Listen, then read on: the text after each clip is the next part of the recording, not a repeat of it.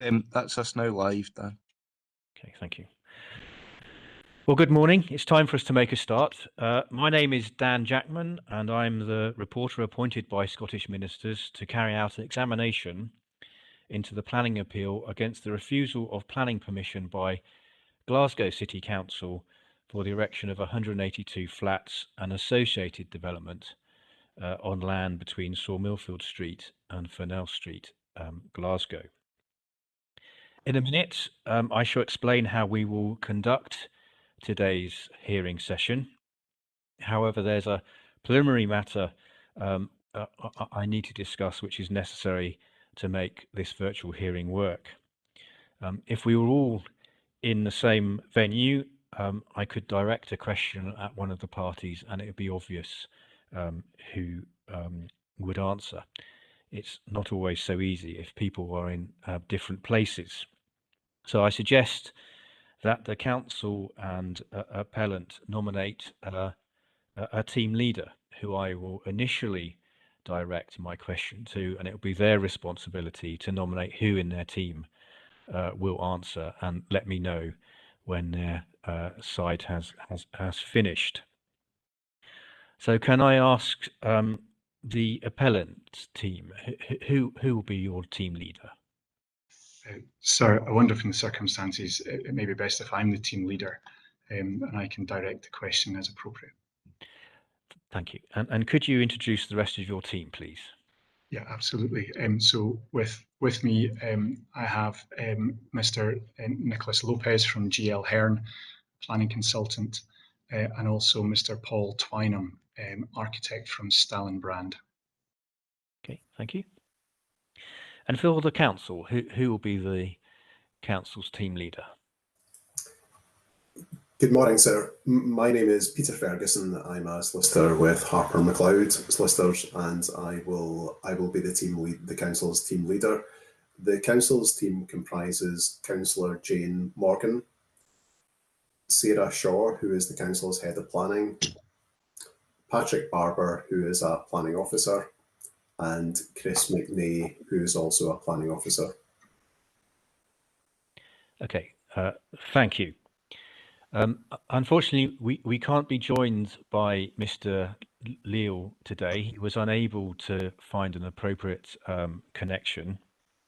I know he did wish to take part, so I'll be asking the case officer to write to Mr. Leal and make him aware that this webcast is being recorded and he would be able to see it at a later date.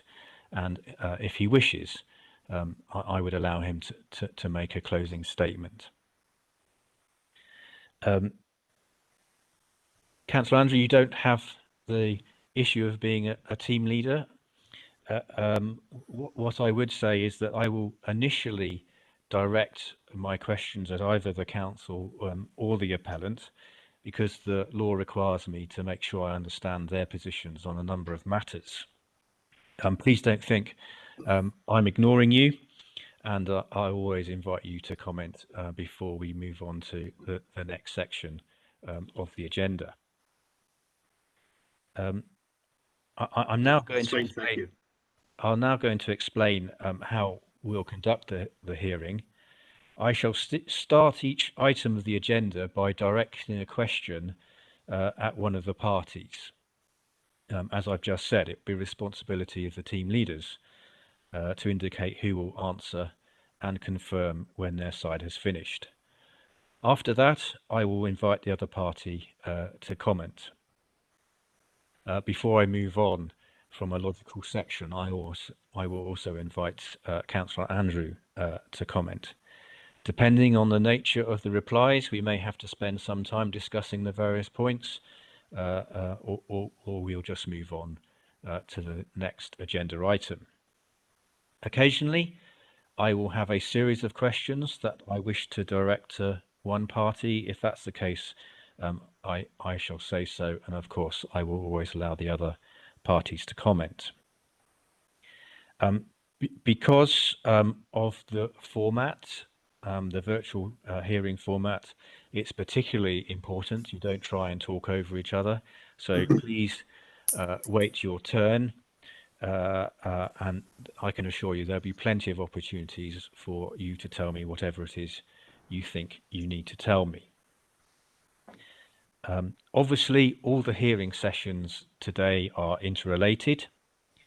My main aim for hearing session 1 is to understand the party's position on whether the proposal complies or not with the development plan. During hearing session 1, resist the temptation to dive into the whys and wherefores of whether it complies or not, because I intend that to take place in hearing session 2. Hearing session 3 is about planning obligations and conditions, and as I said at the pre-examination meeting, the fact we have a session on planning conditions and obligations doesn't mean that I've made up my mind. It's standard practice, and I completely understand that any discussions we have would be on a without prejudice basis. Some people think the purpose of a hearing session is to persuade me of their point of view. It's not. The purpose of the hearing session is to make sure I understand your positions. I shall persuade myself when I reread all the written material that is before me. I warn you, I shall be adopting a brisk pace. I shall intervene if I think we are deviating from the agenda or losing focus. And in answering the questions, there's no need for you to repeat what you've already told me in your written submissions. It's fine for you to just refer those to me, but please make sure you make clear where those references are so I can find them. Today, of course, isn't the whole process. It's not uncommon for us, as a result of the discussion today, for the parties to have additional homework, and at the pre-examination meeting we agreed that there would be a round of closing submissions. I've programmed 3 two-hour sessions, which I hope will be sufficient, and we can discuss progress as we go along. Are there any questions about the conduct of the hearing? Mr. Ferguson. Yes, sir. I should have mentioned this when I introduced myself and the team. Due to COVID restrictions, my team are in one place and I am in another place. So therefore, for the purposes of being the team leader, and particularly for confirming to you when the council's contribution has finished, it may not quite be as neat and streamlined as it would have been had we been in the same room. So I would hope for a degree of latitude on that front. Okay. Yes, I understand the difficulties, and I'll look to you to let me know if I'm moving too fast. Before we move on to the agenda, are there any procedural matters we need to discuss? Sir, there was just one thing from the appellant's perspective, and it may actually be dealt with in terms of closing submissions, but my instructions at this stage are to make an expenses claim in connection with this appeal, but I flag it now just so we don't miss the opportunity to do so, but I also appreciate it will be one for the end of the process. Yes, so if you wish to make a claim of award of expenses against the council, if you can do that in writing after this hearing session, and the council obviously will have an opportunity to respond to that, and I'll make a separate decision on that matter. And I'll make a note, and I usually have before I let any of you go home today, I'll have a wee wash-up session to make sure that we pick up all these points. But thank you for raising that. If that's all, let's jump straight into the agenda item 2 of hearing session 1. And the first bullet point, if I can start with the appellant. My understanding from your submissions is that the Clyde plan provides the strategic planning framework for the city development plan, but the only planning policy that is directly relevant is policy 8. Is that correct? Thank you, sir. I'll hand to Mr. Lopez, who's going to answer that question. Thank you. Yes, I can confirm that's the case. That's okay. Thank you. And for the council, would you agree with that? Sir, I think this is one for Ms. Shaw.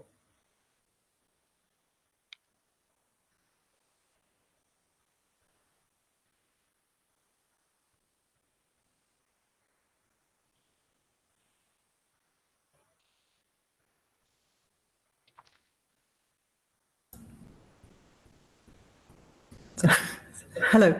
Sorry. Yes, that's right. We would agree. Okay. Thank you. Moving on to the next bullet point, there didn't seem to me to be a dispute between you as to the relevant policies of the Glasgow City Development Plan. So in that bullet point there, I divided them between undisputed policies, ones that you accepted were relevant, but you're not in dispute, and disputed policies, which were either ones that clearly from your submissions you were disagreeing over, or alternatively, I wanted to ask you questions. Can I just check with the appellant? Do you agree with my list of undisputed policies? So once again, Mr. Lopez. Yeah, in terms of the list of disputed policies, I agree with CDP1, CDP2, CDP10, and CDP12. None of the previous submissions by the parties raised concerns in relation to built heritage impacts. Policy 9 is also not referenced in the Council's reasons for refusal. I therefore do not consider Policy 9 to be in dispute. I do, however, appreciate that there could be value in discussing this policy given the submissions by Historic Environment Scotland and Scottish Canals, albeit neither have directly objected to the proposals. I also do not consider there to be any matters in dispute in relation to policy CDP3, and I do understand that the parties, well, in terms of the Council and the appellant, are agreed on that one. Right, but you agree with my undisputed list? Yes, sorry. Yeah, that's fine. No, I want to talk to you about 3 and 9. That's why I put those there. Okay, Council, would you agree with that list there? Yes, sir. Okay, thank you. Can we move on to the next bullet point then? And if I can start with the Council, am I right that the interim guidance, the IPGs that you've referred to me, are not strictly part of the development plan for Section 25 purposes? On the other hand, they're clearly important background as to how the Council feels the policy should be applied. And I wondered, for Section 25 purposes, what advice the Council would give me as to how I should deal with the interim policy guidance. So I will start off on that.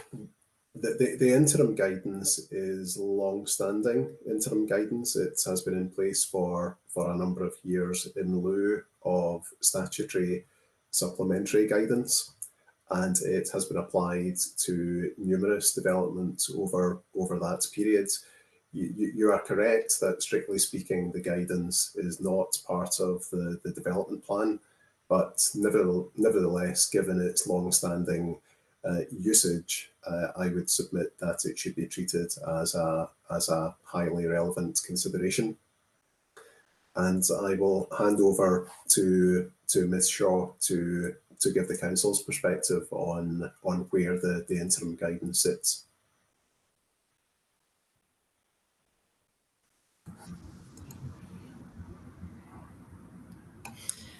Yes, I would. I mean, that is the approach that we've been taking, that it is in effect part of the development plan, although it hasn't formally been adopted. So it is a material consideration. I haven't really got much to add to what Mr. Ferguson said. Okay, thank you. For the appellate, any thoughts and comments on what you've just heard? Sir, broadly, we agree. Formally, the interim planning guidance does not form part of the development plan, so it doesn't attach to the first part of the Section 25 test. But our approach has been that it is a material consideration and weight should be attached to it.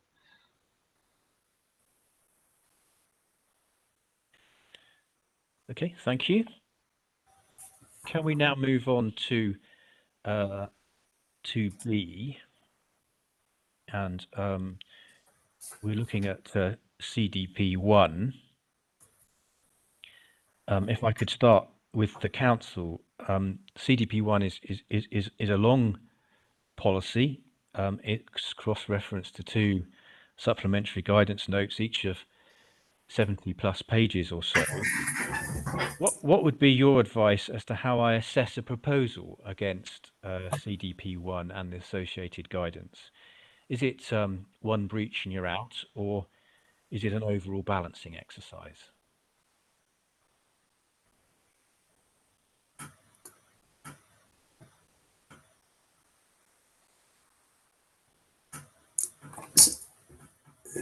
So just to clarify, in your introductory explanation, you mentioned that the assessment of the developments against policy, that falls to policy session, the hearing session 2. Is that correct?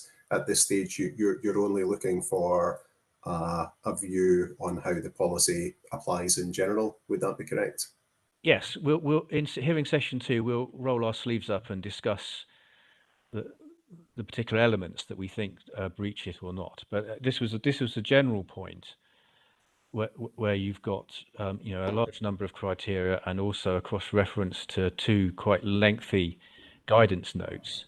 What advice would you give me as the decision maker as to how you assess a proposal in general terms, not necessarily this appeal proposal, against that? Do you just go through in the first criteria breach, that's the policy breached, or do you actually have to look at everything and weigh up both some things that comply and some things that don't? Ms. Shaw? So the way we would approach it is we would look at all the elements. So you may have a development which doesn't meet absolutely every bit of the placemaking criteria. However, there might be minor sort of failures, as it were, compared to the overall overall it may comply with most of them. And then what we would look to do is to negotiate, see if there could be any changes that would make it comply with the other criteria. So it's not as if you just work down a checklist and come to the first one and say, oh, it's failed that, so therefore the whole development is unacceptable. It would be looked at in the round. It's very, very rare, however, that you get a development which meets every criteria but one. There's usually multiple reasons why a development might not meet the placemaking requirements. But I mean, obviously the overarching policy is laid out in CDP1 and SG1 Part 1, which is the kind of overall approach, and then the detailed approach is in Part 2 of SG1, which tends to then get into the nitty-gritty of things like single aspect flats, density, so forth. So that's the general approach that we would take in applying the policy. Okay, thank you. Appellants, any thoughts or comments on what you've just heard? Yes, sir. I'll say a few words, and I'll pass over to Mr. Lopez, just to say that it would be our submission that the approach to CDP1 would be the same as the approach to any assessment against the development plan, whereby you have to assess it in the round, but you must hold things in the balance. So there could theoretically be a breach, but that wouldn't necessarily be fatal to the application. You would have to consider whether or not through the exercise of planning judgment, in an overall sense, you would comply with the policy. I'll perhaps just pass on to Mr. Lopez to say a few other words. Broadly, I agree with what Mr. Mitchell said, and Sarah Shaw said as well. It's a broad assessment. It's two very lengthy documents, lots with fundamentally, and it's about looking at that in the round. and whether, in broad terms, you meet those criteria. That's certainly how we've looked at it, and that's the basis for our submission. Okay, thank you. Can you just bear with me whilst I pull up the plan? For the next bullet point, if I can ask the council, does the proposal cause any difficulties with the first 6 principles in policy CDB1? Sir, I will start with a few general remarks, and then one of the team may follow up with more specific issues. So in relation to distinctiveness, there are no issues there. Safe and pleasant, the only indirect issue would be the lack of open space and the amenity of single aspect flats. Easy to move around and beyond.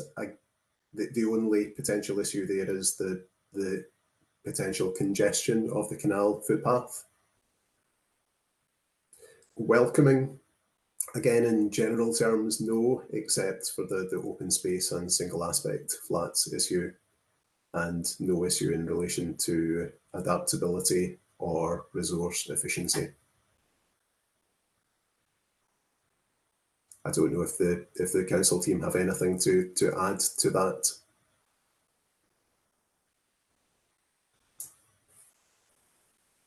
No, that's fine.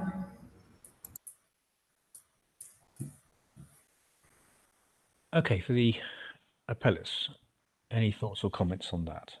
Sir, I'm going to hand over to Mr. Twynham to respond on this point. Yeah, good morning, everyone. We don't believe our proposals cause any issues. In fact, yeah, we believe they're fully compliant. So policy CDP1, the placemaking principle, provides it to be successful. New development should aspire to achieving the following 6 qualities. It is distinctive, it is safe and pleasant, it is easy to move around and beyond, it is welcoming, it is adaptable, and it is resource efficient. So that overarching placemaking principle has been enshrined with our placemaking design-led approach from the outset. It's been a rigorous design process rooted in the foremost urban design and placemaking principles. It's involved extensive dialogue with the planning case officers, and that shaped the proposals accordingly. And yes, going beyond CDP1 as it references SG1 heavily, the 6 qualities of place within SG1 Part 1 will also fully encompass. I'll just stop you there. I'm adopting a sort of staged approach. We'll come on to SG1 yes, in a minute. Yeah. I picked up your key point that it complied from your submission, so that's really helpful. Thank you. If I can now move on to the next bullet point, the 15 design specifications, and can I ask the question to the council? Do any of those? Does the proposal cause you difficulty for any of those 15 specifications? Yes, sir. I will start. There are issues in relation to item 2. Again, this relates to the embedding of community facilities, and the lack of open space would fall into that category. Similarly with item 3, and potentially that would cover, again, open space. 4 is clearly related to open space.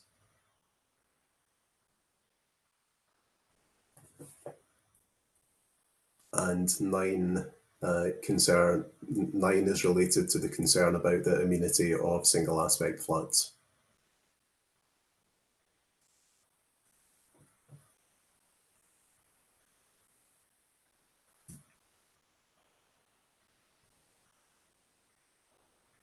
it doesn't sound as though the council team have anything further to add on that. Okay. That's right. Sorry, I didn't realise you wanted us to come in. Yeah, I agree with what Peter's just said. Okay. Thank you. Turning to the appellant, I know you don't agree with that from your hearing submissions. Is there anything you want to add over and above what you've already told me? Bearing in mind we're going to come into the whats and why fors in hearing session 2. Sir, at this stage, I don't think we do.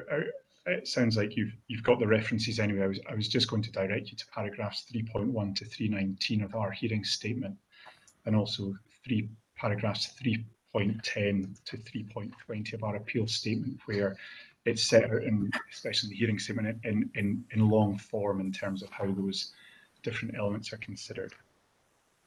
Okay, thank you.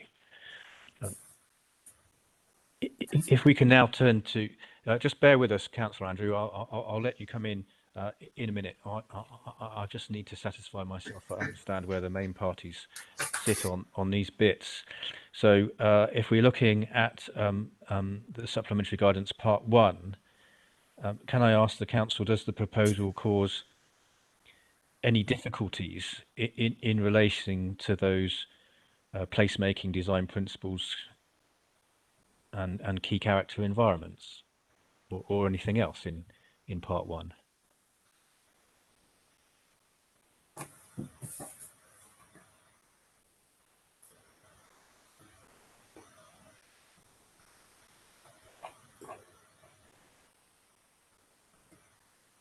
Just bear with me for a moment, sir.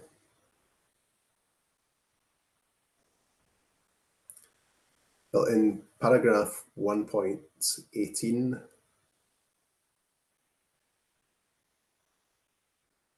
again, this cup.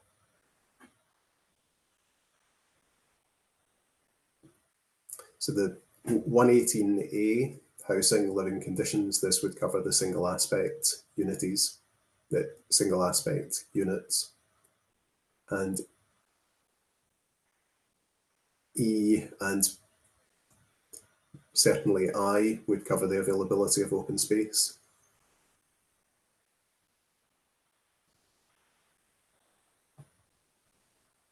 That's on page 11 of the supplementary guidance, parts 1. Yep, I've got that reference, thank you. And on page 38,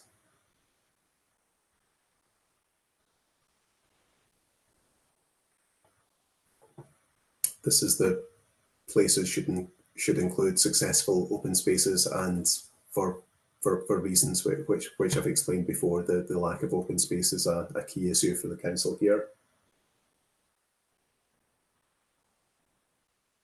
And that follows over onto page 39.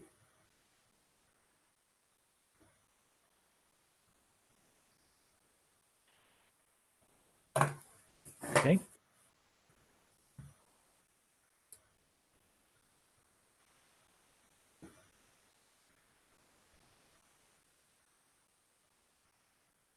I don't think we've got anything to add to that either. Okay. Thanks. That's the council. Again, the panel, I know you don't agree with that from your hearing submissions, but anything else over and above that you would want to add?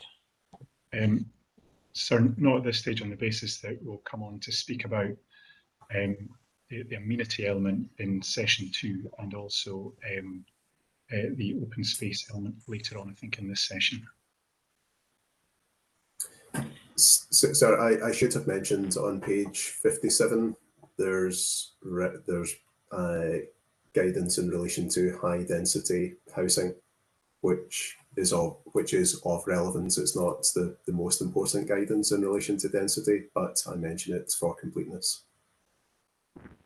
That's paragraph 3.24 onwards. Okay. Yeah. Thank you. Is there anything else we need to talk about SG part 1? Right. If we can move on to SG part 2 then. And I've broken this up into bits. if I can start with the council, are there any general design guidance matters that the proposal gives you difficulty with? Yes, the items 1, 2, and 4 to various degrees are engaged. And in relation to sustainable development, paragraph 1.38. Just bear with me, sir.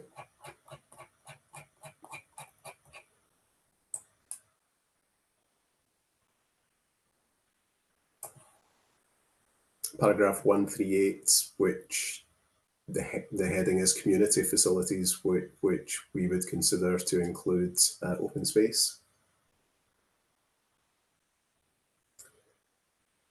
Paragraph 1.55, which again relates to the situation as is the case here, where a new development creates a need for or improved open space. Sorry, Mr. Ferguson, I didn't quite pick up that paragraph number 155, did you say?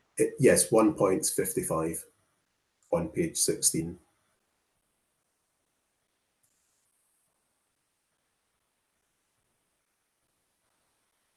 And to a limited extent, the following paragraphs in relation to allotment, although that's a relatively marginal point for this development, but it is nevertheless part of the open space issue.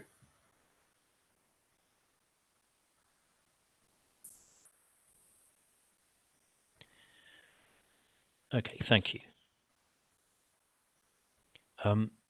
Again, for the appellants, I know you probably wouldn't agree with any of that. Is there anything you want to add over and above what you've already told me?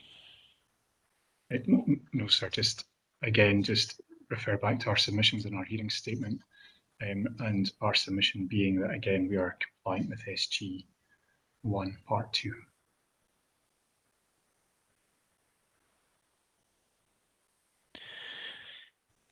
Okay, can we, this seemed to be more of a matter in dispute between you. Can we look at the general density standards, paragraph 246? If I can, let me just get that.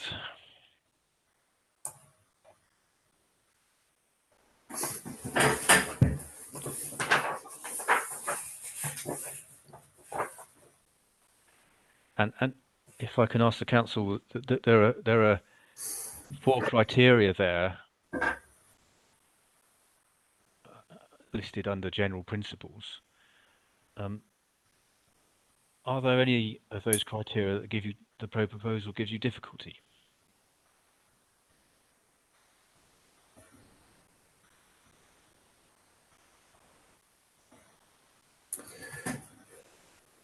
So I will start. I think that context is the only relevant one here. To an extent, location. Again, this feeds into the council's. A key part of the council's concern about density is how that feeds into the open space demands and requirements. So to a very limited extent, the location of the development and its proximity to existing open space provision is of relevance.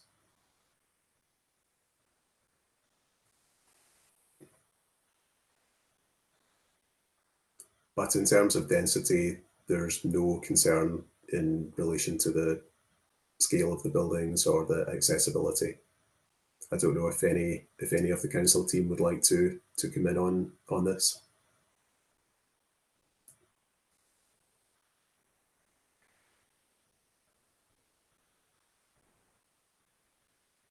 No, that's fine, Peter. That summarises it.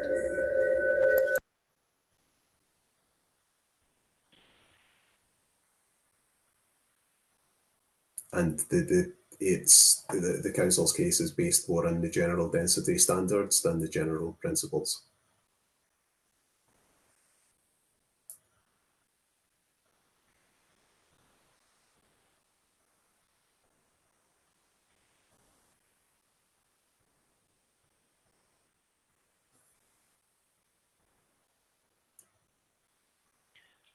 Okay, for the appellants, we'll be talking about this in more detail in hearing session 2. Is there anything you want to add in terms of compliance with those criteria? So our position is that we do comply with the criteria. Again, that's set out in our hearing statement. I just wanted to confirm the council's position, which is in terms of density, the only plank of the policy that they consider we do not comply with is context, and that their key issue with density is the impact of the proposal on open space. The open space. Sir, shall I respond yes, to that? yes, please. Yeah. Open space is one plank of the concern. The other concern over, well, I suppose there are three. The other density related concern is due to the density that has driven the high percentage of single aspect flats. And the council has a concern about the amenity of those particular flats. And the third concern is due to the, obviously density drives numbers, and the numbers drive the concern about the potential impact on the capacity of the canal footpath. So those are the three limbs to the council's density related concern. And under paragraph 248, the general density standards, this development is in an inner urban area, and the guidance indicates that accounts will be taken of the availability and capacity of broader infrastructure and community facilities, and it's the community open space facilities which is of particular concern here. And I see from that box, if I can, since I'll stick with Mr. Ferguson, I see from that box that density may vary between 30 to 100. And my understanding that is the proposal is over 400. Is that a concern at all of itself, or is it just a concern because of the points you've just made? Well, it's notable that the development is 4 times the density of the upper limit of at least of the figures specified, although in fairness the guidance does go on to say that higher densities will be expected, but it's of the figures noted, it's over 4 times the top of the thresholds. Okay, before I ask Councillor Andrew to come in, the appellant, want to come back on any of that? Well, so we disagree with it in short, but I think if we are exploring the density issues during session 2, I wonder if in terms of substantively, if that's where we will respond rather than going through the various criteria at the moment. If that's this, you're happy to do so now. But in a general sense, it's helpful to note the council's approach. But we have set out in our submissions why we consider that the proposal is compliant with policy, including those policies relating to density. Okay. Councillor Andrew, you've mentioned density in your submissions to me. Any thoughts or comments on what you've heard from both the council and the appellant? Thank you, Mr. Jackman. Yeah, I did mention that in my submission, and much like Mr. Ferguson, I think the fact that this development is over 4 times the upper limit, as stated in the development plan, I think that's an egregious overdevelopment. So I couldn't be supportive of that, and hence the reason I've put that in my submission. Okay, thank you. Right, can we now move on to another aspect that the parties have drawn to my attention, that the detailed points on tall buildings, and I broke this down into 3 parts. So if we look at the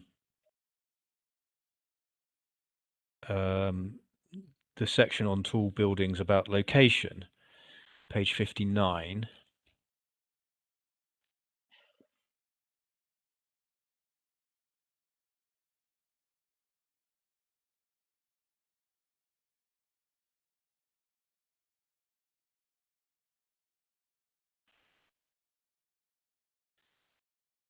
If I can start with the council, I've got a few follow-up questions as well to the council. Does the proposal cause you any difficulty in relation to the criteria A to F in paragraph 522?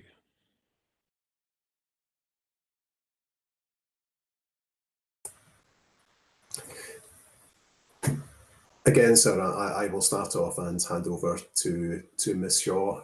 In general terms, the council's only concern about the height of the building is the consequential impact of that on density and open space and single aspect flats, as I've mentioned a number of times before. But the council is not concerned about the height of the building per se, or the design of the building, and the criteria you mentioned seem to limited to those other factors. But I'll hand over to Ms. Shaw on that. We don't have anything to add to that. That's correct. That's a statement of the council's case.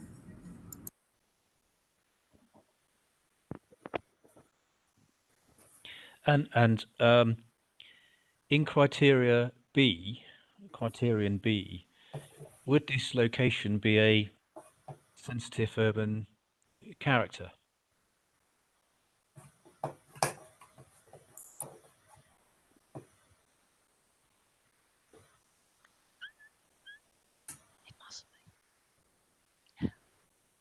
So the area of sensitive urban character is particularly sensitive due to local characteristics, conservation area, topography of the site, listed buildings.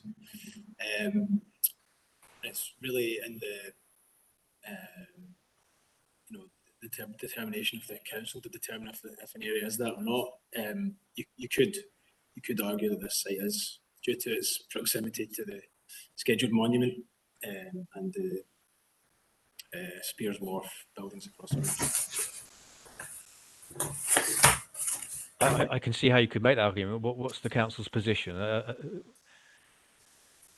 Do you feel the site's within a sensitive urban character where criteria B would be relevant or not? I think the position is still as what was in the committee report, which found the the tall buildings to be appropriate. So not necessarily. Okay. And can I just ask you about criterion F? What's the purpose of criterion F, and what would an applicant have to show compliance? That's in areas which are financially viable for long-term adaptability of alternative uses.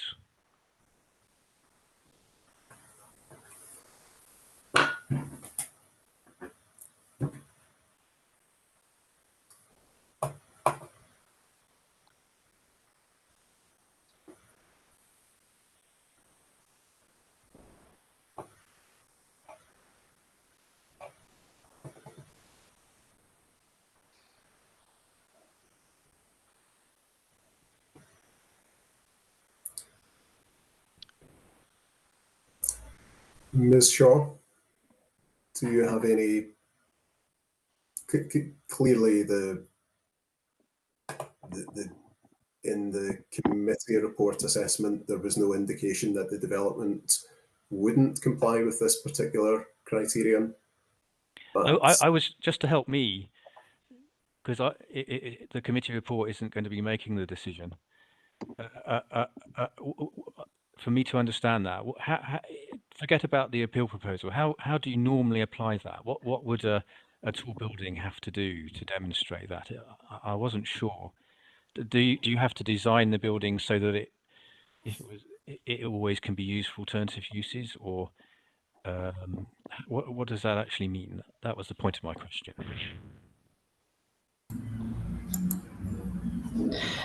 Yeah, to be honest, I'm not really clear on how that is normally applied, but I think the normal interpretation would be that if it is in an area where there are alternative uses that it could be put to, then it's more of a sustainable development in terms of that density or height of development.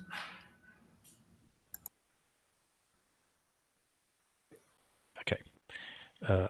Thank you for that. Before I ask the appellant, I asked Councillor Andrew, would you agree with what the council's just told me?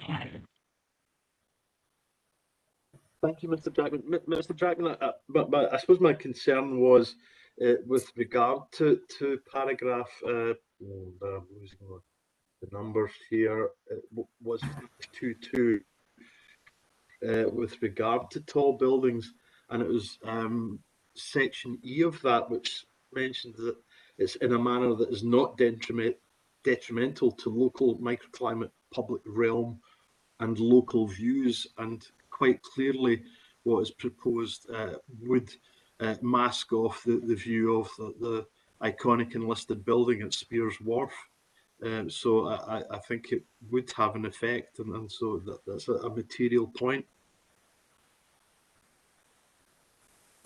Okay, thank you. Appellants, want to comment on any of that? Yes, sir. Just to note the position as well, which has already been done by the council in terms of their view that they don't view height as being an issue here. What I may do is just pass over to Mr. Twynham to address the particular points that you raised and the responses that the council made. Thank you. So yeah, I think broadly we're in agreement with the council's assessment, which is obviously referenced in the Planning Case Officers Committee report.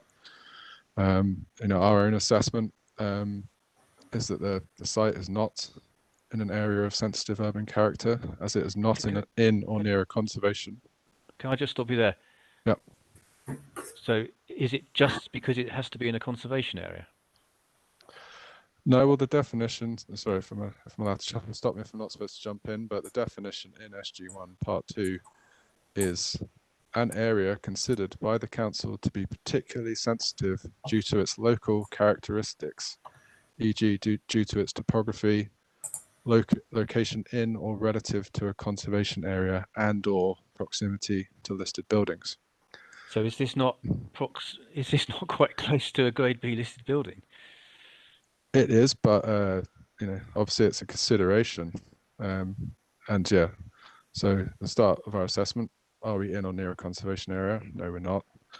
Are we close to a listed building? Yes, we are. There's a scheduled monument at the canal. There's also the proximity of Category B listed Spears Wharf, Category C listed the Wheatsheaf building, and then there's down towards Farnell Street on the west side of the canal, there's also another Category B listed building. But, all these things considered, our townscape, heritage and setting analysis demonstrated that as a robust and rugged former Victorian industrial area, it is not sensitive. This is evidenced in our design and access statement and hearing statement submissions, and the same conclusion was reached by the planning case officers in their committee reports, the Glasgow Urban Design Panel, and also Historic Environment Scotland in their recent letter. And as discussed already, this is not something the council are disputing or have raised in their appeal. So, it's our assessment that it is not a sensitive urban character area. We can understand why people might come to that or immediately think that without analysis, but when you do the analysis, given the extremely rugged industrial super-scaled nature of the area, that was our assessment, and it was agreed. Multiple parties agreed with us. In terms of point F, we would agree with the kind of reading that it's about location and context. Really, it's kind of another way of saying put a tall building in a place where it can be supported.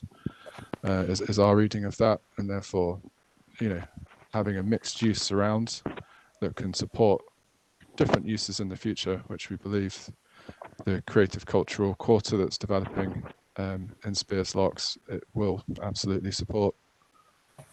In terms of point E, with Councillor Andrew raised, I could get into that now if you wish, or we can debate that in the next session. I don't want to spend our time on this session going into the details, but if you wanted to come back on anything he was saying, then please do so now. Well, we can understand tall buildings put some people at ease, but we fundamentally disagree. We've done all the analysis and deliberately proposed the morphology, i.e. the form and arrangement of buildings we have, where we have a smaller southern building which is turned perpendicular to the canal, a very large gap, and then the north tower which is pulled as far north in the site as we can, and it gets more slender as we step up in height and references key datum. So that two tower morphology with the huge gap between was taken from the very outset through our placemaking and urban design analysis, and through discussion with planning police officers. The whole point of that morphology is to create views in and out, to and from Spears Wharf, and as well as views, daylight, sunlight, and also predominantly to minimize any overshadowing on the sort of canal. So yeah, we've absolutely responded to that in the best way we could.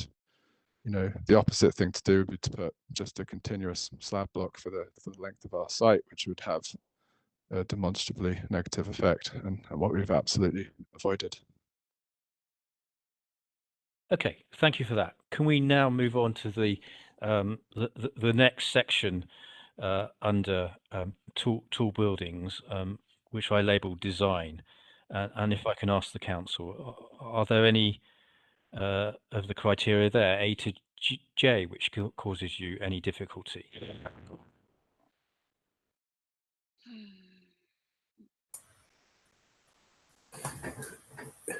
No, sir. The council is not concerned with the design aspects of the building. Okay, Councillor Andrew.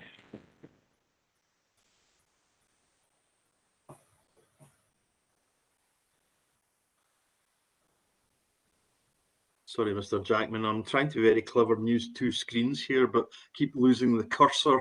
One of them, the one that's never known. Yeah, sorry, the design of the building, I suppose that I would certainly agree in terms of CDP1, in terms of the building is distinctive.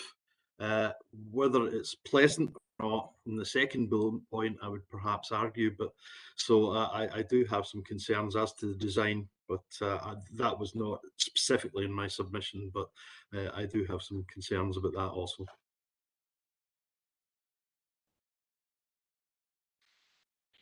Okay, for the appellant.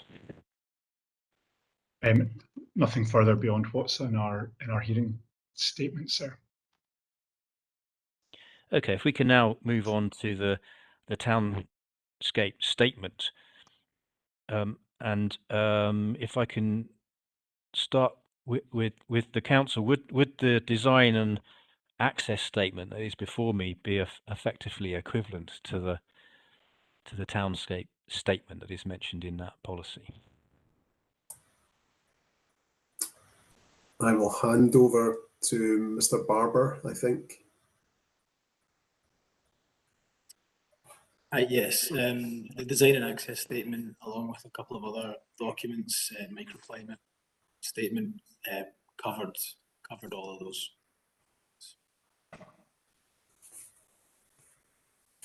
And then, as a follow-up, are there any of the criteria A to H there that would give you difficulty?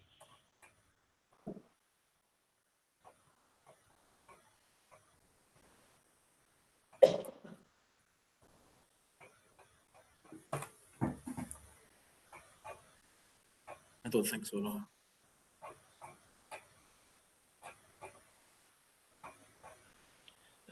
Councillor Andrew, any thoughts on those criteria A to H? I have no comments, sir. And for the appellants. Sir, my understanding is the design and access statement is the equivalent. I'll pass over to Mr. Twynham just to say a few words. Yeah, I mean, I think as Mr. Barbers has alluded to already, there's a dedicated section within our design and access statement that analyzes the townscape, but that kind of thread of analysis is taken all the way through that document. You know, it was a journey from the very beginning of the project. So we take that thread all the way through the whole document, and then as Mr. Barber said, with the other supporting studies that like the microclimate analysis, the shadow fall analysis, that concludes the whole overarching townscape requirement under CDP1 and SG1. Okay, thank you. Can we now move on to the CDP2? And can I ask the council, does any of the 16 criteria in CDP2 cause you any difficulties?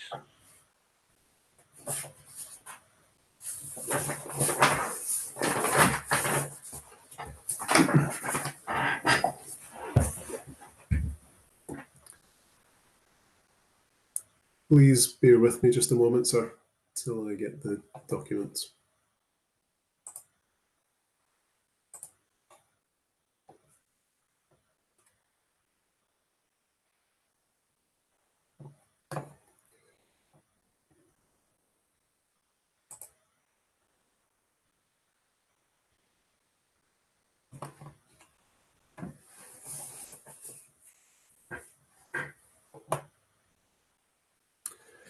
Yes, sir. The criteria which we consider relevant are 1, 2, 6, 8, 10, 11.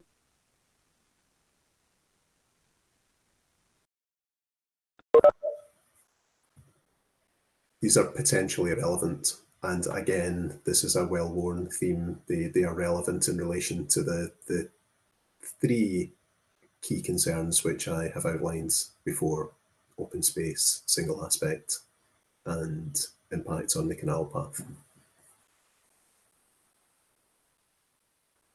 Okay. Thank you. Appellants?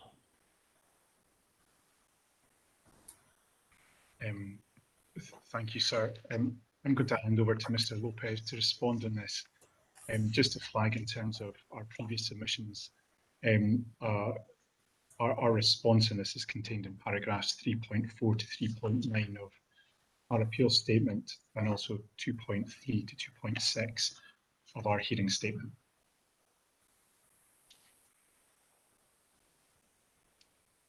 Thank you. So our view broadly, we comply with all of the 16 criteria. Noted criterion 14, I think that's also relevant. I don't think it's one of the ones highlighted by the council. It says support the use of and improve access to the city's waterways for a range of uses, including leisure, transport, drainage, and nature conservation.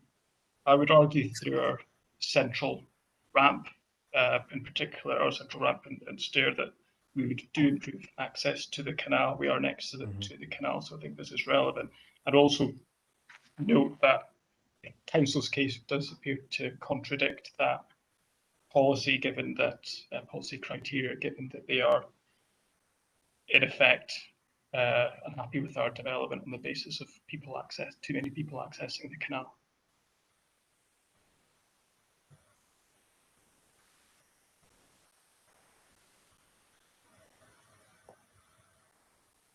Councillor Andrew, any thoughts on policy CDP2? No, I have no comment on that. Thank you. Okay, can we now turn to the North Glasgow Strategic Framework? And I've got a few questions of the council here, which I'll ask, and then I'll go back to the appellants. Perhaps the council can just give me a little bit of background. What's the purpose of the strategic development frameworks? And are they part of the development plan as such? I think Ms. Shaw is best placed to deal with this, although I would note before passing over that the North Glasgow North Strategic Development Framework is still a consultative draft. But Ms. Shaw will explain the background and the linkage to the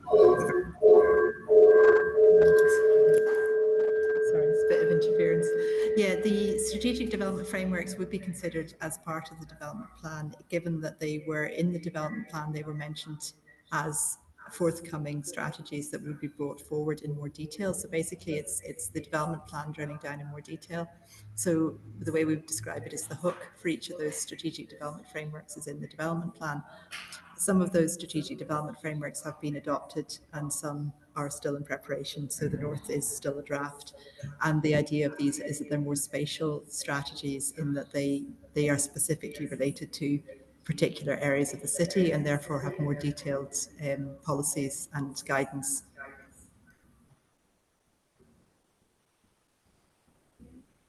But the thinking it wouldn't be that they would be formal supplementary guidance approved by the Scottish Government as such. They are actually, they've been through the formal procedure that supplementary guidance would go through. So they have been through consultation and approval by the Scottish Government as well. But not the North. Not the North one, no, it's not got to that stage. That's the intention. So the council's intention is, or it's open to it anyway, to complete the consultation process and submit it to the Scottish Government. And if that was approved, it would be formally part of supplementary guidance and therefore part of the development plan. That's correct. Okay, thank you. As you know, I've been referred to the 2008 Spears Lock Master Plan. Has that been effectively been replaced by North Glasgow Strategic Development Framework?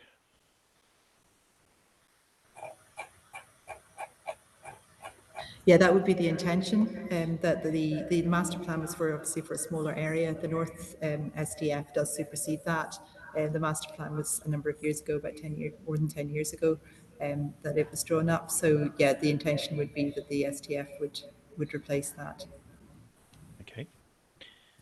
And if there's a conflict with the SDF, does that imply, therefore, that there would also be a conflict with policy CDP2?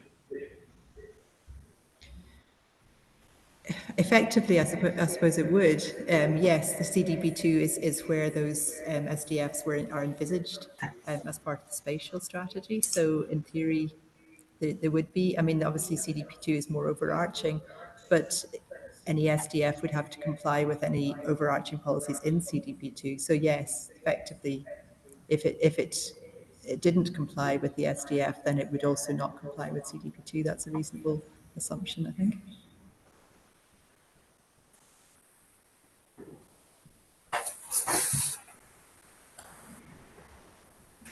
And in relation to the area of the appeal proposal, what particular principles are relevant to what's before me, do you think? In terms of the SDF? Or? Yes, so the SDF is divided up into various themes, and one of them is called the Working North. And I'm actually looking at page 17 of the SDF.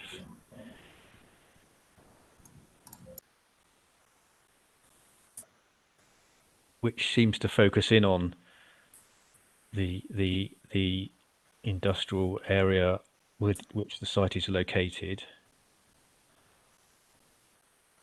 We're just loading up the SDF at the moment, so bear with us, please.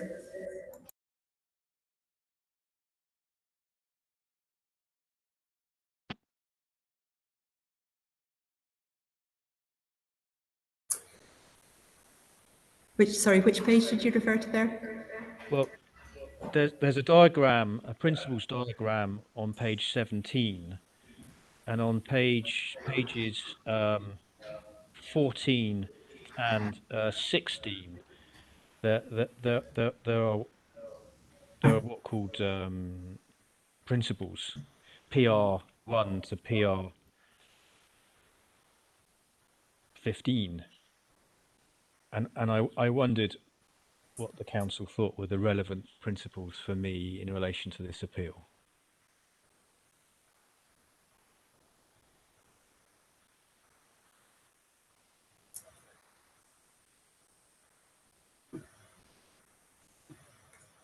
On page 18, sir, under supporting outcomes, this brings us back to one of the supporting outcomes for the North Gateway is to provide well-integrated neighbourhoods with sustainable housing mix and a good access to open space and local facilities. So that's clearly relevant.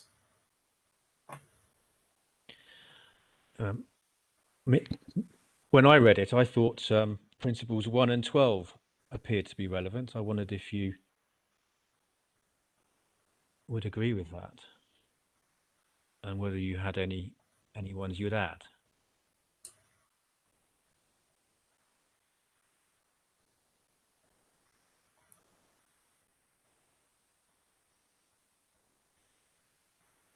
Sorry, I'm still waiting for the document to come up in front of us, so it's hard to answer without having a look at that.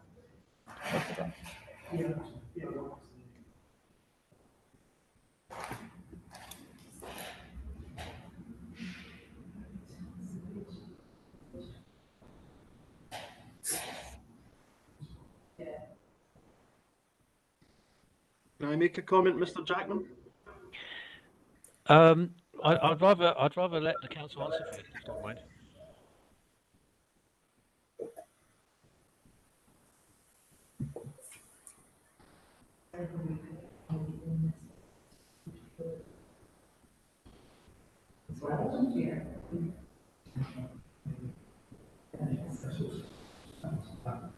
Yeah, but it's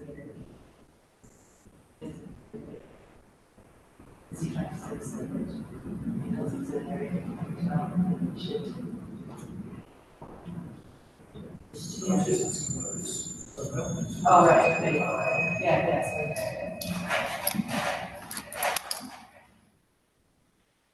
Sorry about that. Yeah, we were just trying to actually view the document. Are you sort of, is your question that whether the principles in the SDF are still relevant at the moment? Well, my question was, what was the council's advice to me as to which were the relevant principles? Or perhaps your answer is none of them are, sir. But it's just what there are a number of there. 2 appeared relevant to me, but don't let me put words in your mouth. What do you think are relevant? So one is clearly of relevance, given that the development site is within an economic development area. Mm-hmm. 12 is clearly of relevance in that it guides development to this particular area. Do you want to add anything? 12, which is... Okay, is that relevant? Spears Wharf, cultural area.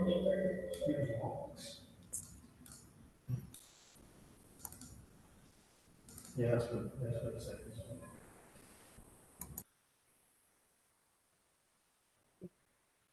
Yeah, I think similarly to the first principle, the site lies within the cultural quarter, so that principle is relevant too. Okay. So 1 and 12 you would particularly direct me to. Okay, and my final one for the council, with the SDF identifying the economic development area for the industrial estate, is that compatible with the kind of long-term comprehensive redevelopment envisaged in the appellant's design statement?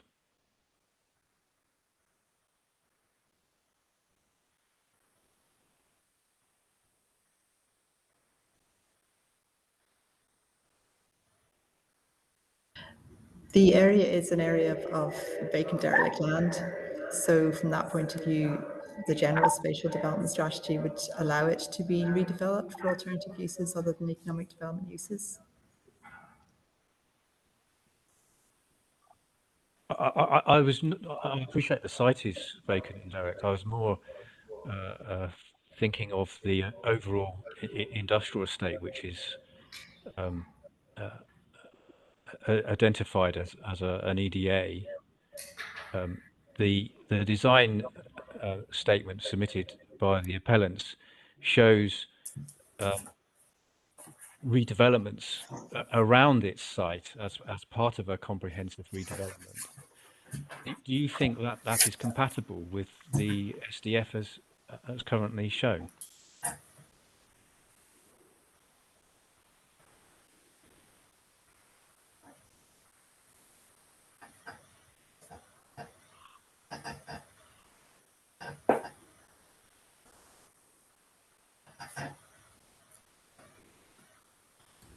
Yeah, I mean, within an EDA, you can have a variety of uses. So as long as the entire area isn't being redeveloped for residential, it would be in keeping with the overall designation of the site as an economic development area.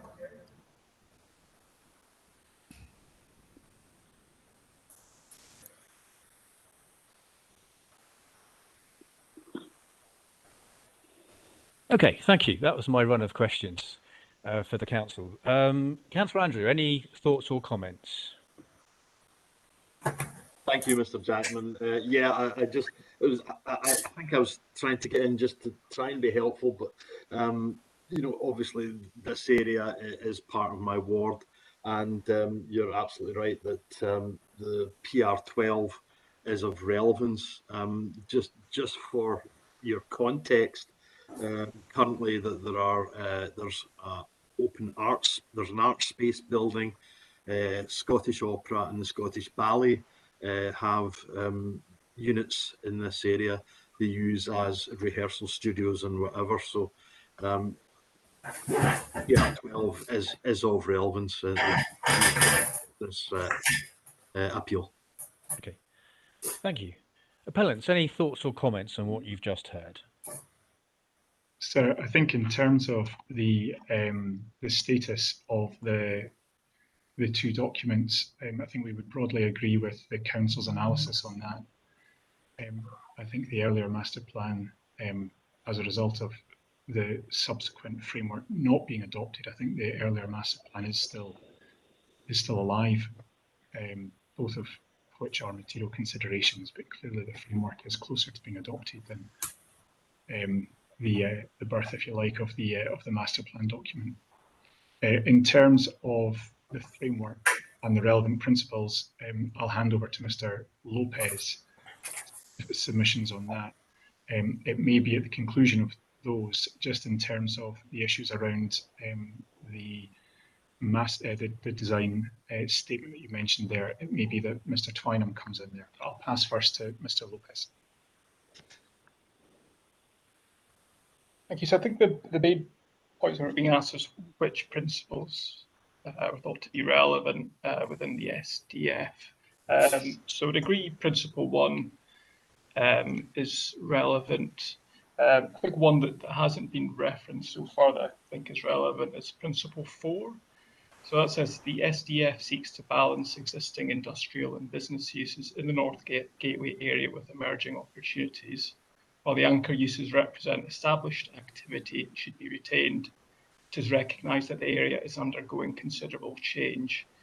The SDF encourages the introduction of good quality commercial, cultural and leisure developments at appropriate locations to complement the Gateway's evolving mixed-use character. We see, while this is a residential development, albeit with a small commercial element, I think PR4 does recognise that, you know, changing character of the area, as Councillor Andrew mentioned. Cultural uses are a big part of that. Residential is also part of that. At Spears Wharf, albeit on the other side of the canal. So I think whilst, yes, it does, through the principles, place a preference for uses within classes 4, 5 and 6, acknowledge its change in character. We think that we support that change in character, and ultimately this is also a brownfield site that hasn't had an employment use on it in a very long time, and is unlikely to have one in the future. So we're not undermining in that respect either. And where would you start? Where would you stand? Sorry, with my question to the council about the compatibility of designating an employment development area with a preference for class 4, 5, and 6, but at the same time envisaging the kind of comprehensive redevelopment that you've shown in your design statement. What I would say is the design statement at this stage is indicative, and I think any redevelopment we would absolutely, firstly, this is an application for a single standalone site, but any wider redevelopment that did come forward in the future, we would absolutely see a significant role for employment and commercial uses in that. And as such, we think in principle, any sort of redevelopment could comply with those aspects of the strategic development framework and the local development plan policy by retaining a significant amount of class 4, 5, and 6 uses in that location. Okay. Thank you for that. That's helpful. Before we leave CDB2, is there any other spatial designations that I should be aware of? I'm not seeing anyone wave frantically, so I take that as a no. Can we therefore move on to the next section on CDB3 and IPG3? And usual format, if I can start with the council. Does any of those 6 criteria cause you any difficulties with the proposal?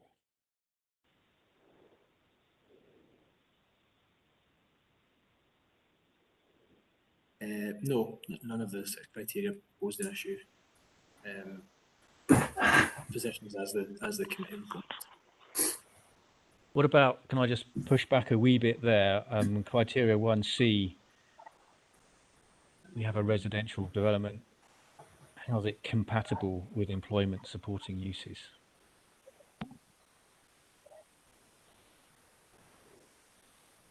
Right, bear with me a second.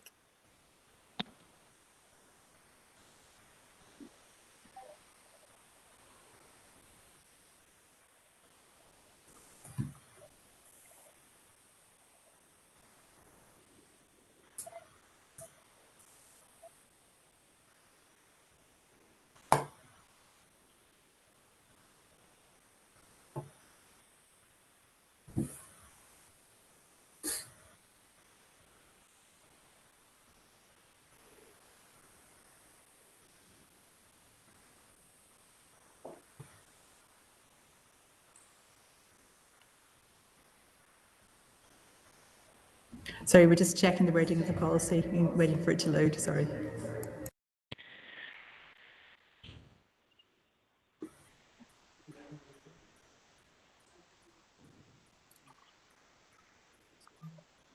Sorry, are you referring to 3.2 and 3.3 paragraphs? It's policy CDP3. Yeah. And it's criterion 1C.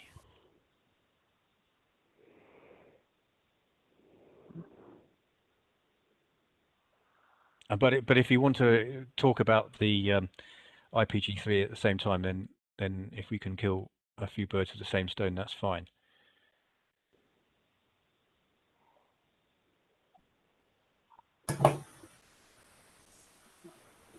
Yeah. So essentially, the other uses aren't incompatible as long as the overall economic development area or still keeps that status, essentially. So other uses aren't incompatible by their definition.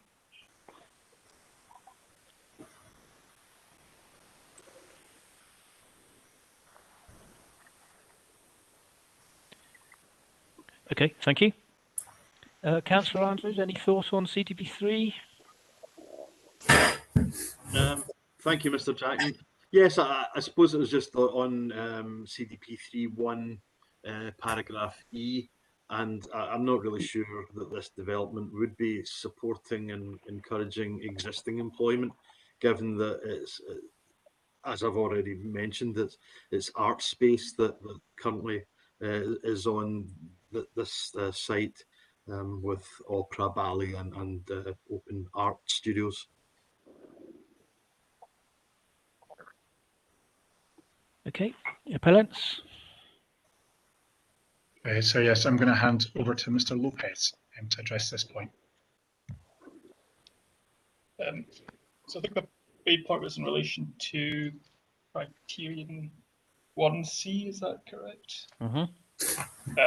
So it's integrating other compatible employment supporting land uses to economic development areas.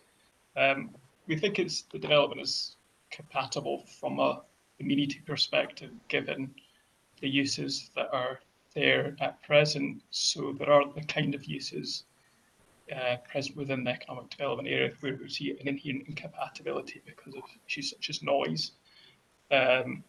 Employment supporting, I think what you'd have to, looking at that, I think you have to recognise that this is not a tradition, or no longer really a traditional economic development area. There are a number of cultural uses within the area. A lot of them are used at the evenings and weekends in terms of rehearsal spaces and things like that. And having a resident population would make those types of uses, which are operate with normal business hours, more attractive and feel safer for people using them. So, as I appreciate, maybe not in normal terms an employment supporting use, given the specific character of the economic development area, we think it is supportive of the employment uses that are there at present. We'd also note that there is albeit small element of commercial floor space that could be a cafe, shop, etc. And that aspect of it would also provide a facility for employment uses within the area.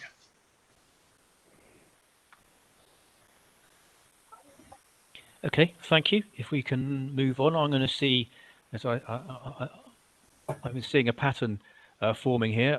I'm going to combine the 2 bullet points on IPG3. If I can start with the council, does the proposal cause you any difficulties in relation to any of those criteria?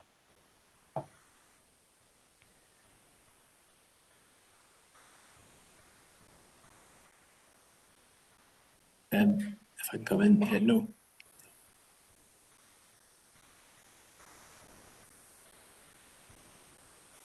Okay.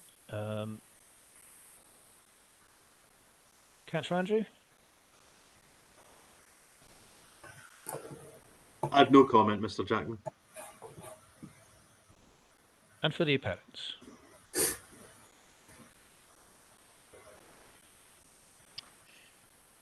Yeah, so this is IPG 3, paragraph 3.2, criteria 1 to 3. Is that correct? I was trying to expedite things by combining both the 2 things together, and apologies. I think, having done this job for many years, that you're going to tell me that it complies with all those criteria.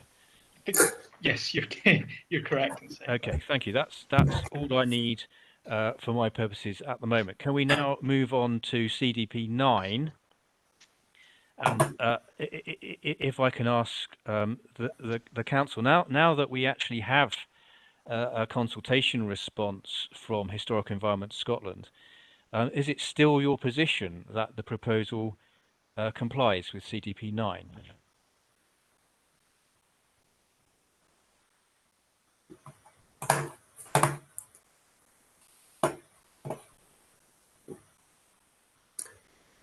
Yes, sir.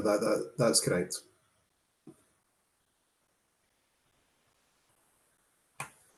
And for the appellants, we'll look at this in more detail. Specifically, want to look in more detail at that letter from Historic Environment Scotland, because it says a number of very interesting things. But I take it your position hasn't changed either. No, sir. Our position is as set out in our hearing statement. Okay, let's move on then to Policy 8 and CBD 10. I'm going to take a deep breath now. So the council submitted a detailed paper on the 10th of November in response to my guidance note, and the appellant responded on the 12th. I don't think it's going to be a good use of hearing time for us to go line by line through those respective papers.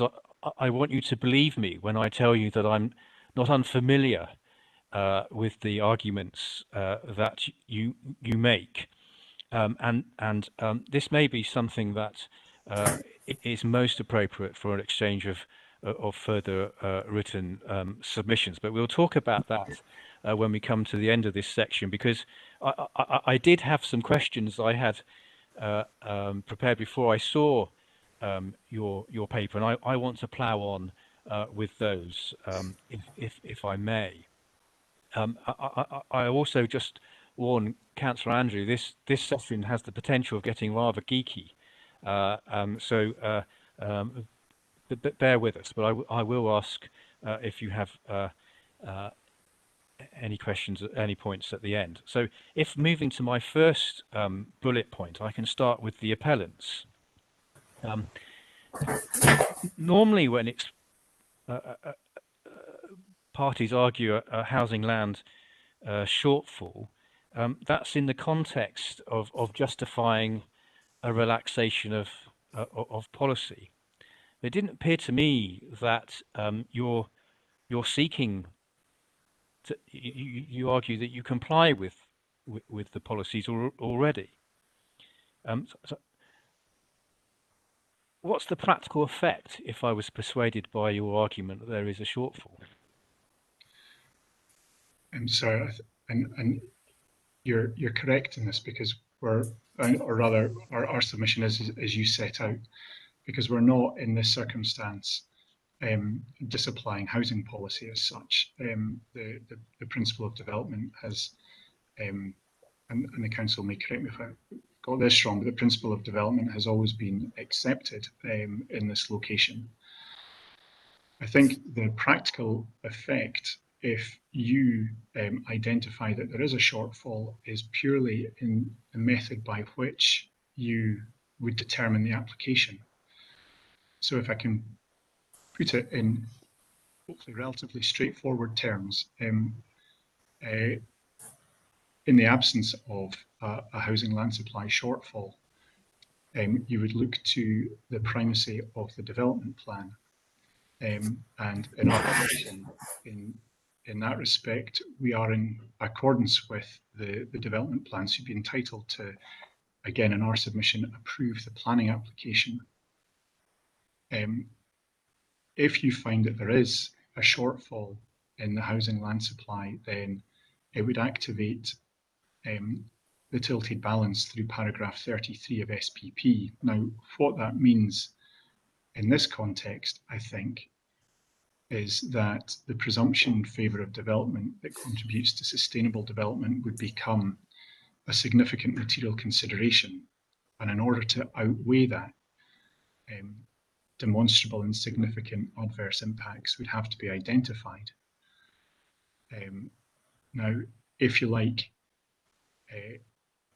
our submission is that there are in neither case those demonstrable or significant adverse impacts.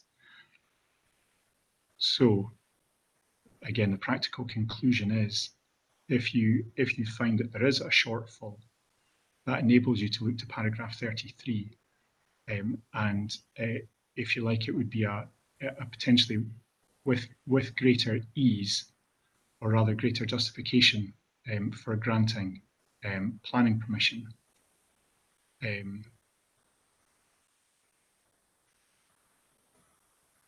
But we do accept the margin is actually relatively narrow between the two. Okay, thank you. That's helpful. Council, any thoughts or comments on that? No, I have a comment.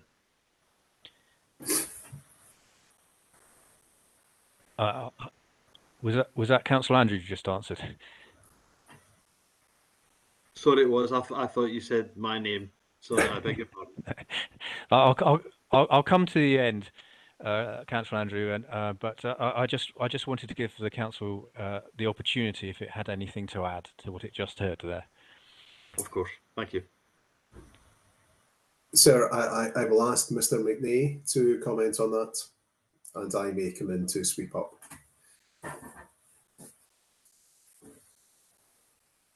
Yes, good morning, sir. We would agree that it's essentially a technical difference to the way that the assessment would be run that's being argued here. However, it would have implications well beyond this application itself. And we've set that out in our paper.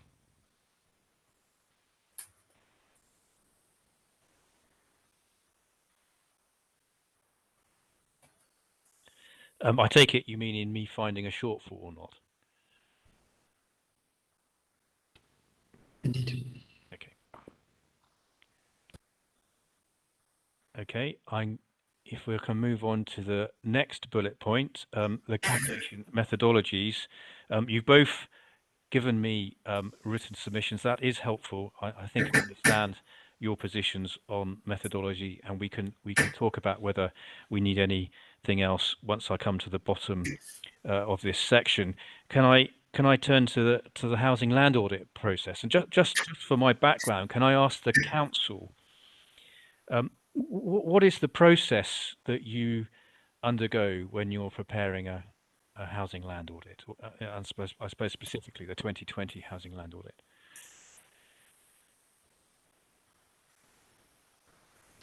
Well, it was a difficult one given we had a pandemic. However, so what will normally happen is site visits will be undertaken over a period of around a month, normally in April. For the 2020 audit, it was done between August and December because of lockdowns. And following that, programming is drafted by the council, and then a series of consultations are undertaken with Homes for Scotland, the Strathclyde House Builders Committee mainly, and the housing colleagues within Glasgow, and your contacts with the housing associations. Affordable housing programme is so large here. A series of those meetings is incrementally taken as we debate which sites are effective, which sites aren't, what the programming should be. And in May 2021, we agreed an undisputed programme, an audit, was published in June and then on the website in July 2021. Is that enough detail? Okay, thank you. That's helpful. That's answered my question. And if I can turn to the appellants, I suppose I'll combine my two questions. Firstly, is that your understanding of events? And B, you've expressed concern about some of the programming set out in the 2020 housing land audit.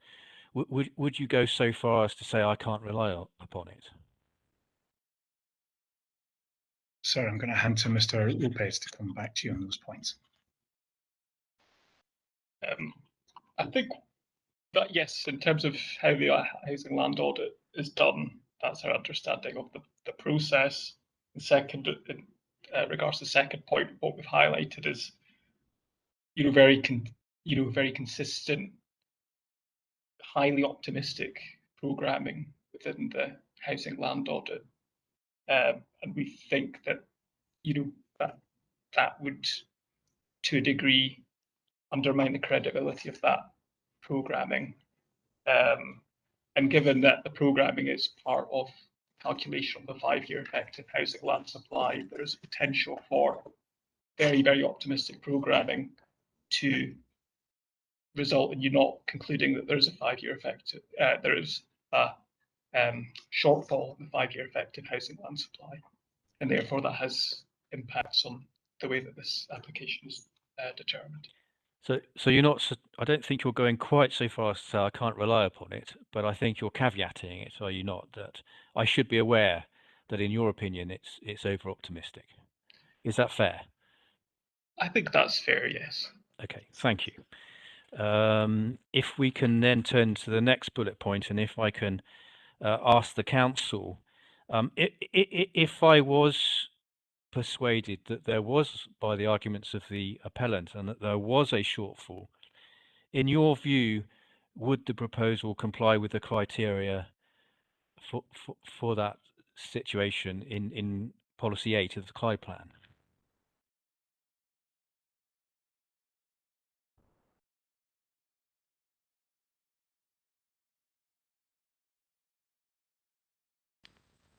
Sorry, can you repeat the question?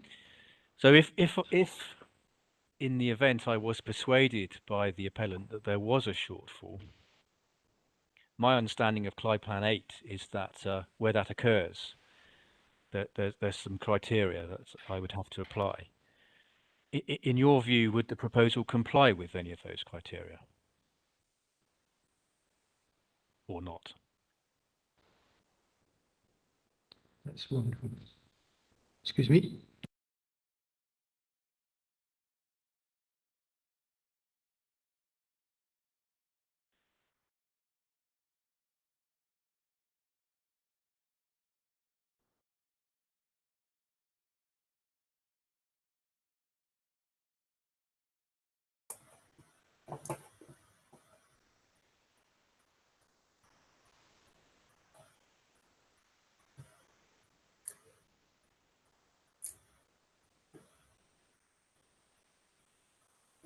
Sorry, we're just having a quick confabulation here.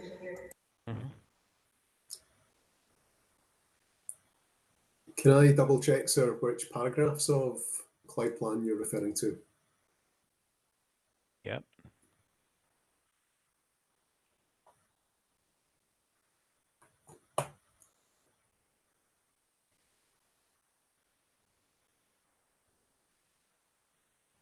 It's policy 8.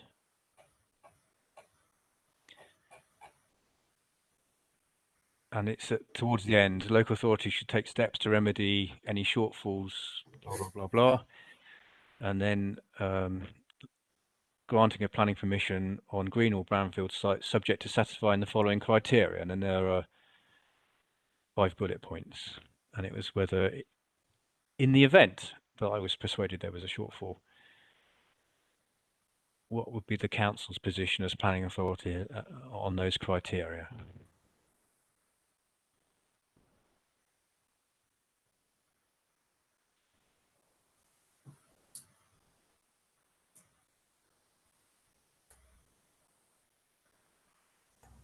I mean, we haven't carried out an assessment against Strategic Policy 8 because it wasn't considered to be necessary as part of the planning application.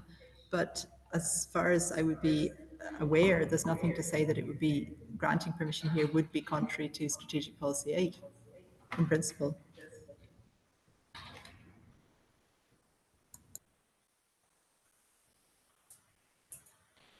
Okay, and before I go back to the appellant, so the same question for CDP 10 has very similar criteria.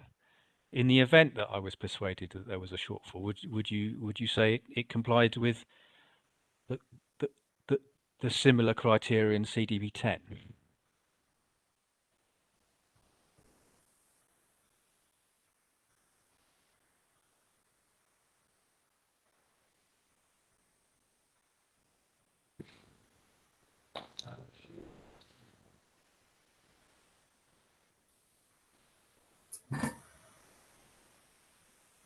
I may be on the wrong page, sir, but isn't policy 10 to do with heat and electricity? No. My mistake. I was trying to speed along a wee bit. It's the city local plan CDP 10, the housing policy.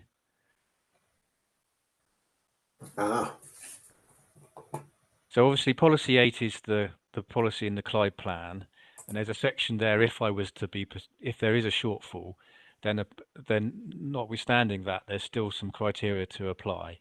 And there's a very similar, although different, list of criteria in in policy CDP10. I'm sorry I confused you by being brief there.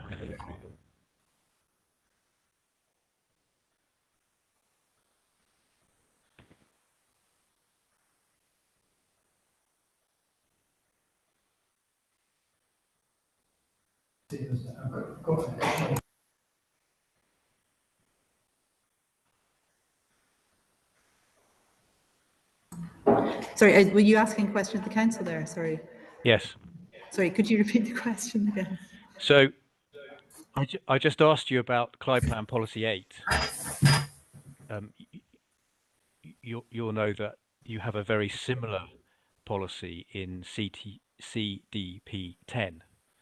So if I was persuaded there was a shortfall, would the proposal in your view comply with those criteria?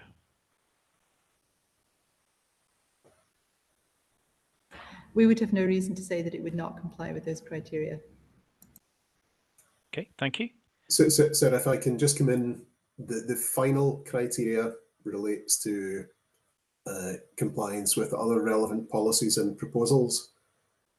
So that would obviously pick up the council's other concerns about open space, single aspect units, and so on. So it would involve you reaching a view on compliance of the developments against those particular policies and guidance. I shall take that as your final answer. That not entirely is the answer. For the sorry, Chris was just wondering if you could come in here. Okay. Just briefly, for both the policy 8 of Clyde Plan and the CDP policy, where there's a shortfall being identified, our paper points out that a shortfall isn't necessarily universally agreed.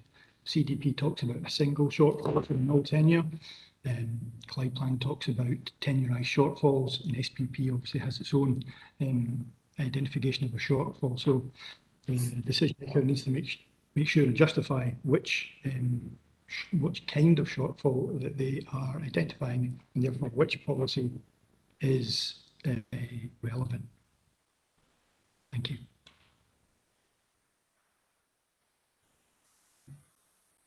Okay, thank you. The appellates, I take it that you would argue you would agree with the council. It complies with policy 8 and CDP 10. Yes, that's correct. I think 11.22 of the appellate's policy hearing statement addresses Clyde Plan Policy 8. It complies with it. And I think it's 11.23 of the policy hearing statement addresses CDP 10 and the criteria, and we consider that we comply with both. I think there was the third question was about the from the council was about what 5-year effective land supply do we think is in shortfall? There was a comment that I needed to be careful about what type of shortfalls we're talking about. But I think we're going to discuss a little further procedure, which perhaps you can address that up. I feel I'm on a roll here. Can I next move on to the last bullet point? Can I ask the appellant, what's your actual development program if planning permission was to be granted?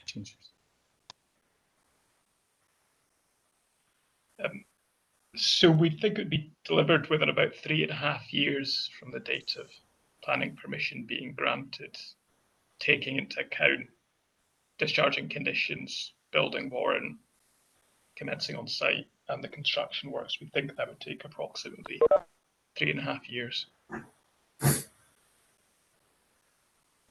That's for completion or to commence? That's completion. And how can you be so sure of that? You just talked to me about optimistic programming. The previous scheme didn't get built. Why should I accept that at face value? Well, what we would say is that we have interest in the development, then we've extrapolated. So we have interested parties. There's been some private marketings. So we think there's interest in taking in that respect. We discussed with Paul Twynham the sort of construction program that he would anticipate for development like this, bearing in mind he's much closer to sort of construction process than I am myself. And from that, we considered 3.5 years. Nonetheless, I suppose in terms of addressing a shortfall, I suppose the question is really whether it would deliver completions within 5 years. We think, absolutely, we think it would be delivered in time, in full within 5 years, but our anticipated programme would be approximately 3.5. Okay, thank you. Council, any thoughts on what you've just heard in terms of the actual development programme?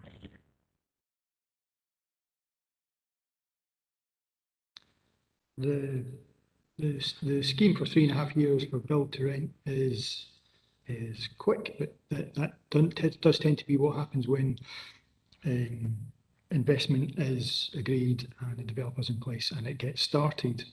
I would point out one of the sites the appellant mentioned at 170 High Street is also built to rent. It has a committed developer, and the programming for it was being disputed. I think 120 per year from over the period of 5 years. So you have to take each site on its own basis, but that is possible with build to rent developments.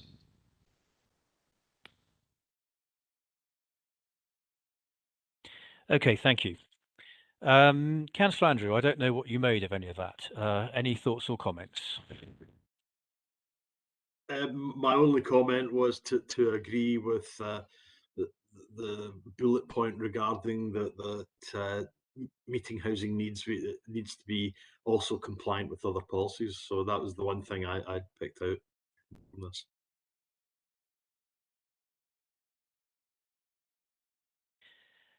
Okay, well, before we leave this subject, I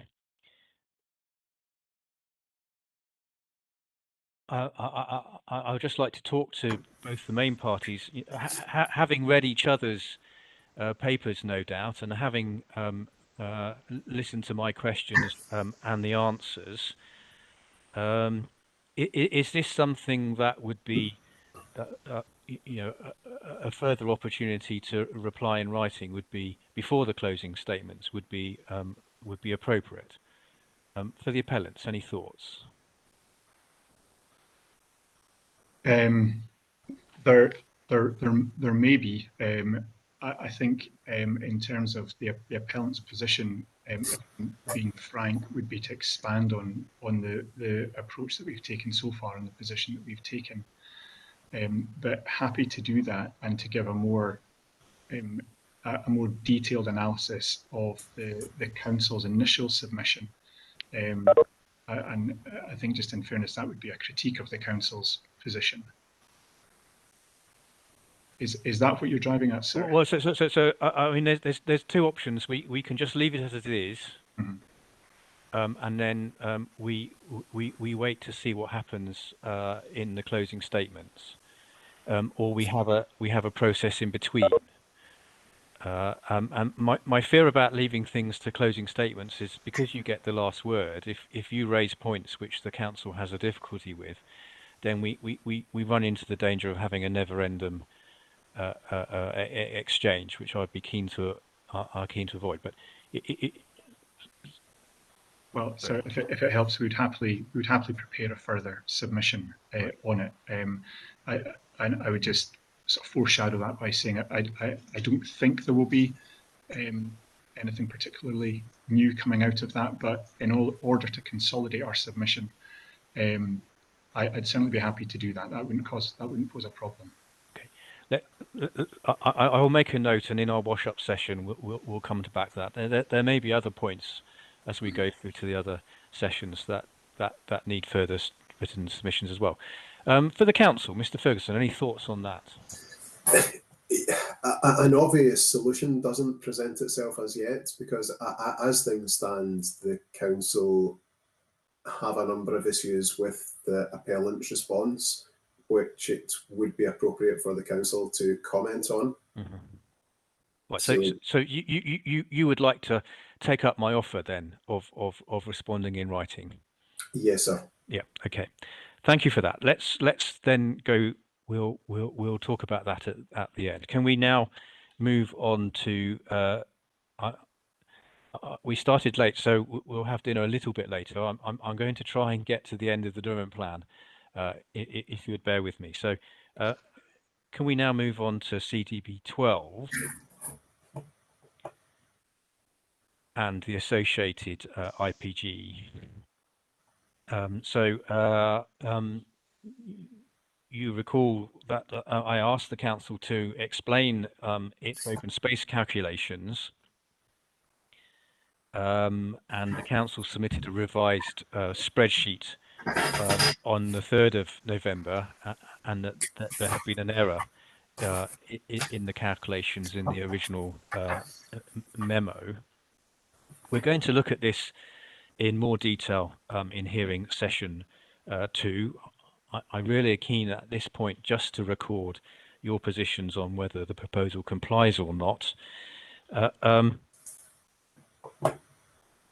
If I can start with the appellants.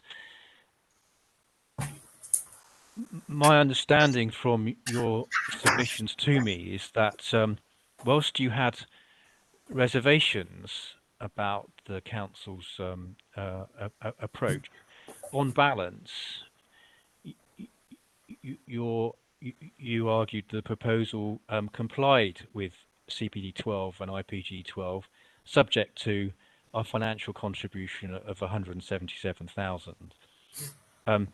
What's your position now that the council calculate that figure to be 196,000?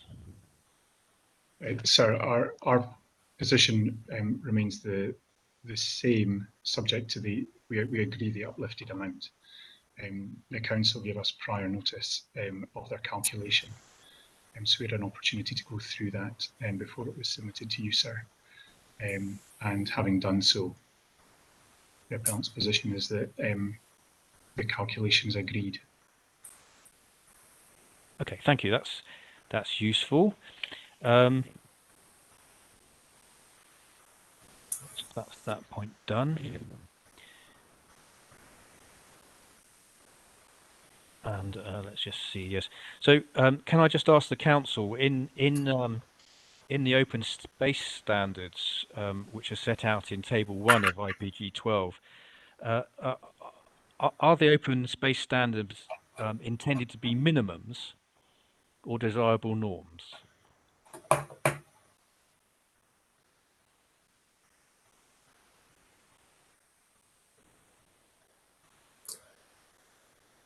Mr. Barber, is this one for you or Ms. Shaw?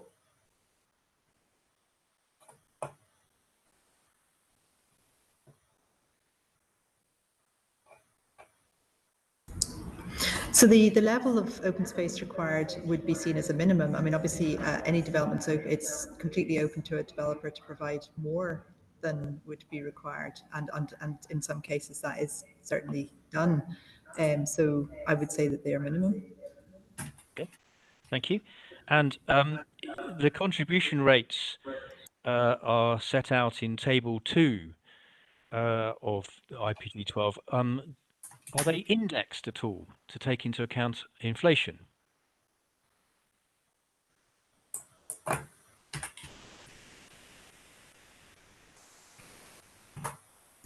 No, they're not. Okay, thank you for that. So that's that done.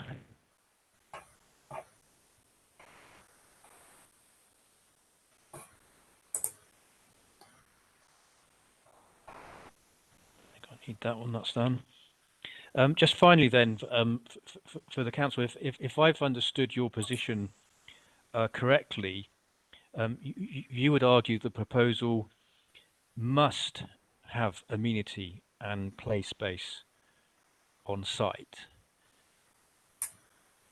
You accept that sport might have to require an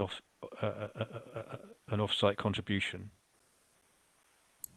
Yeah, But that, and notwithstanding the financial contribution that the appellant accepts, that doesn't overcome the fundamental objection. yes, we would look for the children's play and amenity to be provided on site normally. That's what the policy would state, and that formal play and allotments would certainly not be expected to be provided on site, depending on the site. So in this particular site, we wouldn't look for those to be provided on site. It would be in the form of a financial contribution.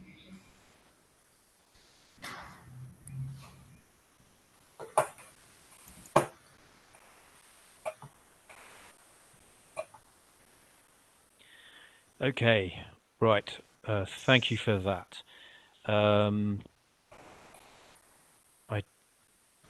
Can we just move now on to item C, just as a opportunity to wrap things up. We've looked in detail at the disputed policies. This is an opportunity, if you want to, just to pull together the conclusions you're inviting me to draw on whether the development plan is complied with overall or not.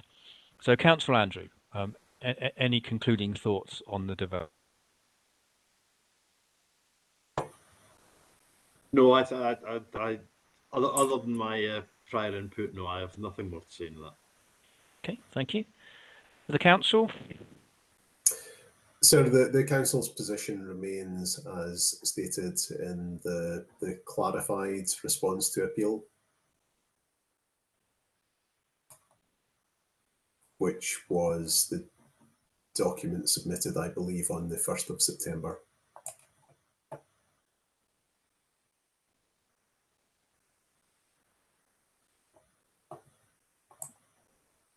Okay, thank you. And the appellants?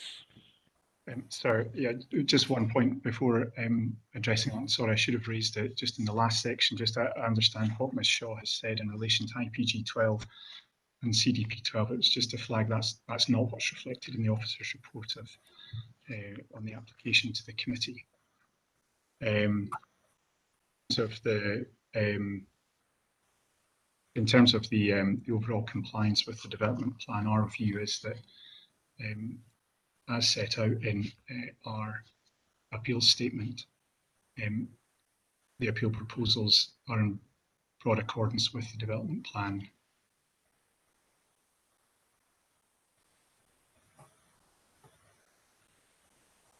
Okay. Right, I think that would be an appropriate moment to take our lunchtime break.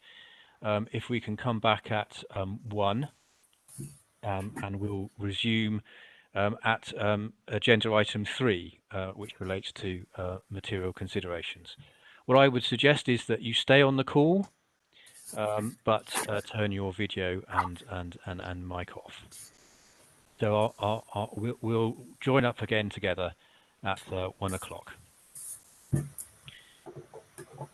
Thank you.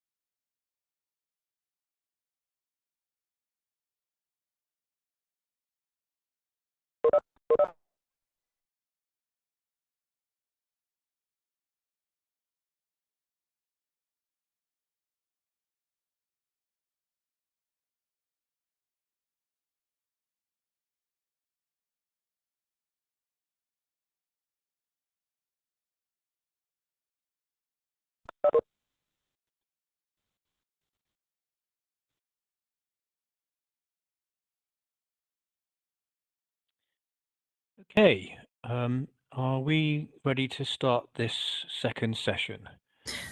Yeah, council team's all here. Mr. Mitchell, are you Yes, sir. The appellant's team's ready as well, thanks. in place? And Councillor Andrew, I'll just check. Yes, I'm here.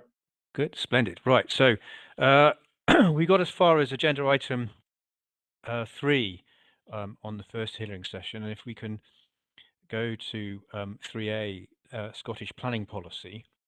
And my first bullet point, Mr. Mitchell answered my question there when we discussed housing this morning. So if I can go to the second bullet point and start with the council. Are there any paragraph 29 principles that, in your view, the proposal doesn't comply with?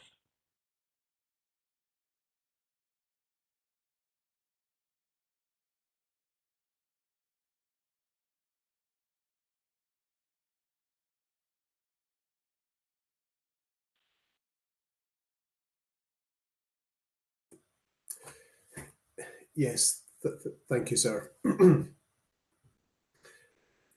There is a degree of overlap between the paragraph 29 principles and the 6 qualities, which we discussed earlier in the context of policy CDP 1, where I identified the elements of that. So I would reiterate those comments in relation to the third bullet point here. Okay. And moving on, I think it's perhaps the 8th bullet point, the bullet point starting on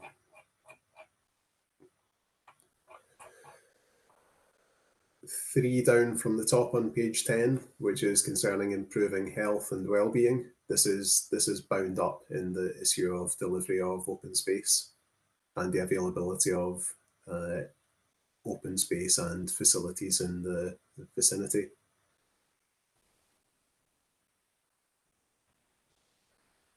And finally, we consider the final bullet point to be relevant insofar as it relates to overdevelopment and protecting amenity. So the protecting amenity would cover the single aspect flats. So the scale of the development and the density of development has produced a number of a high percentage of single aspect flats, and the council considers the amenity of those to be suboptimal.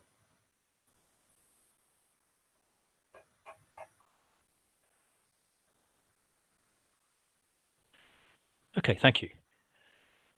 Any thoughts or comments on what you've just heard?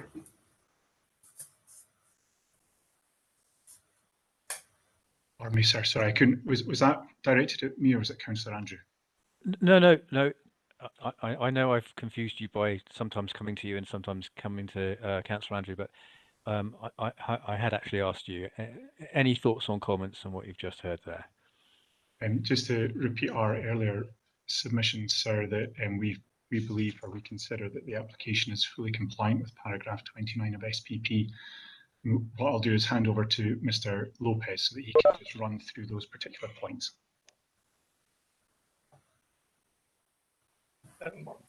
Yeah, so I think our sections in relation to Scottish planning policy in the paragraph 29 principles is set out in sections 11 and 12 of the appellant's policy hearing statement. I think there was just to so I think the council highlighted criterion 3 and a potential conflict there. I guess, as we've set out elsewhere, we think that the development does exhibit the 6 qualities of successful places. In relation to health and well-being, by offering opportunities for social interaction and physical activity, including sport and recreation, 8th criterion.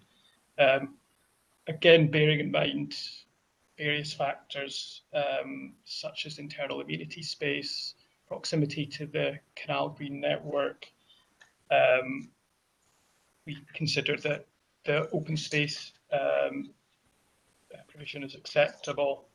I would also note that it's not something that was brought to my attention actually after the hearing statement was submitted. But I would also like to highlight the Clay Pits Local Nature Reserve as an area proximate to the site, which is a 6.73 hectare local nature reserve. So bearing in mind also that aspect and the site's proximity to that, we think that overall, considering on-site and off-site provision, we think that the open space provision is acceptable. And again, as I'm sure we'll come on to in greater detail, we feel that the scale and density of development is appropriate. It's not overdevelopment, looking at all of the different factors, and also in terms of single aspect units. The policy position doesn't stop a development having single aspect units, and would also direct yourself and the council to a number of other applications for build to rent schemes similar to our own, which have been granted planning permission with, in many cases, significantly more single aspect units than is apparent in this case. Yeah, yes, I noted that, and we'll come on to that in due course. Thank you for that. Can I just then now go on to the placemaking bullet point, and if I can just ask the appellant, in your view, is there any incompatibility between the kind of principles that are set out in the development plan compared with the placemaking principles set out in SPP? Sir, I'll pass back to Mr. Lopez just to respond on that point and make our submissions. So I think the question is whether they're broadly the same or similar, or whether there's any conflict between the development plan position and SPP in terms of what the qualities are. Is that the question? Yes, basically, would you get different answers applying SPP or the development plan in relation to placemaking and that sort of thing? Just on the...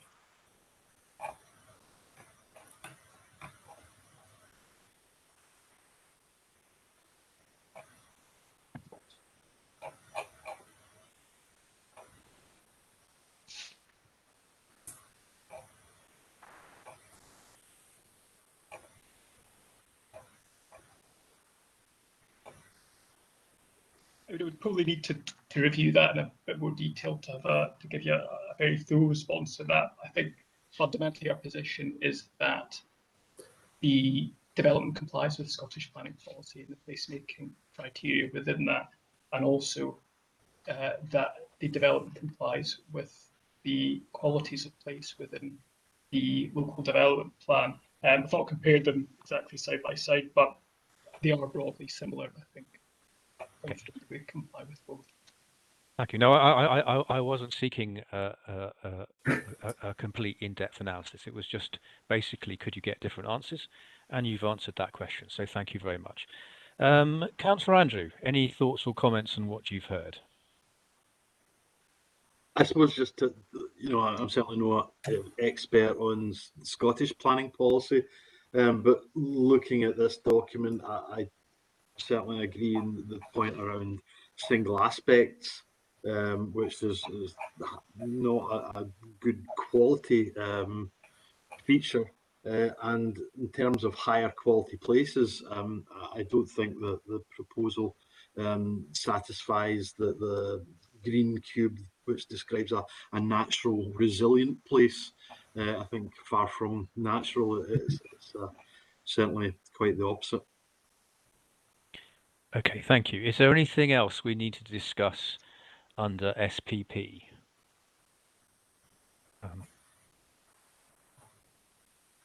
I'm taking that as a no. I mentioned in my notes that I was going to add a new agenda item for the publication of the draft MPF4.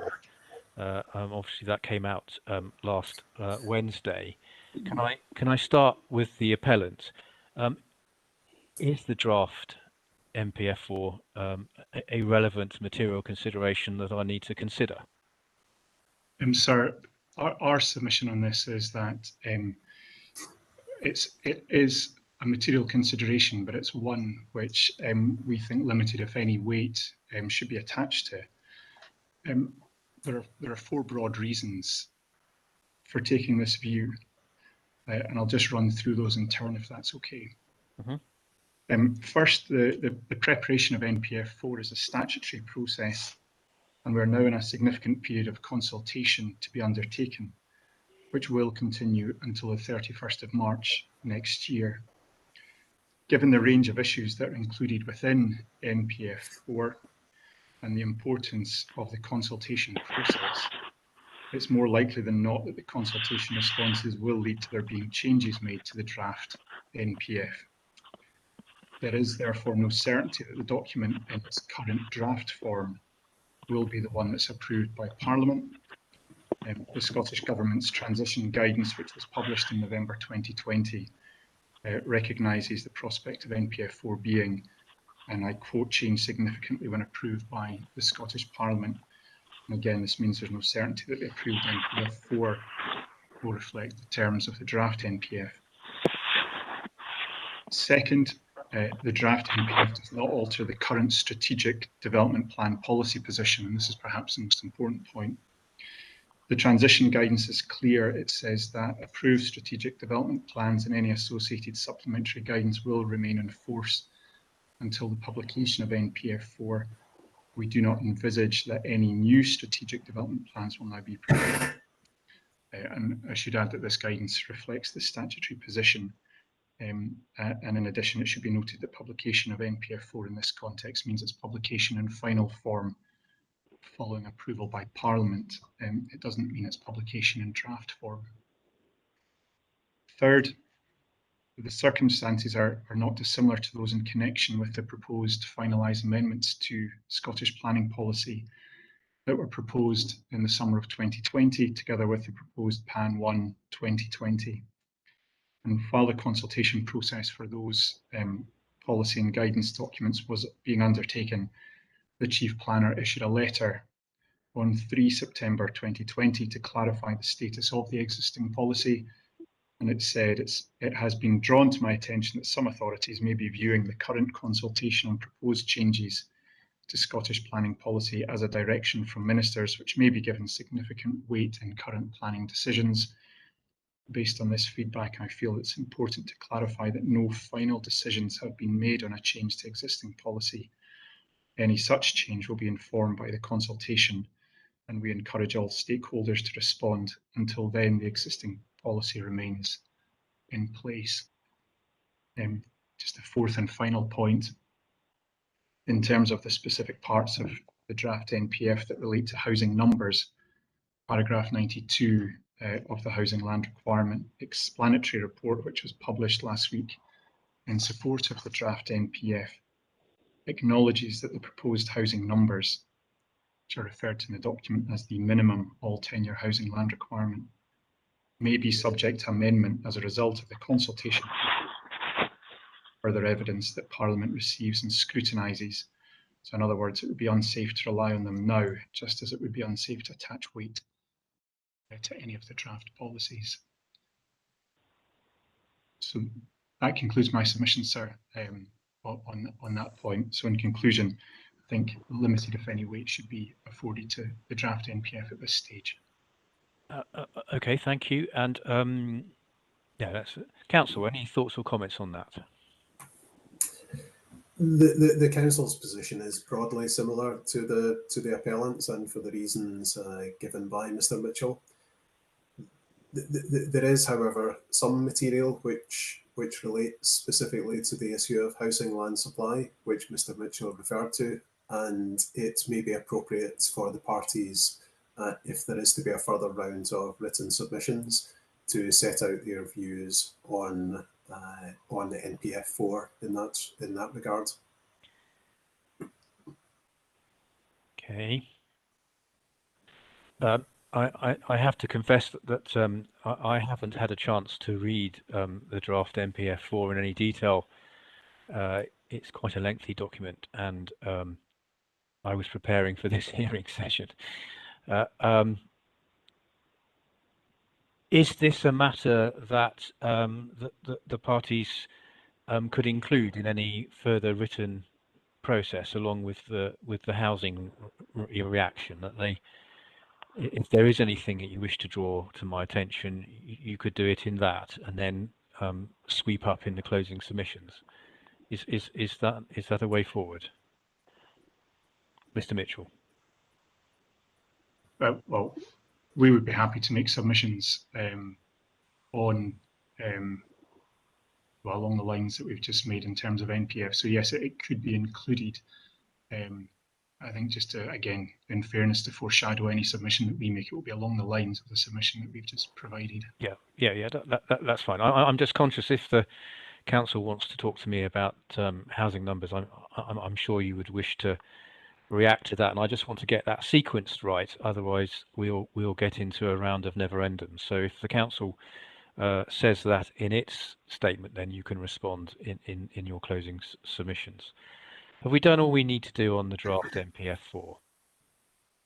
Can we then move on to the real B, planning delivery advice? If I could start with the appellant, what are the key conclusions you're inviting me to draw from this advice? Yes, sir. I'm going to pass to Mr. Lopez again to respond on that point.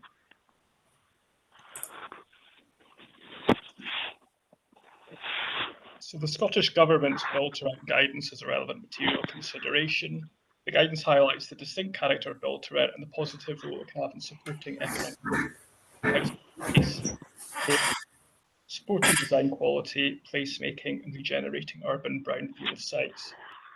Given the nature of build-to-rent developments, including the provision of internal amenity space, the guidance encourages planning authorities to demonstrate flexibility to relevant elements of the design, including in relation to density, minimum space standards, and single aspect units where the overall quality of the development remains appropriate. The proposed development would regenerate a contaminated brownfield site as a scar on the Forth of Clyde Canal corridor and on North Glasgow more broadly. This regeneration is possible due to the unique nature of the build-to-rent model, which allows the significant costs associated with the development of the site to be set against the long-term income derived from the lease of the flats. The previous student housing scheme did not proceed, and the appellate is not aware of any other proposals put forward in the intervening period. The proposal also includes substantial internal amenity spaces that provide a greater level of amenity than residents would normally be provided for mainstream build for sale schemes. These factors justify flexibility on the application of the council standards on amenity space and single aspect units in line with BTR guidance. Indeed, flexibility on the application of these standards has been provided for other BTR schemes, as was mentioned earlier, BTR schemes in the city, as mentioned earlier.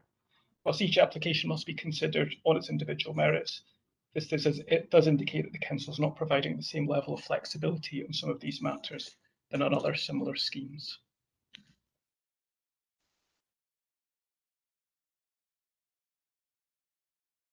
Thank you. Okay, council, any thoughts or comments on that? I will ask Councillor Morgan to comment on this.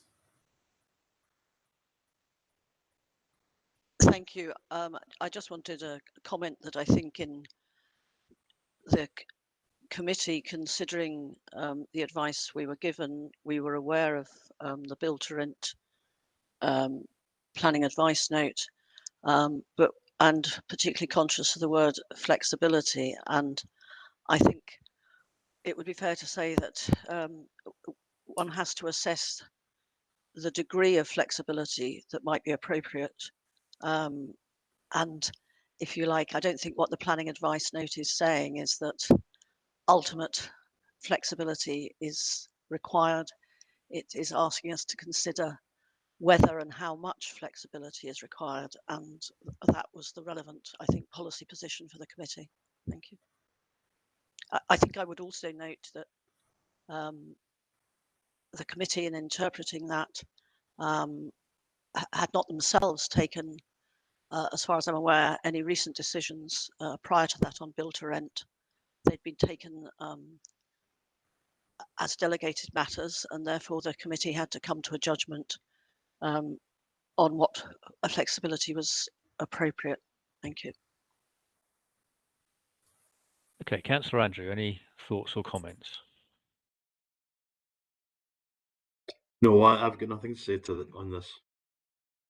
Okay, thank you. If we can now move on to the next one, which was managing change in historic environment, and we will be looking at that in more detail in the second session. But for the appellant, any key conclusions you would invite me to draw from that document? So for this one, I'm going to pass over to Mr. Twynham. Thank you. Well, as a brief introduction, as we'll go through it in detail in the next session. You know, we believe we've fundamentally compliant. We've, through our sort of townscape heritage.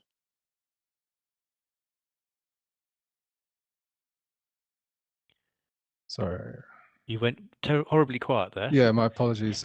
Mr. Mitchell pointed out that my camera hadn't come on, so I thought it had. Apologies. So, yeah, we believe we're fully compliant, but we'll run through it in detail in the next session if you wish. Yeah, through our full townscape heritage and setting assessment that's evidenced in our design and access statement, we followed the principles set out in Historic Environment Scotland's Guide to Managing Change in the Historic Environment, dedicated to setting. We are also, you know, I represent Style and Brand Architects. We are a practice with extensive listed building and conservation experience. So we've applied that knowledge, and yeah, through the you know, the very, you know, the fundamental placemaking principles and complying with CDP1 and SG1, including, you know, a focused site analysis and a wider contextual analysis. We've taken that through our whole design journey. So I'll probably leave that hanging there for now, and I can talk you through in detail how we believe we comply with that in the next session. Okay, thank you. Council, any thoughts or comments? I anticipate this will be one for the following session, but I will ask Ms. Shaw for any further comment she has at this stage.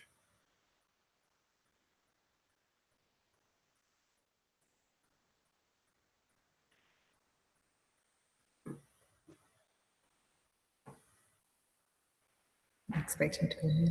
Hello. Yes, we hear you. Sorry, yeah. Sorry, there's some feedback. You sound like you're in a cave. I know. I don't know why that's happened. No, we don't. I don't have anything to add to that at the moment. Thank you. I was worried you'd been locked in the basement at Glasgow City Hall. Councillor Andrew, any thoughts you have on that particular document? No, I've nothing to add at the moment. Okay. Can we move then on to the next one? Can I ask the council? We've touched on this, but perhaps you can nail things down for me. What's the planning status of the 2008 master plan and the previous planning permission?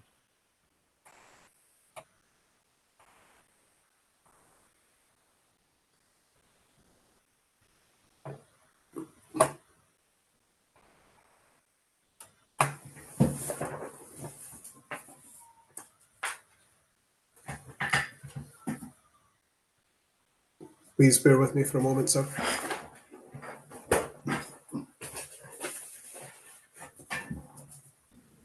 you want me to come in on this? Well, if I start with a few brief remarks, then Ms. Shaw can come in to follow on. On the previous planning permission, which was granted in June 2013, with a standard 3-year period for commencement, the developers did serve a notice of intention to commence development shortly before the 3-year period expired. But so far as the council are concerned, the development was not in fact started, and therefore the permission has lapsed.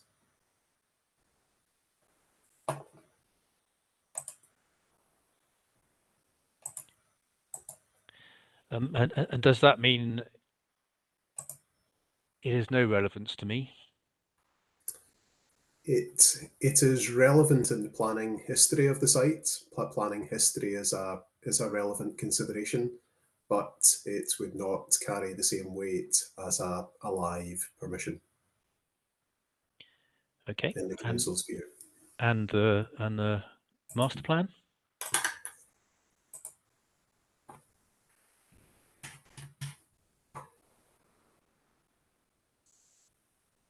There is, Ms. Shaw will come in a moment. There is a comment in the Glasgow North SDF regarding the status of the master plan, which I'm trying to find the reference as we speak.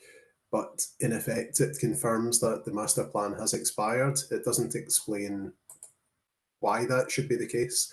I'm just trying to find the reference. Bear with me.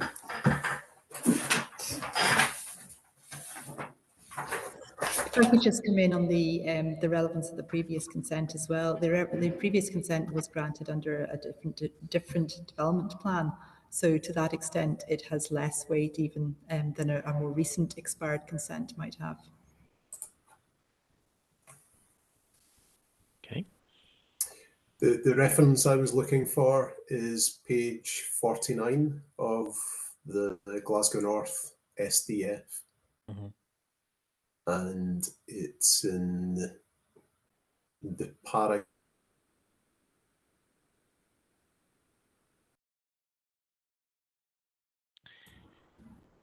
Peter, you've gone on mute. Just at the really important phrase you were saying there, I don't think you've gone mute. I just think we've lost your sound.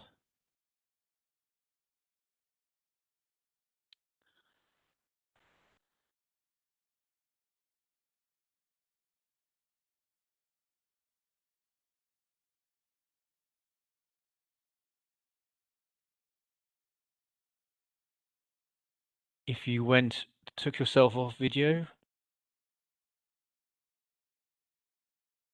that might free up a bit of bandwidth and we might get your sound back.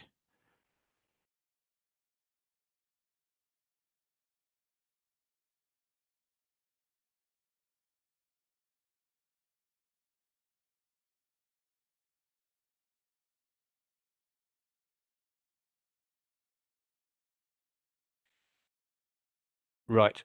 Well, I appreciate that Mr. Ferguson was going to tell me something really important. He's got his hand up. It was a crucial phrase. I was poised to make a note, but I'm afraid I didn't hear you.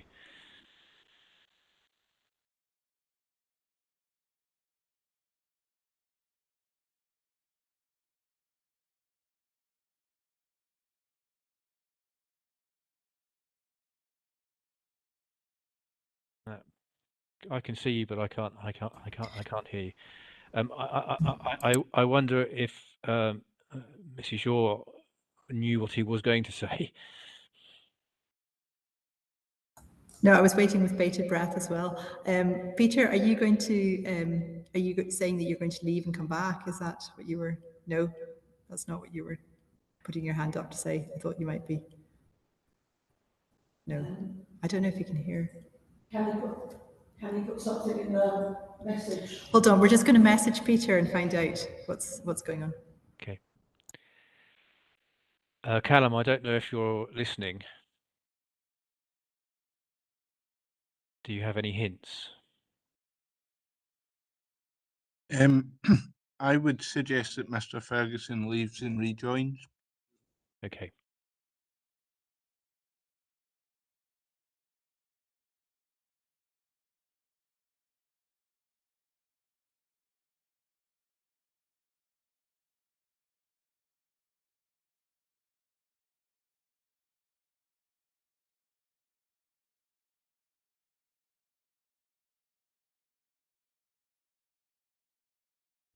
So Peter's going to leave and come back in. Okay.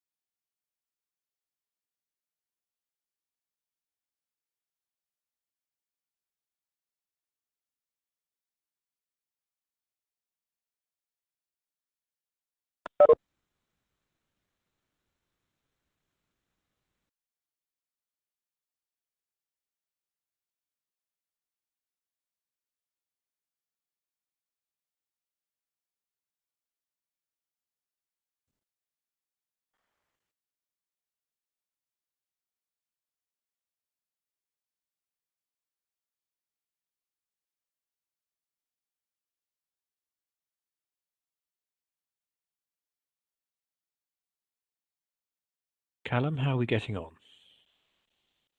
I can see Mr. Ferguson's rejoined, but it doesn't seem that his audio is connected. And for a second, there were two of them in the call. So it may be worth just rejoining again, because it might not have. It might have picked up that there was two applications on his device using the camera and microphone at the same time. For a second, so it might not be working as it should just yet.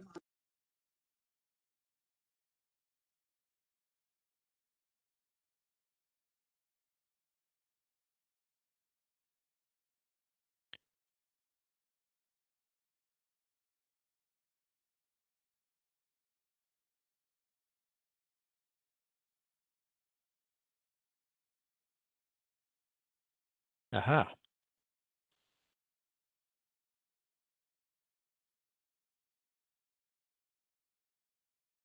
I can see you, Mr. Ferguson. I wonder if audio works.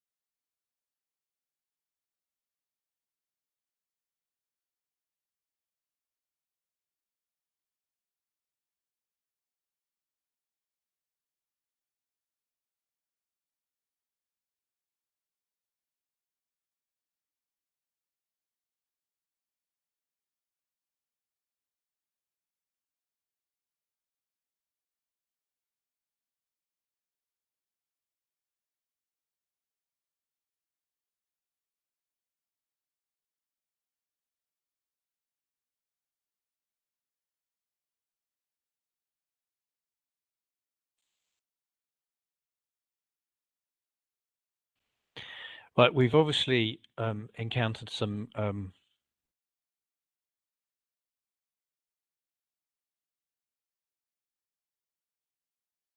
Callum, any hints for Mr. Ferguson there? I've just messaged Mr. Ferguson in the chat function. It might be a case of having a wee play about with the audio settings. But if not, leaving and joining again might work. Okay. We've obviously hit some gremlins here. I'm going to suggest we take a small 5-minute break for Mr. Henderson to try and work, and the other Glasgow people to try and work with Callum, my technician, so that we can get connection. So if we come back at 13:41, Okay. and hopefully everything will be working.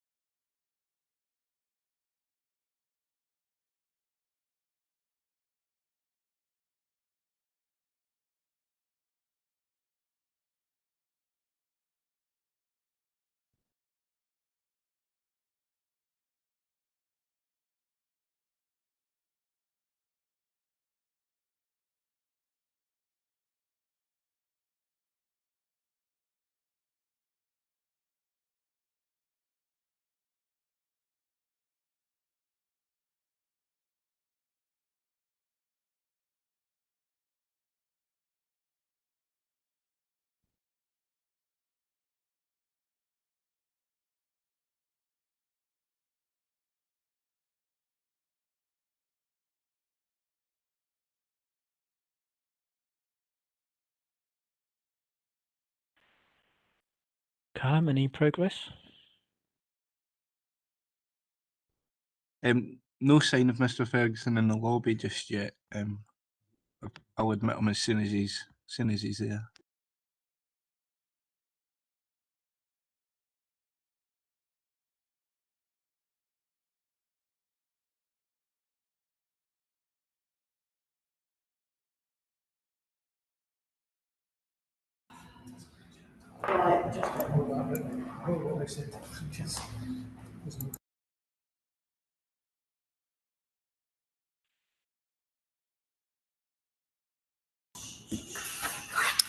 Just to let you know, Peter's going to restart his whole system again. It's just not letting him in. So he's going to reboot completely. But we can come in on the master plan issue in the meantime, if that helps. Well, if you're happy for me to carry on, then I found the reference. I found the page and the reference to it. So I see that. If you know what he was going to add, then please carry on. I think he was just going to say that the reference in the SDF is that the master plan has expired. We've done a bit more research, and the master plan obviously dates right back to 2008, which actually predated the previous development plan, so City Plan 2. And there was an intention that it might form. It was a proposal by the Canal Partnership that it might form part of City Plan 2. It wasn't actually in City Plan 2, and there's no reference to it in the current City Development Plan. So the conclusion would be that it doesn't have a formal status. The reason behind that, we're not entirely sure, but certainly that it has not been recently taken forward in terms of any kind of formal policy approval. Okay, thank you for that. For the appellants, any thoughts or comments on that? So just in relation to the previous planning permission, our submission is that the previous planning permission is a material consideration as well in terms of forming part of the planning history of the site. Just one further point I would add, and I take the point from the council that the planning permission was granted under a previous local development plan. However, my understanding is that in a very broad sense, the policy position was similar to the policy position under City Plan 2. That was the only submission I would make in relation to the previous planning permission. Just adding to that the principle of development there was also established through that permission. I'm going to pass to Mr. Lopez just to say a few words on the master plan.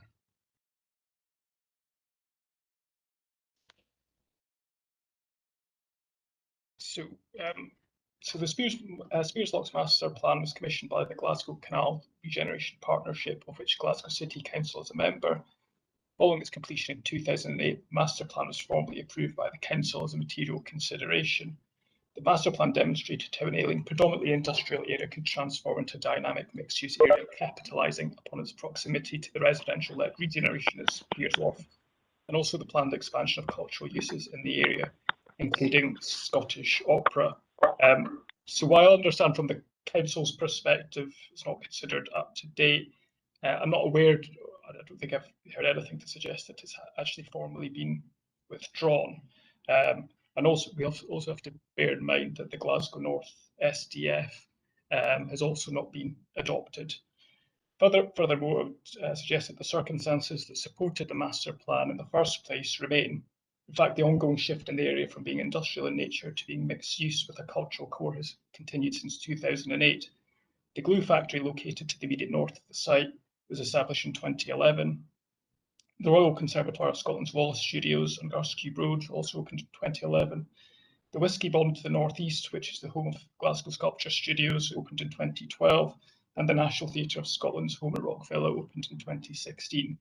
The council has also carried out the master plan phase 1 public realm works to improve access to the master plan area via the underpass to the south of the site from the Garscube Road. On that basis, we consider that the master plan remains a material planning consideration to be taken into account in this appeal.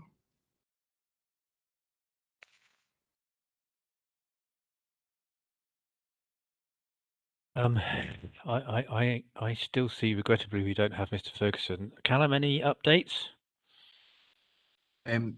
Still no sign of him in the lobby. I presume he's still getting his PC up and running. Okay, Councillor Andrew, any thoughts or comments on the status of the previous permission and the master plan?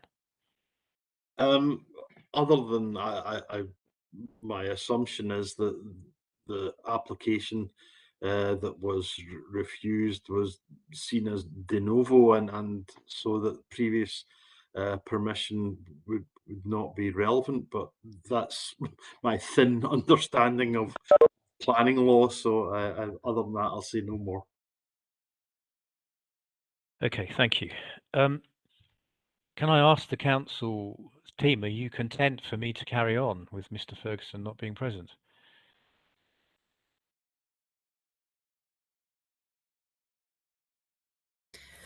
I think we'll have to, and just hope that he will come back in at some point. He said it was nothing. His Wi-Fi seemed fine, so that's why he was hoping rebooting would work. I don't know why it wouldn't.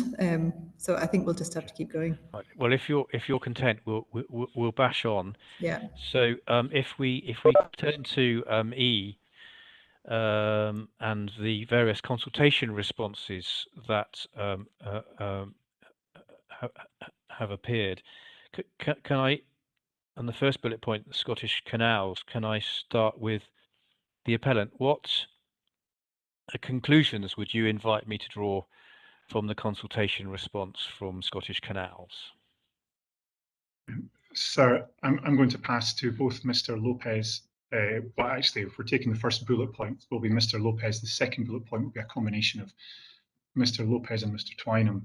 And then the third bullet point will be Mr. Twynham. The reason for setting that out now is if it gives the council any comfort that I don't have any submissions to make in any other part of this section. Just I've got one eye on the fact that Mr. Ferguson isn't here. So that's the broad framework that we'll follow. And I'll just pass over to Mr. Lopez at the moment. Okay. Thank you. So the consultation response from Scottish Canals is supportive of mixed-use development on the site and of the proposed access improvements to the canal. However, 3 points are raised within the consultation response that are required to be addressed. Firstly, reservations regarding the height and scale of the development. Secondly, the limited engagement between the proposed commercial unit and the canal. And thirdly, the point that the canal side area should be upgraded to include a new landscaping scheme, including seating. And it goes on to say, at the very least, there should be a contribution secured from the development to contribute towards upgrading this area. We would also wish to look at the potential for new moorings on the stretch of quayside explored, which again, the development could contribute towards. So in terms of the first point, it should be noted that the comments from Scottish Canals were made in the context of a previous iteration of the scheme. Subsequent to their comments, the south tower was reduced in height so that it aligns with the roof ridge of Spears Wharf opposite. It is intended that the taller north tower will act as a landmark or keynote within a regenerating area, with the south tower providing an appropriate maximum datum to guide any future development in the vicinity. Given the specific context of the site, it is submitted that the development scale as proposed can be accommodated. In relation to the second point, the appellant accepts that greater engagement between the commercial unit and the canal area could be achieved by moving the commercial unit up a floor so that it is more clearly visible at canal level. If the reporter was so minded, the appellant would accept a condition to that effect. Thirdly, the appellant submitted a scheme indicating potential upgrades to the canal embankment area. However, as already discussed, the appellant would have concerns about any condition compelling these works to be undertaken, given, in light of the comments of Cirque Environment Scotland, the likelihood of scheduled monument consent being withheld. Thank you. Council, any key conclusions you would invite me to draw from the Scottish Canals response? There's nothing specific in the response that we would agree with. We had taken into account the fact that the appellant had offered to make some upgrades to the canal towpath, and potentially I think really just the access to onto the canal towpath. The accessibility of that would be what we picked up from Scottish Canals, but that was already taken into account in the council's original recommendation. Okay, So there's nothing specifically that we would add to. Councillor Andrew? No, I have no comment. Right, turning on to Historic Environment Scotland then. Well, let's follow the same progress. The appellants, any thought? What are the key conclusions you would invite me to draw from those comments? Okay, so that's fielded from myself. So the appellant's project team engaged with Historic Environment Scotland at an early stage in the development of the proposals to establish whether scheduled monument consent would be required given the proximity of the Forth and Clyde Canal scheduled monument.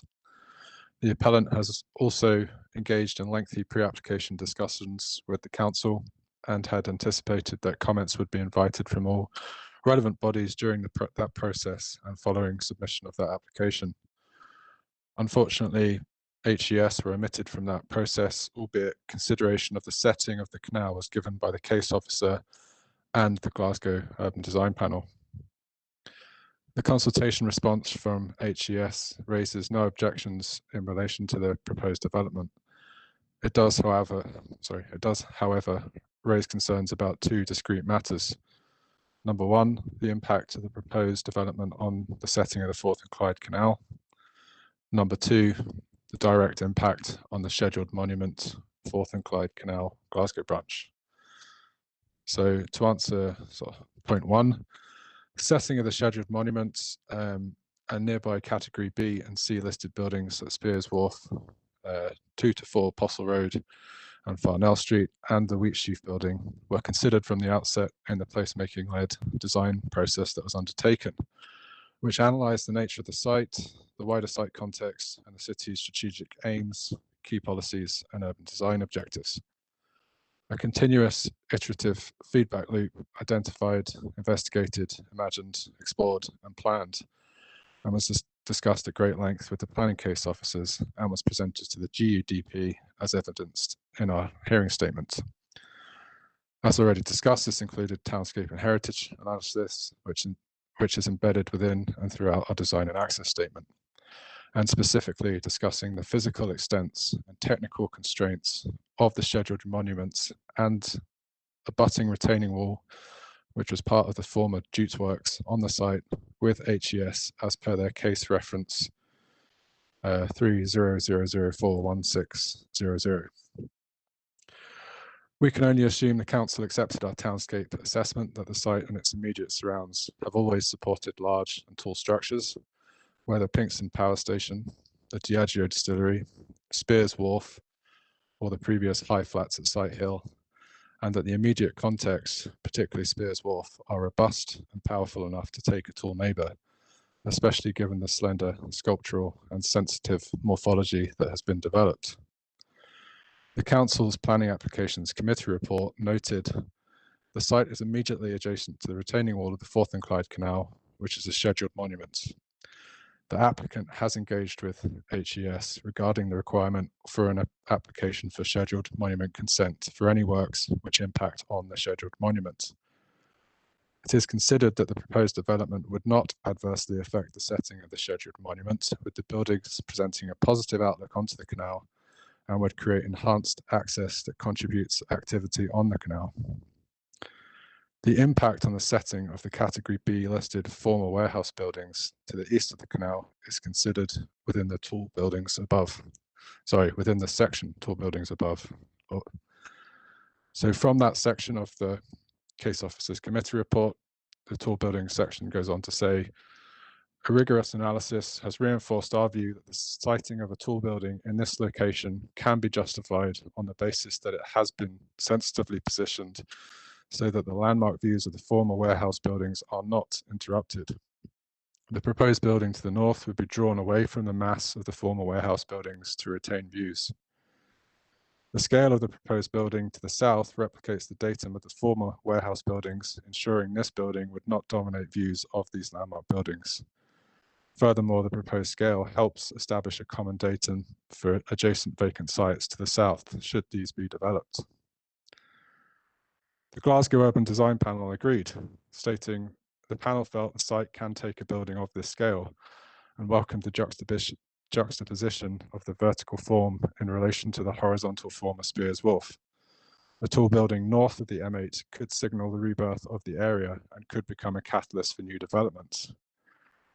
The GUDP also said, and the panel reinforced the necessity for a bold design and a profile worthy of the skyline. Ultimately, Historic Environment Scotland agreed with the collective assessment of the robustness of the character and setting of the scheduled monuments, Canal Corridor and Spears Wharf as industrial heritage assets, stating in their letter dated the 4th of October of this year, given the robust character of the Forth and Clyde Canal and the fact that the proposals are a development of a previously consented scheme, it is unlikely that we would have objected to the application. Can I just stop you? Can I just stop you there? Yep. Do you attach any importance to the phrase in the third paragraph on the third page, where it uses the phrase "we would have likely have raised issue of national importance"? It's a good question, but I think ultimately the reason I ask that is in my experience, Historic Environment Scotland have a kind of hierarchy, and they only object to proposals if they think it raises national importance. So they're often they express concerns, but don't actually object because it hits that threshold. Do you think that phrase applies in this case? I think we would challenge that, and I think we can come into that in detail in the next session, particularly when we work through their own methodology of assessing setting. That would be our take, and the fact that, I mean, it's perhaps a personal take on it, but I think they were a bit, their nose was put out a wee bit and not being consulted, and there was a lot in that letter that wasn't directly relevant. So I think all we can take from it is their closing statement that, you know, that ultimately they think that the character is robust and that they wouldn't have objected. I think I completely understand their train of thought and their logic, but I think we can only take them from their kind of final word. Okay. But happy to go through the demonstration in the next session. That's great. We will be coming back to that. The council, any thoughts or comments that you would make on the Historic Environment Scotland's consultation response?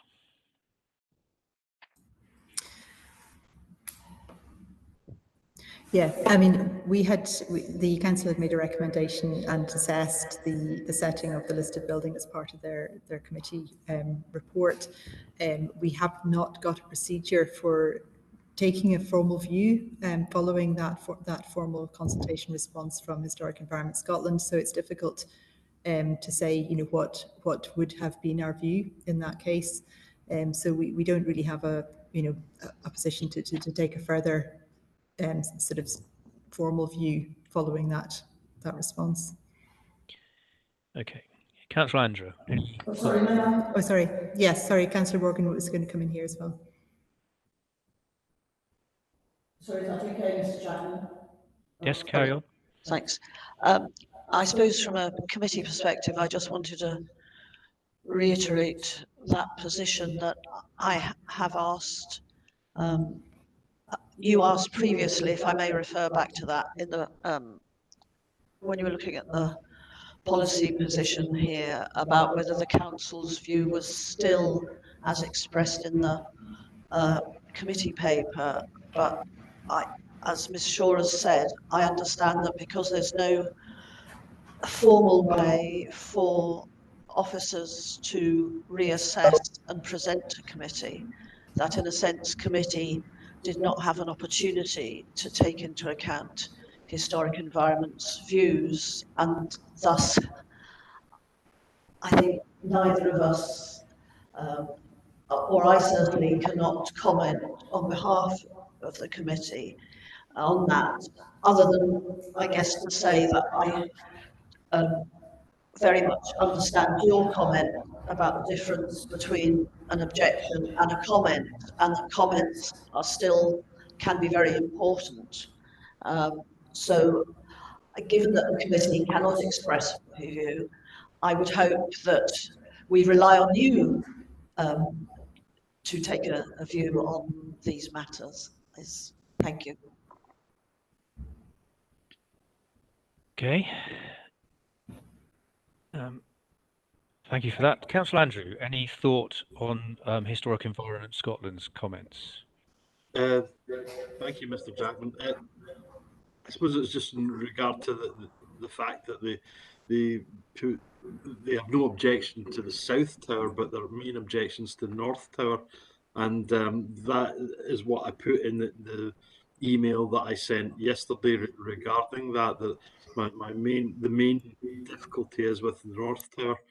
I'd also just pick up Mr. Twynham's issue regarding tall buildings in or about this site, but I would make the point that this is a rising site and up to Dundas Hill, so buildings like Spears Wharf are on a higher topographical position to the proposal and heading up towards Sight Hill, so this is rising ground. So the idea that you would then take your sight line from buildings atop a hill makes very little sense in terms of design to me. I think that would create some very odd looking structures if we were to go down that path.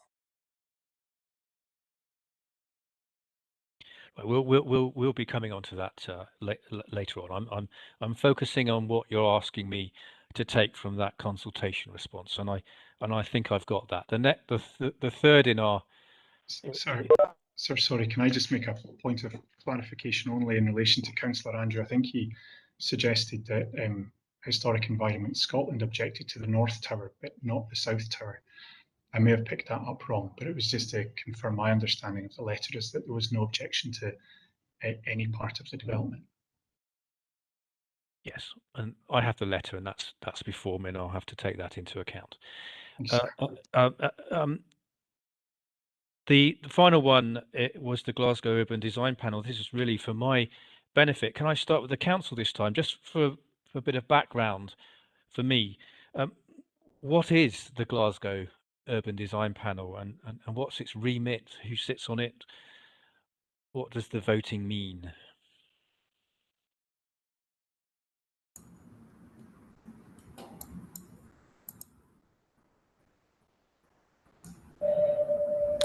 Hang on.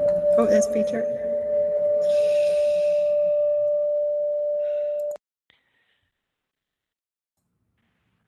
Hello, can you hear me? I can hear you. Sorry, yes, there was again interference. I think Peter's also joined us again. Yeah, the Urban Design Panel is a panel made up of various design and heritage bodies, representatives from architects and so forth across the city and other bodies, and it's chaired by the council. But it's a group of people who consider proposals at a pre-application stage. So a potential applicant would presents to the Urban Design Panel. There's a panel discussion, and then the panel gives a view on, and with sort of suggestions or not recommendations, but more suggestions about ideas for that the applicant should take into account should they go ahead with the development. So that's presented, it's written up. Sometimes the view doesn't come out till later on, but they're also given a kind of verbal view on the day. So it's a kind of informal panel really to give some design advice to potential applicants.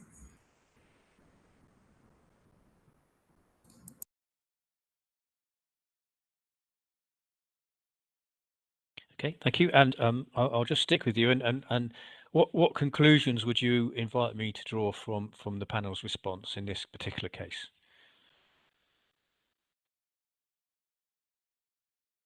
Yeah, I'm just going to call on Patrick Barber's going to come in here. Yes, the panel made 7 recommendations. At least a few of these were taken into consideration. I think particularly access to the canal towpath. I think the articulation of the south or the north tower and breaking up into a wider base and a thinner top. So yeah, but these are all obviously only recommendations at pre-app stage, so there's no obligation for the developer to take on any of the comments, but I believe they did take on at least some of them. And do the suggestions commit the council in any way? No. The council, we see the recommendations first, and it's in our interest to create a dialogue between the panel and the developer, but there's no obligation on our part either to follow the recommendations. I see in my copy that actually, whilst the majority of people were supportive, there was nonetheless some people who were not supportive of the scheme. Is that usual that you would get a mixed range of opinions? Yeah, absolutely.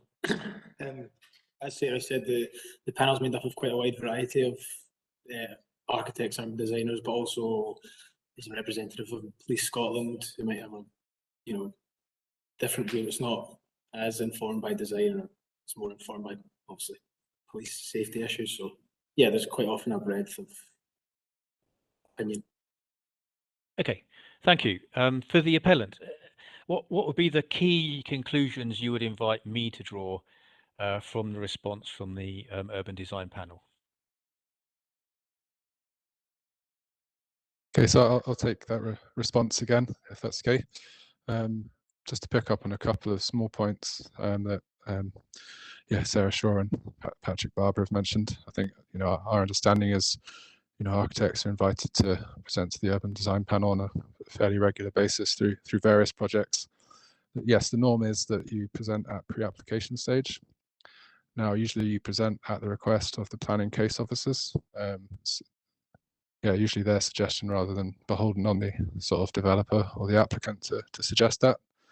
So the usual process is to present at the pre-app stage, and then you're often, if it's a major application, which this isn't, you might be invited back to, at least one, if not two more times. So yeah, this application, this project was a little bit different in that the suggestion wasn't made until after we'd already submitted the full planning application. So you can imagine at a pre-application presentation, you're looking at, the first kind of just broad site analysis and the first kind of sketches. But we presented a scheme that was a full planning application level of information. So it was presented on the 8th of August 2020. And yeah, there was a very broad range of people on the panel. There were representatives from Historic Environment Scotland, at least one other heritage group, maybe two, Police Scotland, as well as a range of architects, designers, other construction professionals, Police Scotland. So the panel's consensus, and I think they measure this carefully through an app called Slido. So it is quite quantifiable, the consensus opinion. So yes, the key points from the panel consensus was that they were supportive of the and I'm quoting directly, they were supportive of the general direction with some amendments to be considered, such as architectural language, formal landscaping. The consensus was the site can take a building of this scale and welcomed the juxtaposition of the vertical form. I've already quoted that, so move on to the next. The external space between the two towers provides a positive connection to the canal. However, the overshadowing caused by the southern tower could have a negative effect on how successful it is. The landmark nature of the tower demands high quality architecture and a sense of craft, which will be lost in the masonry forms from a distance. Further development of materiality, form, and articulation of facades could be explored. More uplifting, lighter objects to enhance the context. And yeah, the panel reinforced the necessity for bold design and a profile worthy of the skyline. So that's the consensus. The recommendations were to carry out a series of climactic studies to further develop the materiality and form to shape an architectural language and identity that is suited to the immediate context, but also appreciated at the city scale. To develop a landscape strategy to improve the building's relationship at ground level. To explore different options for the ramp with a view to it becoming more integral with the landscape and usable as a social space. And finally, to consider how the towpath wall could be broken down in sort of inverted commas to improve the relationship with the canal. So we took on board this feedback, and yes, it's not mandatory, but following further detailed dialogue with the planning case officers, it was strongly recommended we do so, and therefore did amend the design to suit and resubmitted to the planning authority.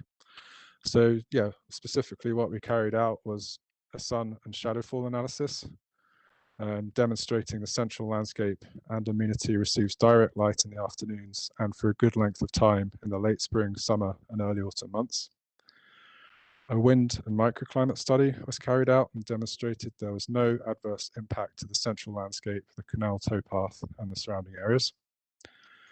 The central ramp and landscape design was developed to pull it apart slightly to provide rest points, planters, benches and terraces to make its use a more pleasant, gradual and social experience. The points the central ramp and stair to the north connect to the canal towpath were also made more meaningful and legible from the canal side. And a great amount of work went into developing the facade treatment.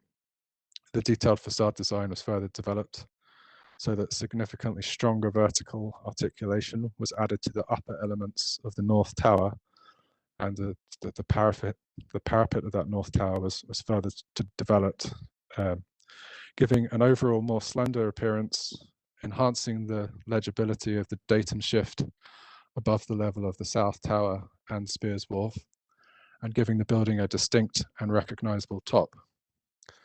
This ensures the high quality masonry-led architecture and sense of craft of the design will be legible from a citywide distance as well as an immediate distance, and enhances the profile and bold design so it is worthy of the skyline. Twinned with this, we developed a specialist facade lighting strategy to enhance all the facade features and their legibility, particularly at night. This was evidenced in the nighttime visualizations within our design and access statement when that was all resubmitted. Yeah, thank you.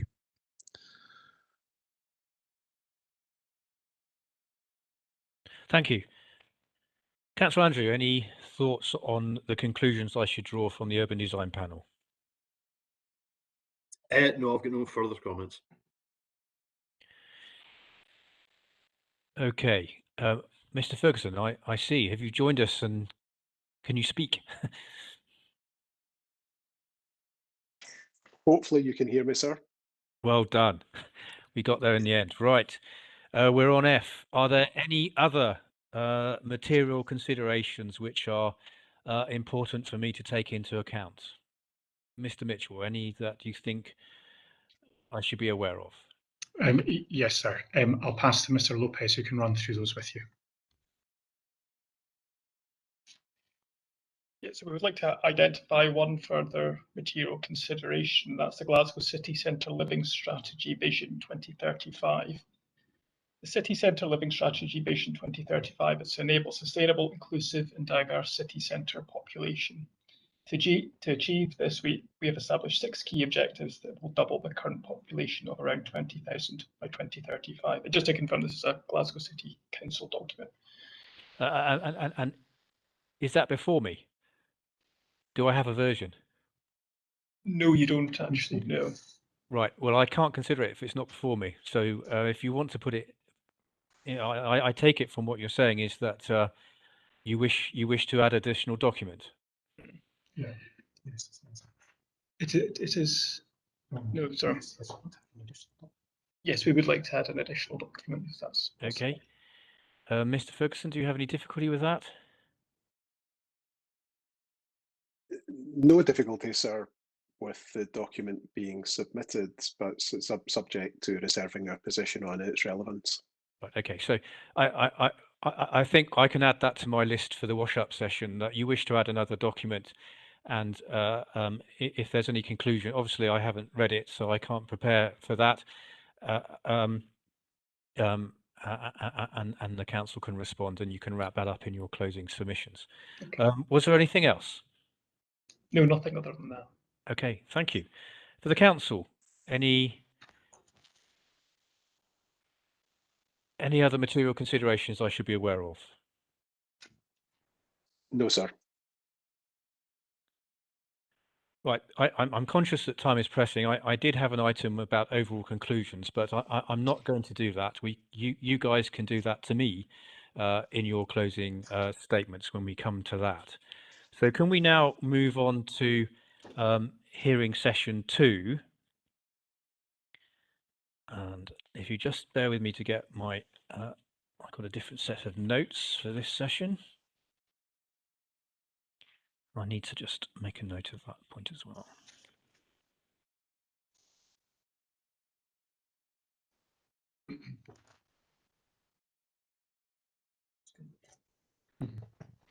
And just to remind parties, I know it seems really odd in these days where there's Google that you know, surely the reporter can find these things for himself.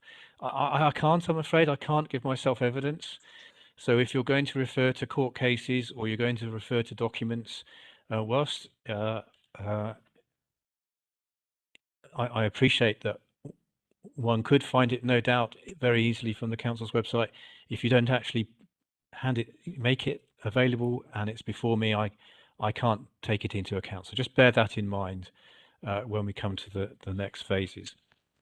So we're now going to be on hearing session 2, item 2.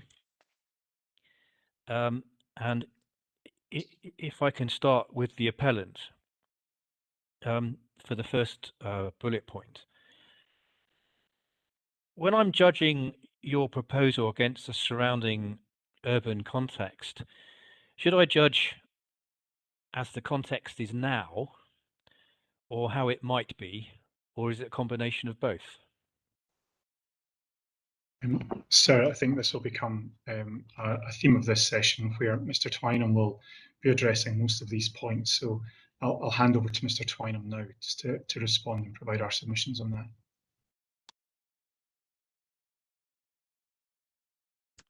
Yeah, so in terms of the question posed, what should be considered as the surrounding urban context currently, the design-led placemaking principles outlined in CDP1 and SG1 require applicants to carry out a site appraisal and wider context appraisal as step 1 in the placemaking design process.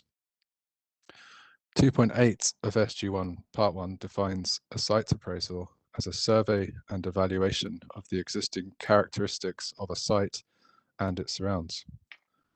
And 2.12 or 2.12 of SG1 Part 1 states a wider context appraisal should include analysis of A, buildings, structures and spaces, B, existing neighborhood character, C, land uses, D, ground stability, stroke contamination, E, connectivity, F, accessibility to community facilities, and finally G, views. So if we look at, I guess, the two most relevant parts of that in relation to the question about the current urban context, A, building structures and spaces states, types of buildings, structures and spaces in the vicinity of the site, including boundary walls, fences and paved surfaces, the height and scale of neighboring buildings and structures, vegetation and all relevant historical features.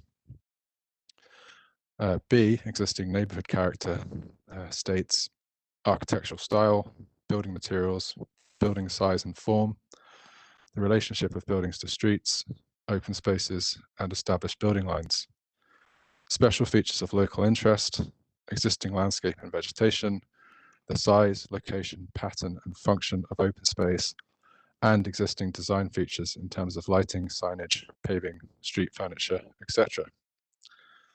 So in style and brands, site appraisal and wider context appraisal that are evidenced throughout our design and access statement, we took the full area and adjoining fringes of 7N Architects 2008 Spearslocks master plan, the west side of Garsky Road and the east side of the canal, including Spears Wharf, the Wheatsheaf Building and the Whiskey Bond, as the urban context.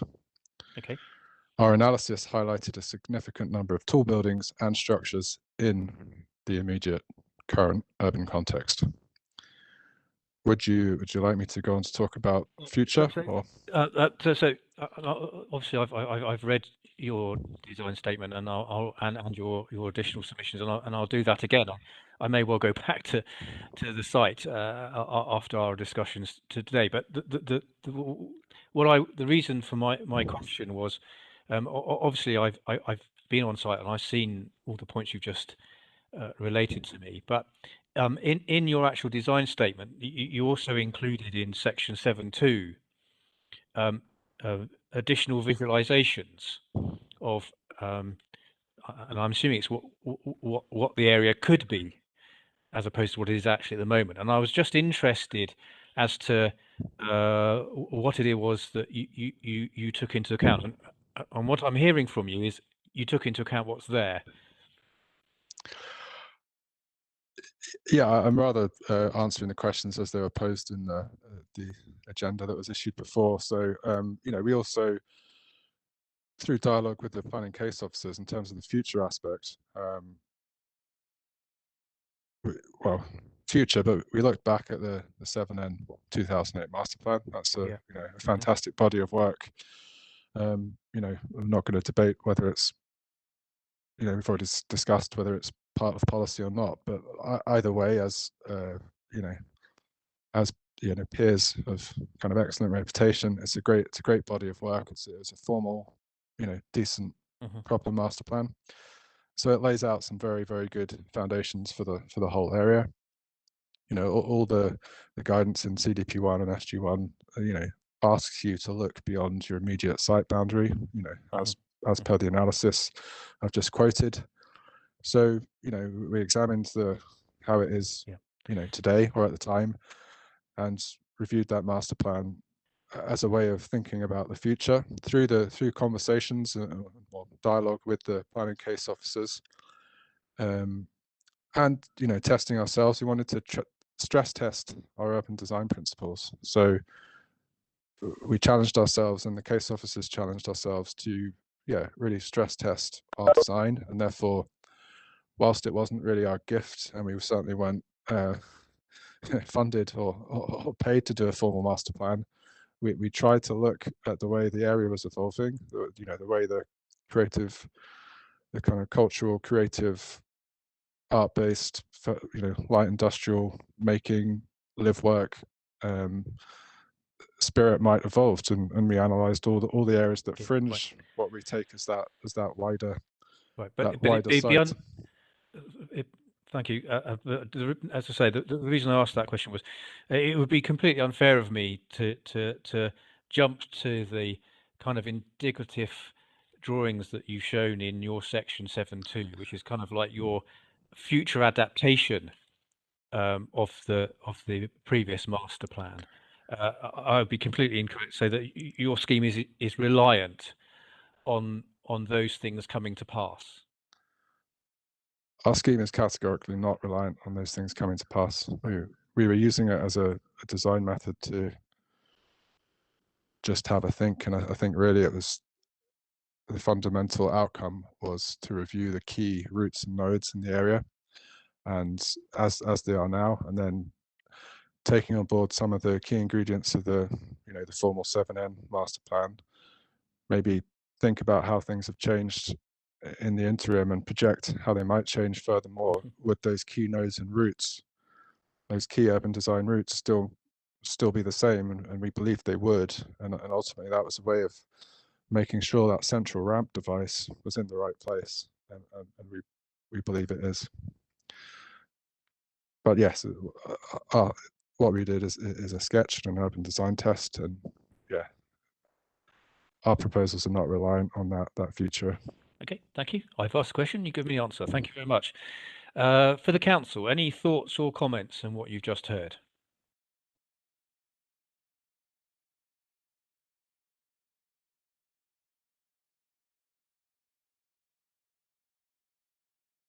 Oh, no, we haven't lost Mr. Ferguson again, have we?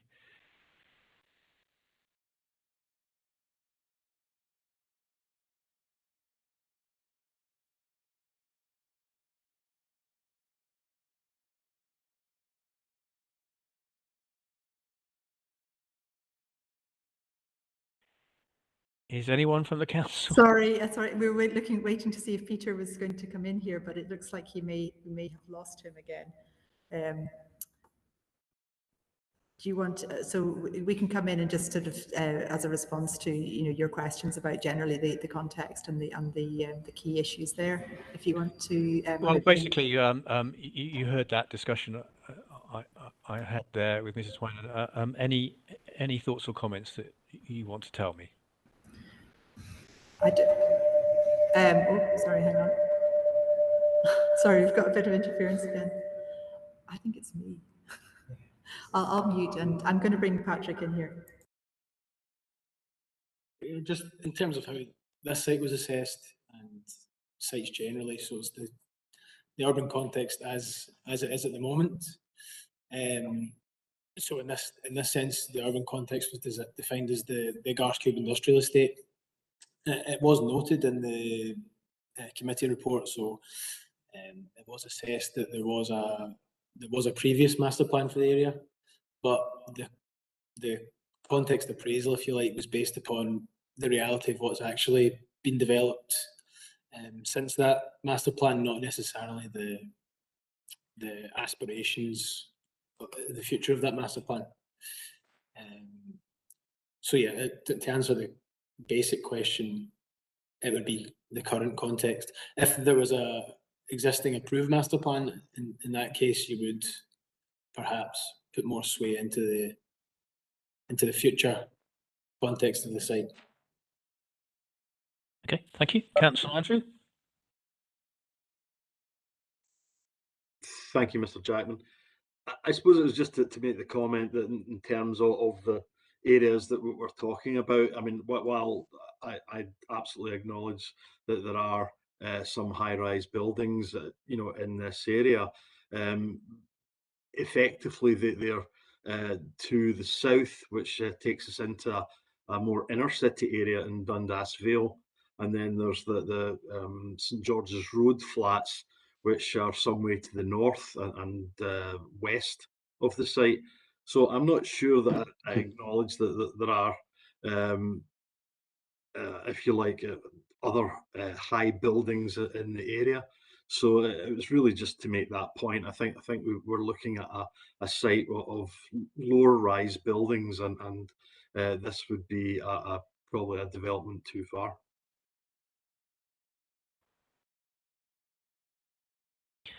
Yes, I'm going to have to revisit and reach my own conclusions. Can we move therefore on to the next bullet point, which is picks up on what Councillor Andrew just mentioned? And if I can start with the appellant, how can you tell that a new building is at the appropriate height?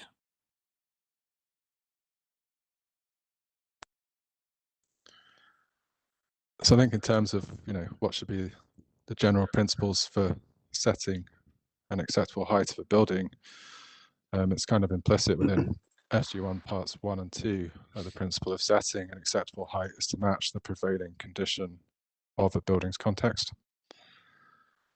However, the site appraisal and wider context appraisal required under SG1 part 1 also require the site to be assessed against the key character environments in section 3 of SG1 part 1.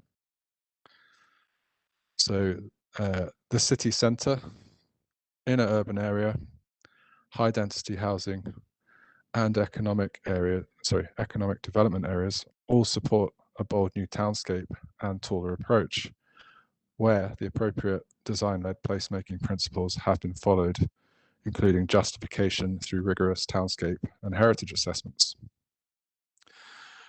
This implicit approach is mirrored in SG1 Part 2 tool buildings, which in 5.16 or 5.16 states a tall building as a building, including rooftop structures and masts, that significantly exceeds general building heights in the immediate vicinity and which alters the skyline. We agree the North Tower of our proposals is a tall building relative to the immediate neighbouring buildings. But when read against a wider urban context, it is not inappropriate given the number of tall buildings and structures in the immediate surrounds, as evidenced in our design and access statement. This aside, we believe we comply with all tall building policies, and the design and height of our proposals is not a point the council are disputing. Okay, so why limit it at 20 stories? Why not go to 25 or 30?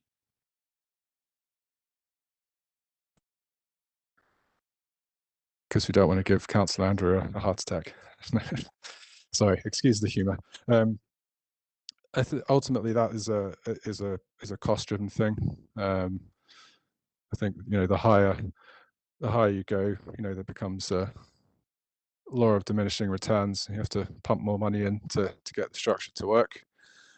I think also in terms of a kind of procedural and timeframe point of view, the Scottish building regulations actually kind of stop above 60 metres. So where you have your uppermost floor breaches that 60-metre datum, you would have to go through a completely different building warrant approval process, which, while it's obviously empirically clearly it's possible and done in cities all over the world to exceed 20 stories, like in a global standpoint or a global point of mind, or even a UK point of mind, 20 stories is not tall. Go to Manchester, London, wherever else, you'll find many buildings massively exceeding that. However, yeah, the Scottish building regulations do not cover that scenario, and I think clients would have to probably add another, I would guess, sort of 2 years onto the building warrant approval process. So it's obviously something that carries a kind of commercial side effect, if you will, which clients don't want to engage with. Okay, so that you've given some really compelling practical issues that your client would have to face, but just in terms of in an urban design context, why stop at 20 stories? I think from our analysis, there's and it does tie into what I've just spoken about, because clearly that's a historical thing that's created the building regulations issue. So there are immediate neighbours of we don't want to be tall for the sake of it. We think it's appropriate. We're responding to I think the enormous electricity pylons are about 60 metres. The flats at Cowcaddens and at Cedar Court are the same. We do really suspect, we do absolutely revere and respect Spears Wharf. That is a colossal building in itself. It's, I think, 30 metres tall, which is 10 conventional residential stories. It's something like 250 or 300 metres long. It's a colossal beast in itself, but we respect it. So it felt appropriate, and I think it's also about how you touch the ground. And we felt we've got that balance right.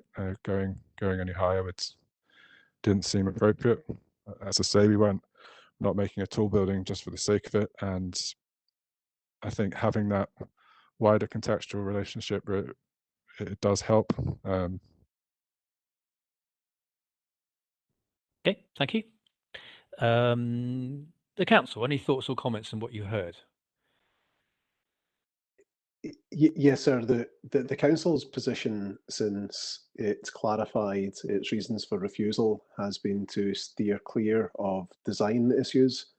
So for that reason, the council's hearing statement hasn't covered any of these topics, and the council would be loath to take a view on these points at this late stage. Now, if there are any points of clarification on policy or guidance, then I'm sure the officer team would be willing to respond, but we do not want to take a view which is contrary to the clarified position. Okay, thank you. Councillor Andrew? I'm aware that I need to watch my heart rate here, but clearly, I mean, from my perspective, I want good quality development in the area and whatever, and we're always happy to see development. I'm not anti-development in any way. This just feels to me, and that it's just too tall, and it looks, when I look at it and I look at the site and I know the site well, it seems out of context with the rest of the site. Now that's a very subjective view.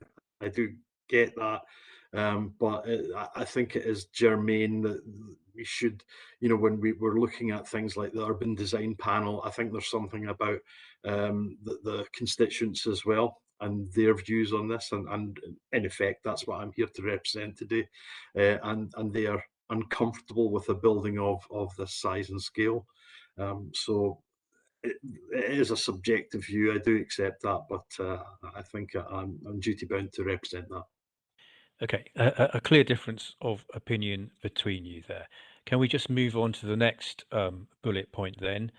And if I can start with the council, because this kind of touches on something that Scottish Canals mentioned in their consultation response.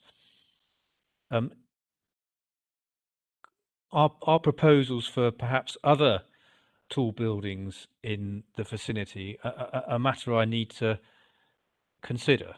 Could this scheme create an unfortunate precedent, in other words?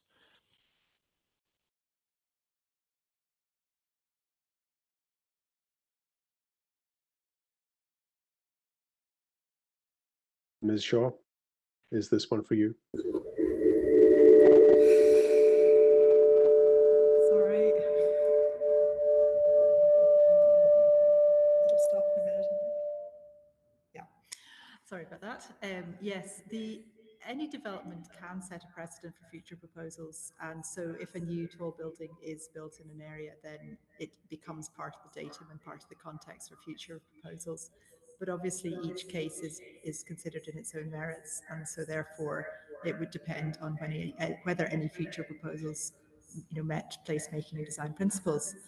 But clearly any changes that are introduced to an area as part of new development do form part of the context for future consideration. Okay, thank you. For the appellant? Yeah, I can jump in there again. I suppose I'd really echo what Sarah Shaw's said. From our understanding and experience and reading of the policy, whilst we do believe,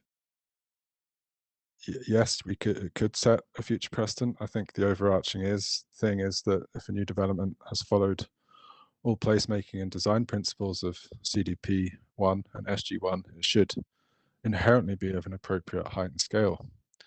I think simply matching the neighbours isn't sufficient. So, whilst the default position is to match the height of the prevailing context, this must also be demonstrated and tested in a site appraisal, a wider context appraisal, review against the key character environments, a townscape assessment, and heritage and setting assessment. If we're also talking about a tall building, you have to comply with all that criteria. So, we agree, but it also can't be seen in isolation. It has to be viewed, seen through that entire policy lens. And certainly that was, the view of the planning case officers and the authors of the committee report. They stated the applicant was required to submit a rigorous townscape appraisal, which has resulted in the scale of the buildings to the south being reduced so that it follows the datum of the former warehouse buildings at Spears Wharf. This reinforces the existing urban morphology to the canal at Spears Locks, while potentially establishing a suitable context should vacant sites to the south and west be developed in the future. So if I could also just clarify a couple of points. I think in terms of what Ms. Shaw had said, where it could both set a precedent and each case has to be dealt with on its own merits, I think those two issues may be mutually exclusive. And I think our submission would be that it's provided that case is policy compliant, that's the thing that would get it through the threshold, rather than simply because there's another tall building in the area. And the justification for our building is equally not because there are tall buildings in the area, but rather because it can be a node that can be a focus of rejuvenation and regeneration. So that's one of the planks in terms of justifying the proposal. Okay, thank you. Councillor Andrews. Thank you, Mr. Jackman. I suppose I'd have to just, I agree with what Ms. Shaw has said and Mr. Twynham, that each application would have to be looked at on its own merits and how its conformity with the CDP and appropriate supplementary guidance. However, what I would say is, having sat on the Planning Applications Committee, is very often one of the justifications for the height of a building are the adjacent buildings. So I think there is a possibility that when we create a building of 22 stories, we set that precedent. And despite the fact that we should be looking at each application de novo, there will always be in the minds of the Planning Application Committee surrounding buildings and whether it's contextual with those buildings. So I think a building like this can be seen potentially as setting a precedent. Right, I see Councillor Morgan's hands up. I'll take that and then I'm ready to move on.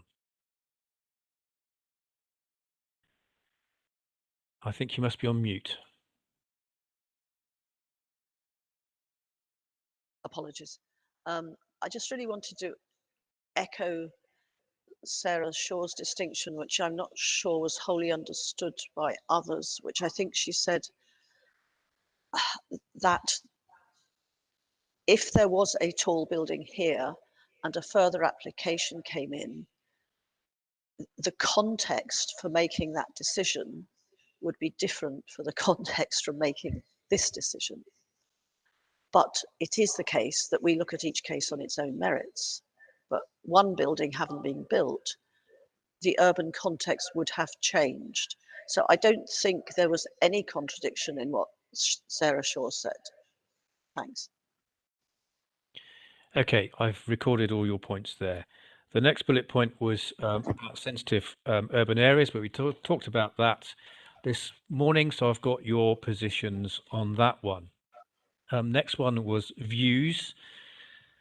Could I start with the council? Are there any key views to or from the area which, in your judgment, should be protected?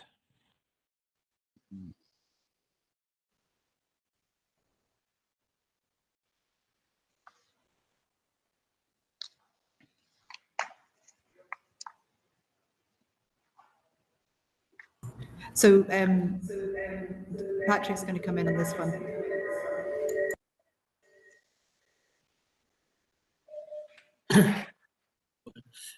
Yeah, so there's no protected views in legislation as such, but the committee report and the assessment application did consider views, particularly to and from Spears Wharf, obviously the major views.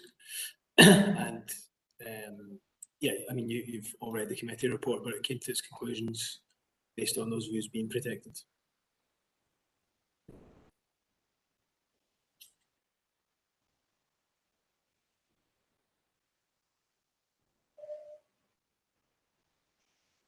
Okay, I'll go to Councillor Andrew. In your opinion, any particular key views to or from the area that should be protected? I think that certainly that the south building on the proposed development, I think would be unfortunate in terms of masking the view of Spears Wharf, particularly if it's become an iconic view as you travel eastbound on the M8 to see Spears Wharf on the hill, and I think the South Tower matching in on that height, will obscure the view of what is a very interesting and clearly valuable building. So I think that would be a shame. Okay. Appellants, any thoughts or comments on what you've heard? Yes, I mean, in a way, I'll amplify both the council and Councillor Andrews' sort of statement. Yeah, from the outset, we hold Spears Wharf in total reverence. It is a Glasgow icon. So we've, from the outset been, taken that kind of enshrines all our design thinking and the whole way we've designed the buildings. But, it's only category B listed. It's not category A listed. And if we go into 5.22C of SG1 Part 2, that states tall buildings should be located to avoid interruption of strategic views or competition with views of established landmarks and other significant or prominent listed buildings. Then goes on to name Trinity College building in the park. That's the only specific reference. But, as I say, we love Spears Wharf. It is a Glasgow icon. So following initial site and wider context analysis, the design and building form has progressed from the outset to maximise views to and from Spears Wharf and the canal and minimise overshadowing. The proposed morphology is the most sympathetic possible and an improvement on the previously consented student residential scheme. Our proposals take specific cognizance of how a building's design responds to and enhances the character of the skyline. The morphology developed expressly avoids slab-like forms that over-dominate, with the North Tower becoming more sculptural and slender as it increases in height above key contextual datums and in order to protect key views. Rooftop plant is minimized and will not be visible. So this is expressly demonstrated in a series of diagrams in the annex we included to our hearing statement. If you bear with me, I will give you the page references. No, I'm familiar with that. You're okay.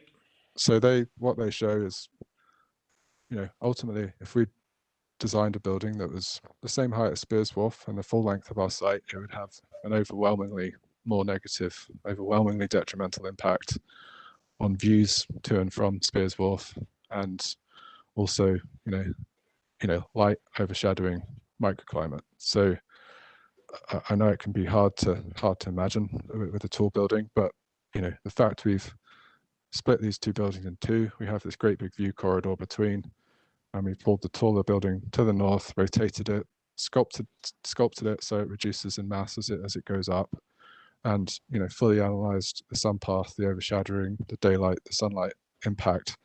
All of this obviously also correlates with views. So the absolute fundamental design principle of our scheme has been to create this view corridor to Spears Wharf and protect the view. And we believe this is compliant with our approach, is compliant with all tall buildings policy. It's empirically demonstrated in our hearing statement, as I've just said. And this view is also shared by the council in their committee report, which noted a rigorous analysis has reinforced our view that the siting of a tall building in this location can be justified on the basis that it has been sensitively positioned so that the landmark views of the former warehouse buildings are not interrupted. The proposed building to the north would be drawn away from the mass of the former warehouse buildings to retain views. The scale of the proposed building to the south replicates the datum of the former warehouse building, ensuring this building would not dominate views of these landmark buildings. Thank you. Okay, thank you for that. I'm going to move on to the next bullet point, microclimate impacts. And if I can start with the council, do you take any issues with the submitted shadow analysis and wind study?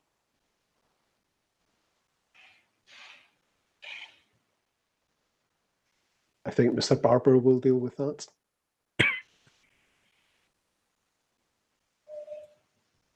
In short, no. This was assessed in the right. No. A short answer like no is a good one. Can I just follow that one up? Is it Glasgow City Council's normal practice to accept desktop wind analysis? Are they always sufficient?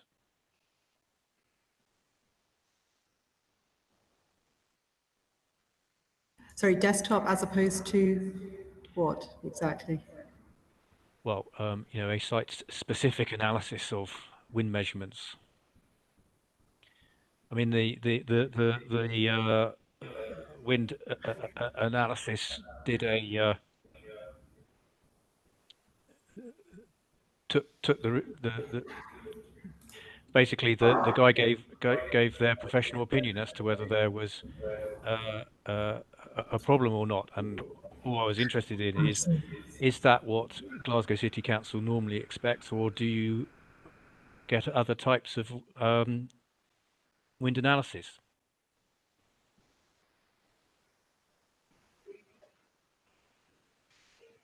Or is that what you normally get and you're quite happy with?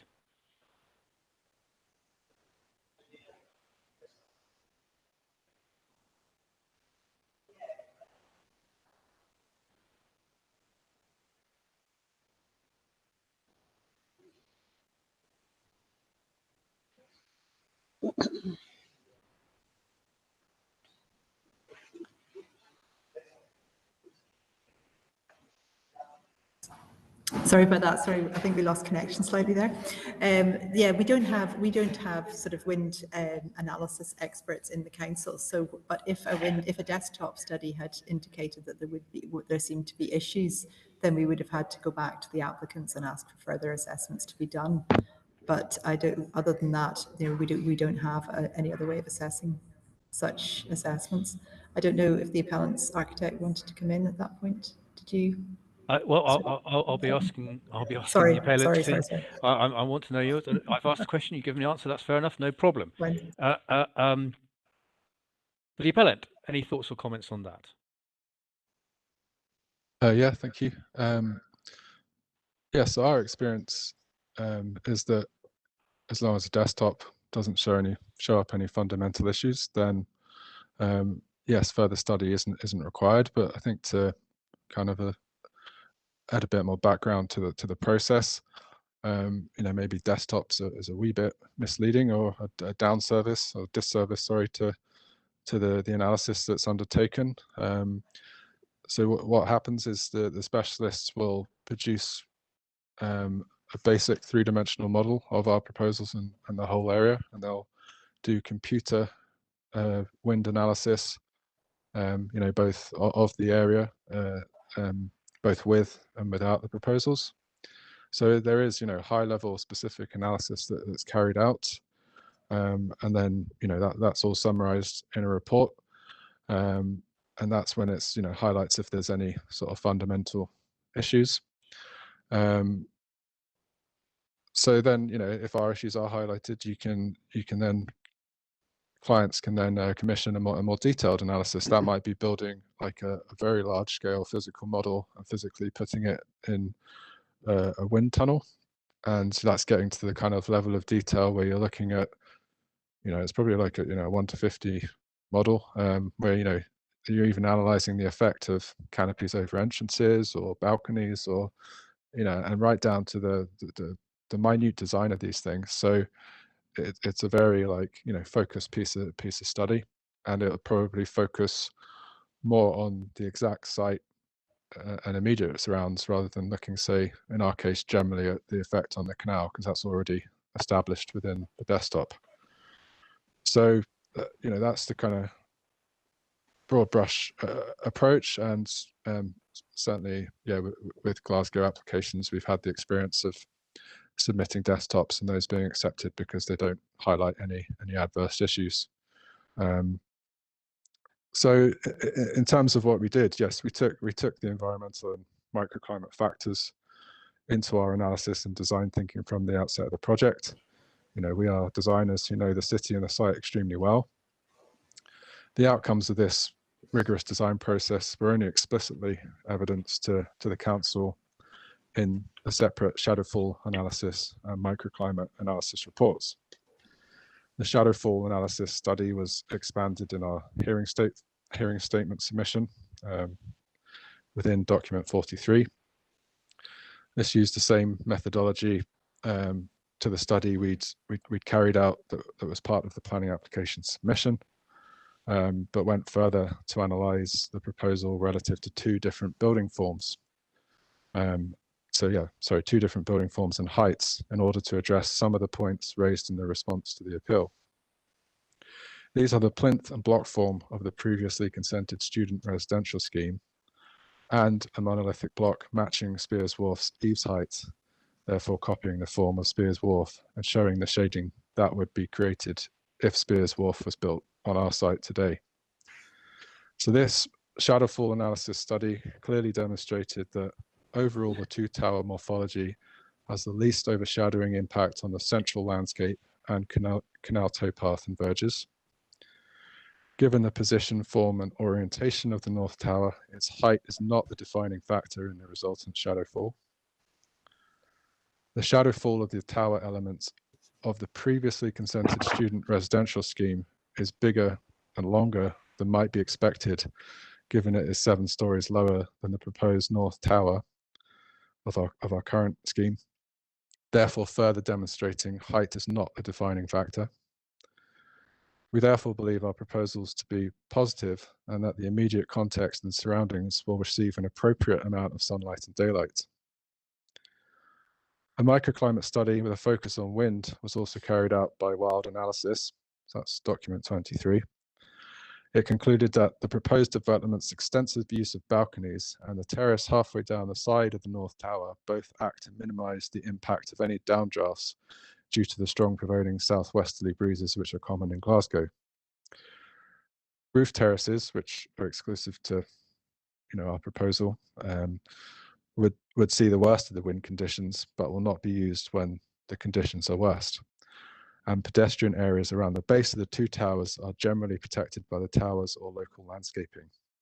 There are therefore no serious concerns over the impacts of the proposed development on the wind microclimate in the surrounding areas. In conclusion, we believe it has been demonstrated there will not be detrimental effects on the microclimate, and therefore the impact should be seen as acceptable. Thank you. Okay, thank you for that. Councillor Andrew, any thoughts? I certainly can't comment on the wind analysis as a incredibly complex fluid engineering problem of shear and Venturi effects and the like. However, I would comment on the overshadowing, just to say that regardless of the mitigating effect of the lower southern tower, in the summer evenings, I suspect that the canal towpath will be considerably overshadowed by the southern building, as will the north building will of course cast a greater shadow. So I do think while the orientation of the site, if you like, in a kind of north-south is perhaps mitigating, I still think certainly in the summer evenings that there will be an overshadowing effect. Okay, I've got all the submissions, and I shall revisit the analysis that has been presented to me. I want to finish off my last bullet point before we take a break, and its impacts on neighbouring property. And if I can start with you, Councillor Andrew,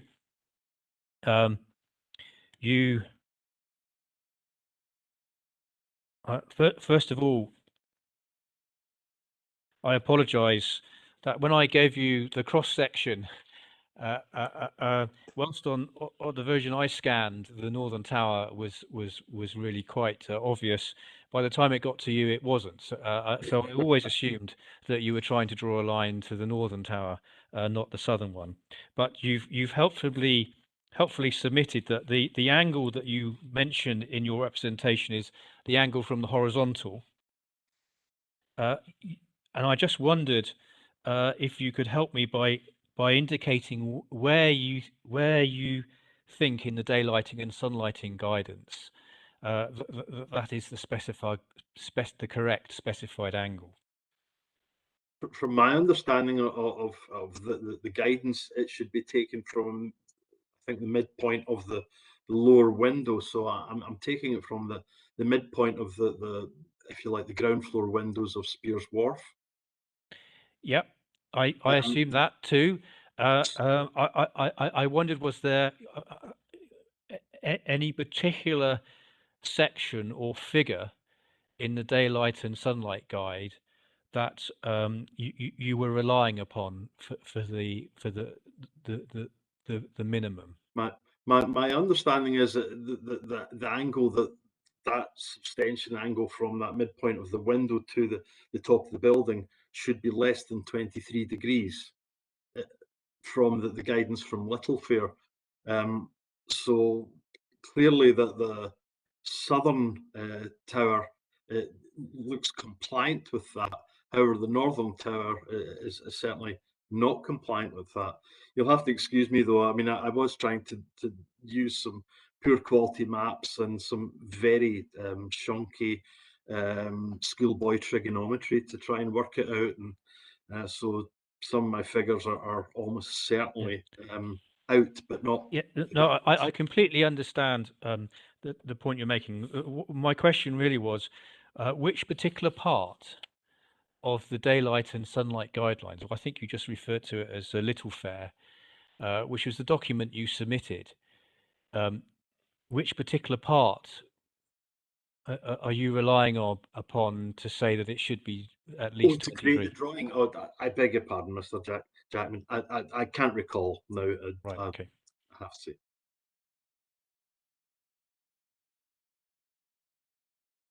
Okay, thank you for that. Let's just put that back safely.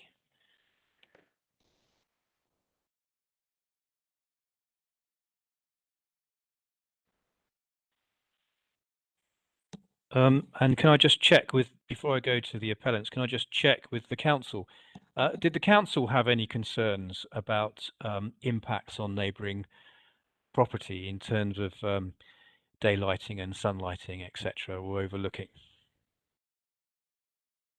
That would have been assessed as part of the original planning assessment, and there was no concerns expressed about any failures of daylighting to or overlooking to any other properties. For the appellants.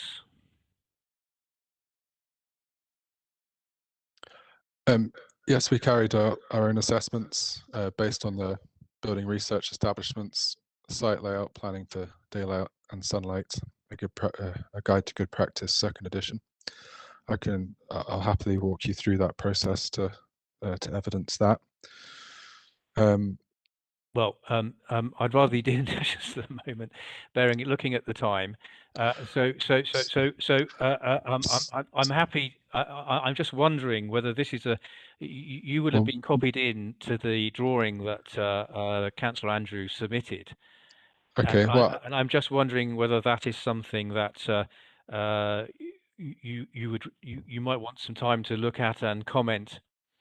And include those in your written submissions. I think we could absolutely do that. I mean, perhaps just as an introduction to put some people's minds at rest. Yes, I mean, that document's an industry standard piece of guidance. It's just a guideline. It's referenced in SG1 Part 2, but yeah, ultimately it's a guideline. However, I think perhaps Councillor Andrews misunderstood some of the methodology in using that 25-degree line. We'll obviously formalise this in a response, after today. But if you refer to the decision flowchart on page 10 of that guide, with regard to daylight, you know, there is a process to go through. Now, if the distance, so the distance of our proposal is more than 3 times its height above the lowest residential window of Spears Wharf, and therefore the BRE guide deems that daylight to Spears Wharf will be unaffected. So within that flowchart, you get to step 1 and you don't need to analyse it any further. However, to make the point clear and try and put people's minds at ease, if you draw this 25-degree line from the centre of the lowest window of Spears Wharf, you know, the south tower is significantly below this. Therefore, again, highlighting that there will not be an issue with the south tower. Now, with this this guide as well, you only examine areas that are completely perpendicular to the proposals, or, you know, so if we're analysing the relationship of Spears Wharf to our proposals, you only take that perpendicular area of facade. So yes, because of the, you know, the morphology we created, there's only 12.2 meters of the north tower, which is directly perpendicular to that canal elevation of Spears Wharf. Now, because, you know, the way we sculpted the building, all with views and shadow and daylighting in mind, only 5.8 meters of that is above the height of the south tower. So we've already established clearly the south tower is not an issue. Therefore, there's only 5.8 meters at the 11th floor and above that may be an issue. So if you draw that 25-degree line for that 5.8 meter wide piece of the north tower, it is true that that goes over that 25-degree line. Now, the BRE guide doesn't say that's a problem. It just says it requires a little bit more analysis. So, you know, we do this as good practice for, you know, for all our designs, and you know, don't explicitly necessarily always talk about it. But yes, we calculated the visible sky angle in accordance with the BRE guide, and that is 47 degrees. 2.16 and 2.1.21 of the BRE guide notes that for new developments with a visible sky angle in the range of 45 to 65 degrees, that special measures such as larger windows may be recommended.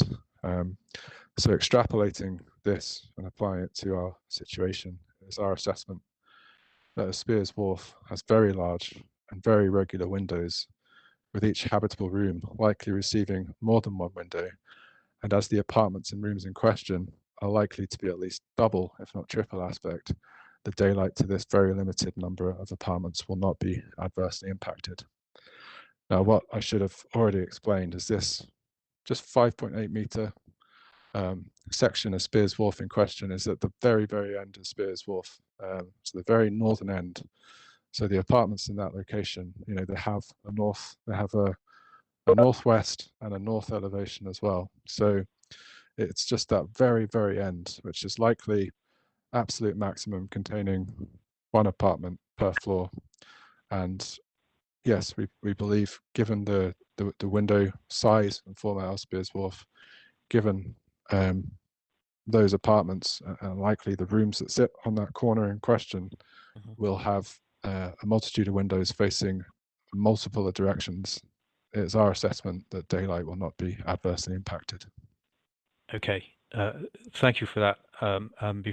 Before we take a break, Councillor Andrews, did you take any reassurance from that answer?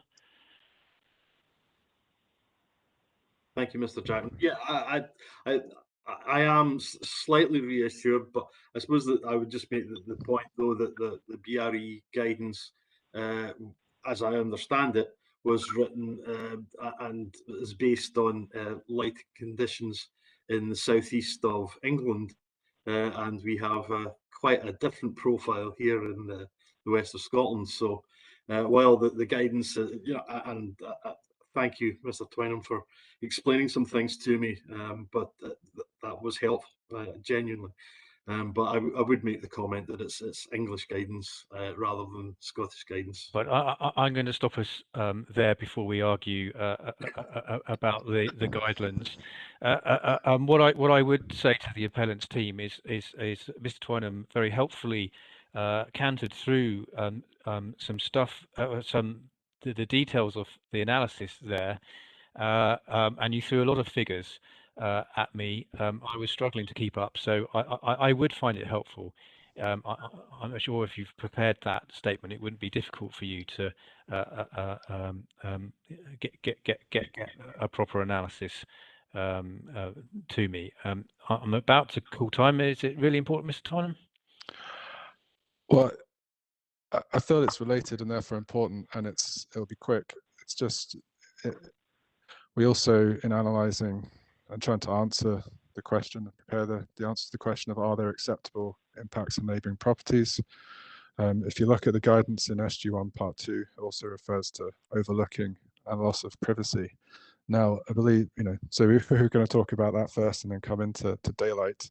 But I think there's important facts in that quick answer that will also put people's minds to rest. So if you wouldn't mind me whizzing through that. If you whiz. Yeah, so in terms of residential overlooking and loss of privacy, a conventional rule of thumb for building to building distance is 18 metres. This is corroborated by GCC's design guide, New Residential Areas on page 68, which shows an example. High density housing street width is 22.8 metres building to building. Similarly, the Scottish Government's policy statement for Scotland designing streets states, and I'll go to the important bit, the distance between frontages in residential streets typically ranges from 10 metres to 18 metres, although there are examples of widths significantly less than this working well.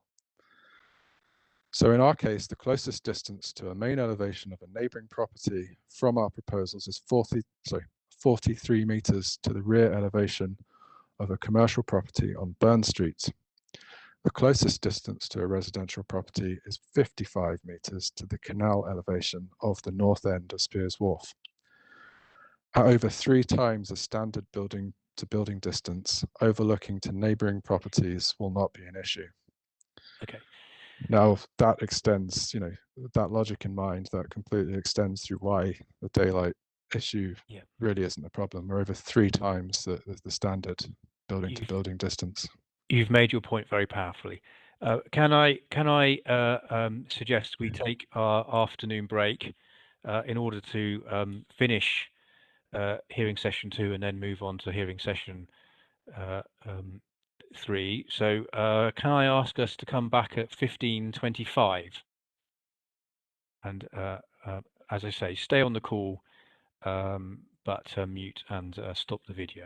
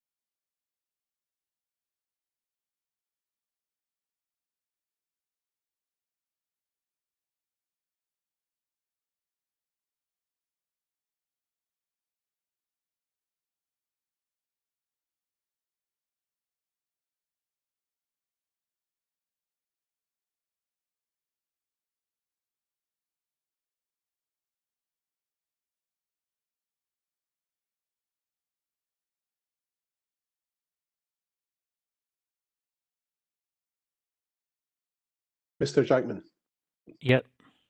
just before we restart, can I check whether you anticipate there being any further questions in relation to housing land supply?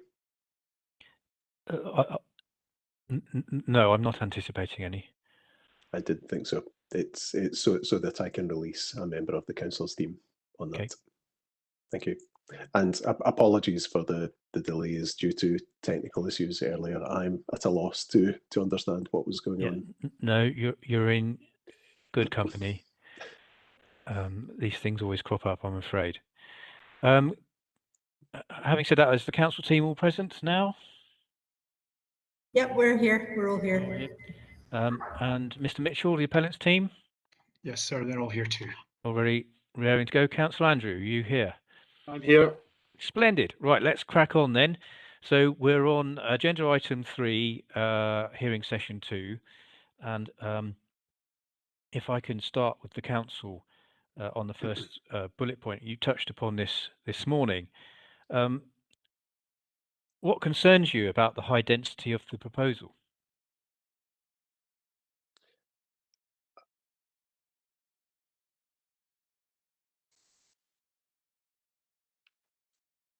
I will ask Councillor Morgan to come in to start on that.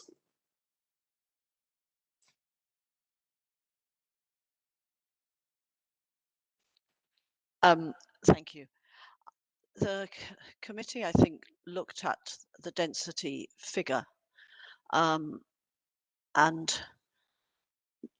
noting that it was much higher than we had seen anything before. I think we understood it was not base accessibility. It was accessible, and for various reasons, as we've said, it would be appropriate in a sort of inner city location to go higher. But the figure is not one that we'd seen before. And in a sense, it's not that high density is bad in itself, but it's what high density may mean in terms of its impacts. And those were the things we then looked at. And I think there were 3 things, and possibly 2 of them are covered by your subsequent point. So you may want to tell me which ones to cover here. But one, I think, smaller single aspect flats seems to me to relate, or to the committee to relate, to high density, and that is in your next section. So I won't comment on that here. And also, I guess the higher the density potentially increases the requirement for various forms of open space. And I'm presuming that too is under section 4. But the other issue that we considered was, if you like, amenity for residents in the surrounding area, residents of Glasgow, which I could expand upon a little because we've mentioned that already. Do you wish me to do that now, Mr. Jackman? Well, I'm interested in the phrase there, amenities to residents of Glasgow. How you think this proposal would impact? Okay. Well, I would say that seems a much broader thing. I would say in the surrounding area and people who tend to frequent the canal area. What we were conscious of was that the number of units and thus the likely number of residents was perhaps in the 300 or so, could be. This would potentially impact on the side of the canal. There has been reference to the towpath, and I would say that the towpath in this situation, we were not referring to it as a simple towpath for the use of, if you like, people traversing along the side of the canal, but rather the towpath and its verges, which is an amenity for the local area. And our thinking was that by introducing perhaps a good few hundred people who might see that grass verge almost as their garden, that it could become quite congested. I think, as far as I'm aware, most of the residential development that it is alongside the canal is not on the towpath side or where it is on the towpath side. It is where the path is simply a path. So here we have a piece of land which has wider amenity, and we weren't convinced that it could accommodate what is a very considerable number of new residents. I should say that I think we acknowledge the fact that the access onto the canal through the new steps would be helpful for people in the local area. So I don't think there was any denying of that. It was the issue about a high density and thus a high number of residents on that area of towpath, but more particularly and its verges. Thank you. Okay, thank you on that. Whilst I've got the council then, and it may not be Councillor Morgan, it may be someone else, but in your hearing statement, you say no other residential accommodation in the vicinity of the proposed development with density anywhere near the levels of the proposal. Have you got a analysis to demonstrate that claim? I think Ms. Shaw can come in on at least one neighbouring development.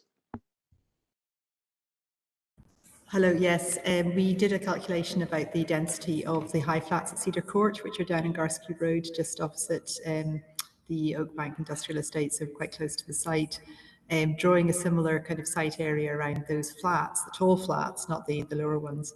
There's about 105, 104 units in each of those, and that works out at a density, depending exactly how you draw the amenity space around, of up a maximum of just over 300 units per hectare, flats per hectare. So that's the only equivalent that we've carried out in that area, but they did seem the most sort of the closest flats to that context. And what do you call? Can you just tell me again what you call the Cedar Court? Cedar Court, yeah, it's just I can send through the plan showing which flats we've taken into account, but it's the tall flats on Garskew Road down at the corner with. So when you're on the canal, you're looking. It's east. It's west of the canal. West. Yeah. Those are there's three large. Yes. 23 box flats. Those are Cedar Court. Those okay. ones, yeah. Thank you. And do you happen to know what the density of Spears Wharf would be? Yeah, the proposal was 440, I think. Was it? No. Oh, sorry, Spears Wharf. Sorry, the existing. No, I don't have the density for that. I'm afraid we could do a calculation on that, but we haven't done that.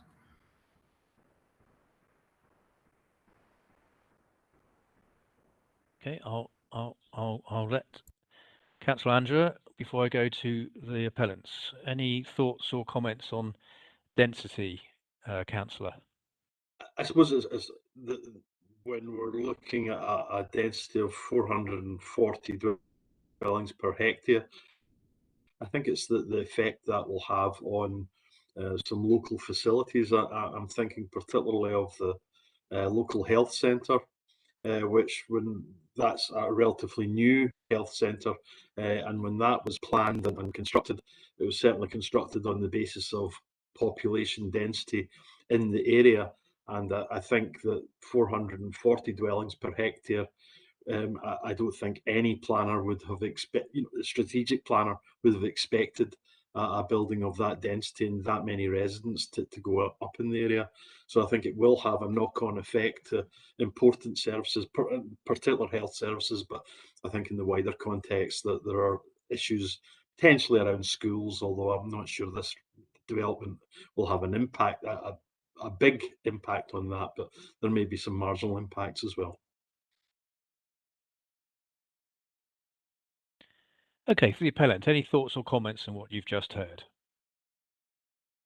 Yes, I'm going to pass over to Mr. Lopez to say just a few words about the open space element that Councillor Morgan raised, and then pass to Mr. Twynham to discuss the wider points in relation to density. I would just say, in terms of Councillor Andrews' remarks there, that our submission would be that the proposal was consulted upon internally by the council. The council didn't raise any issues in relation to either education or in relation to health, a health centre or doctor's surgery.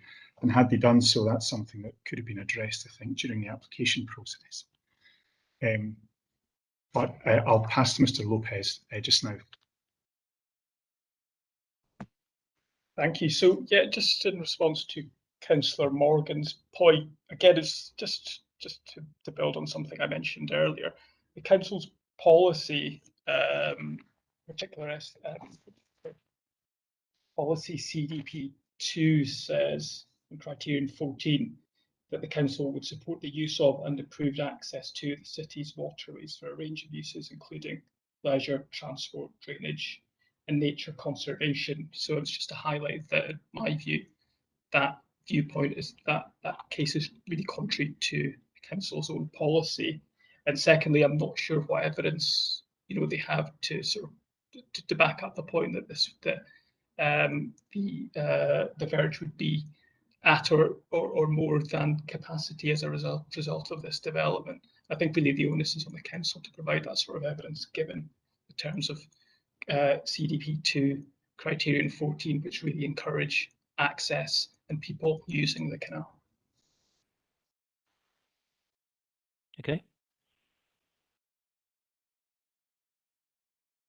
Okay, so I'll come in to cover the aspects about density. So the residential density section of SG1 Part 2 states under 2.45 that the guidance seeks to ensure that all new development has an appropriate urban scale and townscape form which will consolidate and/or enhance the traditional urban structure and contribute towards creating high quality, sustainable new environments. 2.46 states general principles. The appropriate density of residential development will vary according to A, location, B, context and setting, C, the scale and massing of adjacent buildings, and D, public transport, accessibility and active travel opportunities. We believe we have fully evidenced our placemaking and design-led approach, and that our proposals have an appropriate urban scale and townscape form, as evidenced by the council confirming in 4.1 of their hearing statement that the height and scale of the proposed development were not part of the council's reason for refusal of planning permission. The council's recommendation for approval and points noted in their associated planning committee report, the GUDP's support and Historic Environment Scotland's lack of objection. We have also demonstrated that the site is in an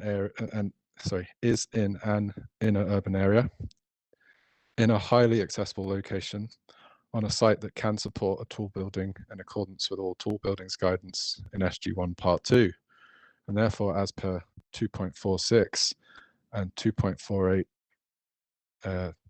of SG1 Part 2, it is appropriate density exceeds the 100 dwellings per hectare noted as the upper limit of base accessibility locations. It is worth noting there is no minimum or maximum DPH figure given to the city centre or for highly accessible inner urban areas within SG1 or any other planning guidance as far as we are aware. We also suggest that due to the new connections to the canal towpath and the positive regeneration effects the proposals will have, that they are fully compliant and are of exceptional urban design quality, and therefore comply with 2.47 of SG1 Part 2, which also allows variations in general density standards. As an infill development, we are also compliant with 2.50, which states development of infill sites will be assessed on merit. Higher densities will generally be permitted in areas of high accessibility to public transport. Particular regard should be given, however, to townscape consideration. In terms of the council's dispute, this therefore only leaves density as an arithmetic device divorced from location, context, setting, scale, massing, accessibility, townscape, placemaking, and design, where the number of dwellings per hectare are expressed as a crude figure. We find this somewhat problematic as the figure is simply an expression of the site area and number of dwellings and explains nothing about the specifics of the site and the proposals. For example, if more 3-bed and 4-bed apartments were proposed within the same building footprint and height of our application, the DPH figure would drop drastically, but there would be no change to the number of bedrooms proposed across the development, and therefore no change to the likely number of inhabitants occupying this hypothetical scenario. Density, in terms of number of inhabitants, would not drop, but the DPH figure would. Similarly, it's worth noting the site is very tight. Our site is very tight and constrained. It is normal that a site area and legal title boundary be taken to the midpoint of roads or other adjoining common assets. This site is different in that respect due to its specific location and history. To therefore make another example about this misleading nature of purely focusing on the DPH figure, if the site area, title boundary, of our proposal was offset by 6 meters and no changes were made to the design, this would result in a density of approximately 290 dwellings per hectare, and therefore on paper be a much less contentious figure. It is also worth highlighting that 7N Architects in their 2008 master plan had the luxury of looking at the Spears Locks corridor, the whole Garscube industrial area, with fresh eyes and without the constraints of ownership boundaries. Their outcome also proposed a building of significant scale and density in the same position as ourselves. In conclusion, looking at density through a holistic placemaking policy and design lens, we are fully compliant, and we suggest the council are focusing on an artificial metric in isolation. In addition, as already noted, there is no maximum DPH figure given to the city centre, highly accessible in urban areas, etc., etc. Therefore, we believe the density of our proposals is fully compliant with SG1.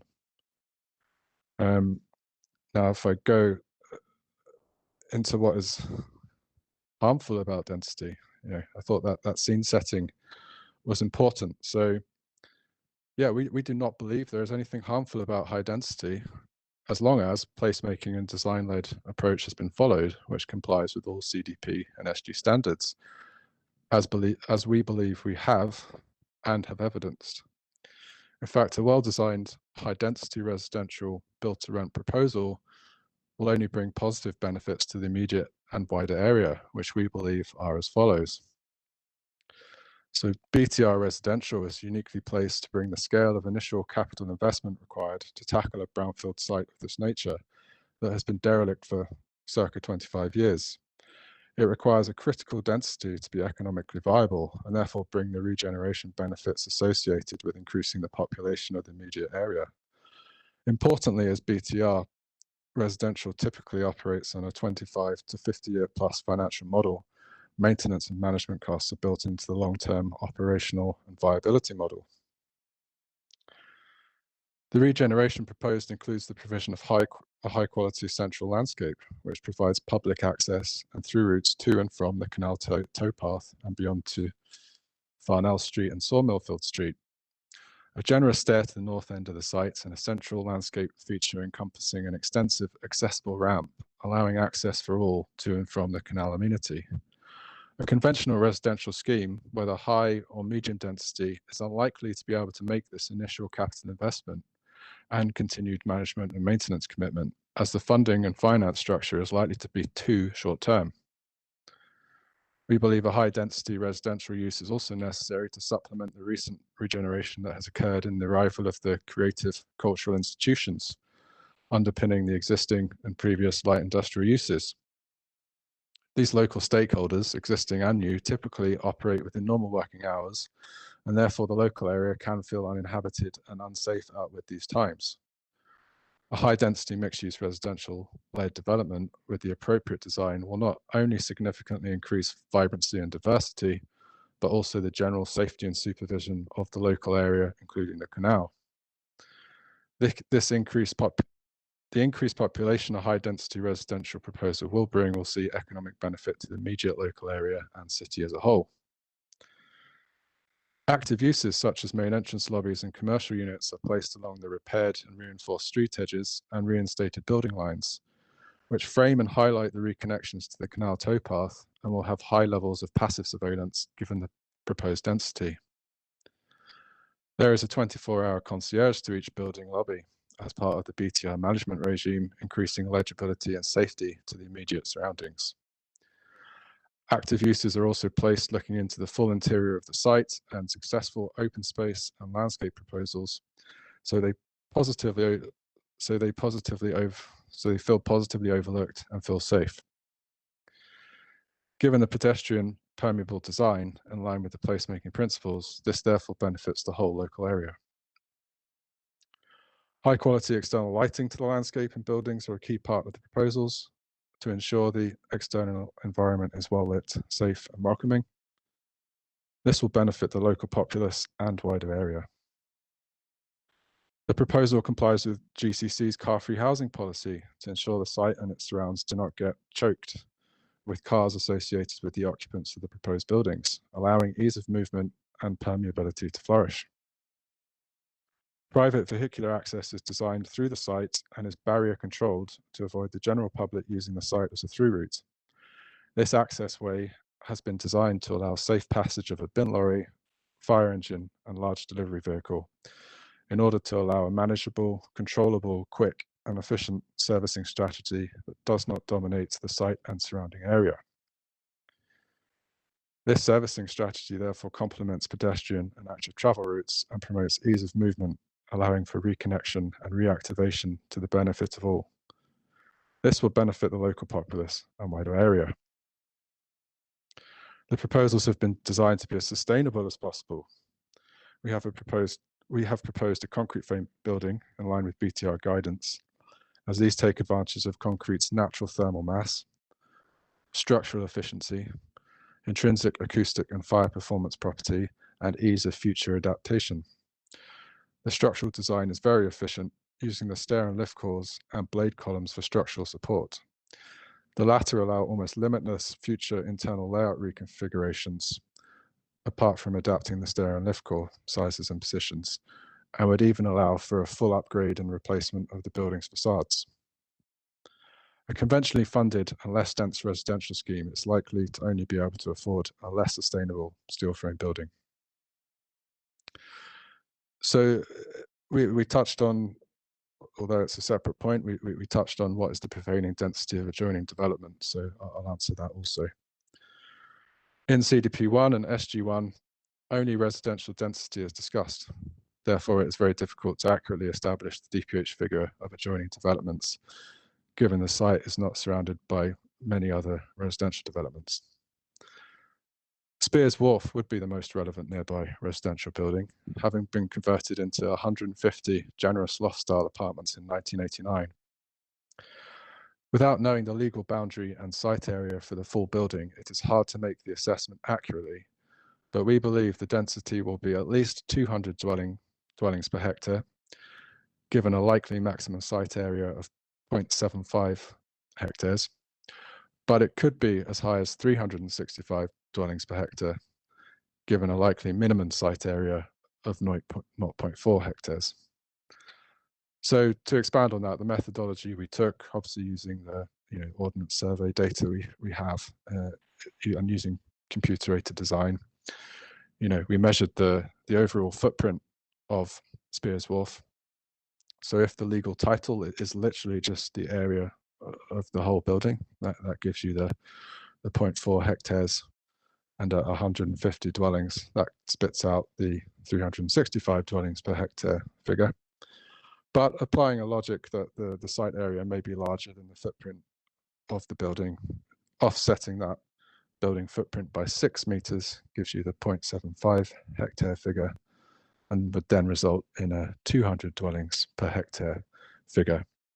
Now that's on the basis that what was created in 1989 as a conversion hasn't been latterly subdivided and more apartments created through people subdividing apartments, but I think it gives you a good idea. But ultimately we're saying Spears Wharf is also a high density building. Thank you. Okay, well, there's a clear disagreement between you there, and I don't want us to go round in circles. So if we can move on to item 4, if I can start with the council, and you've touched upon this several times today.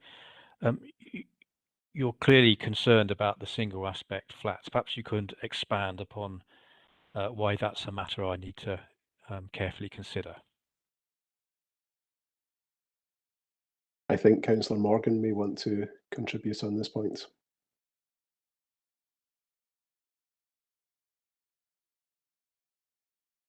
Thank you. I think committee is familiar with proposals coming which might involve a small number of single aspect flats, and also conversant with the council's guidance on that matter, which I think, accepting where it's an extremely small proportion, does include the proposal that their amenity should be similar or greater to dual aspect flats.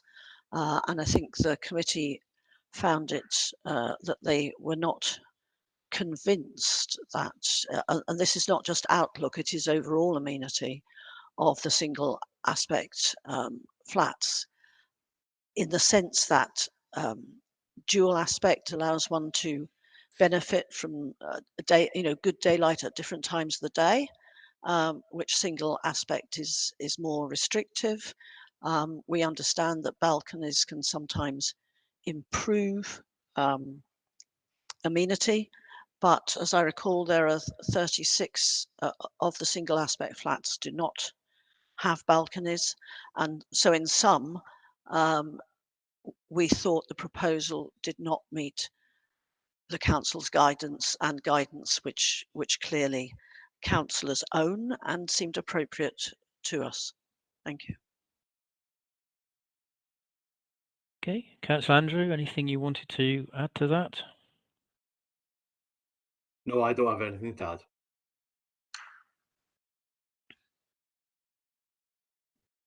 For the appellant, do you want to come back on those points? Yes, sir. I'll hand over to Mr. Twynham to come back on them, and I think Mr. Lopez may have a few remarks just at the end on the policy background. Thank you. I mean, I think as a preamble, we completely understand where the, as architects, as designers, as Glaswegian's, studio based in Glasgow, where the policy comes from. It's a city that's built in tenements. We all know and love, and most of us have lived in them for substantial periods. So whilst it's not explicit or evidenced in policy, the history, as we understand, is trying to avoid the awkward single end where you had a small tenemental flat facing into a back court, with only one direction of view. So we completely understand that history, but yeah, times have changed. Sadly, we do not build to the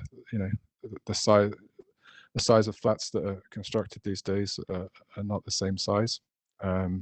Therefore, approaches have changed.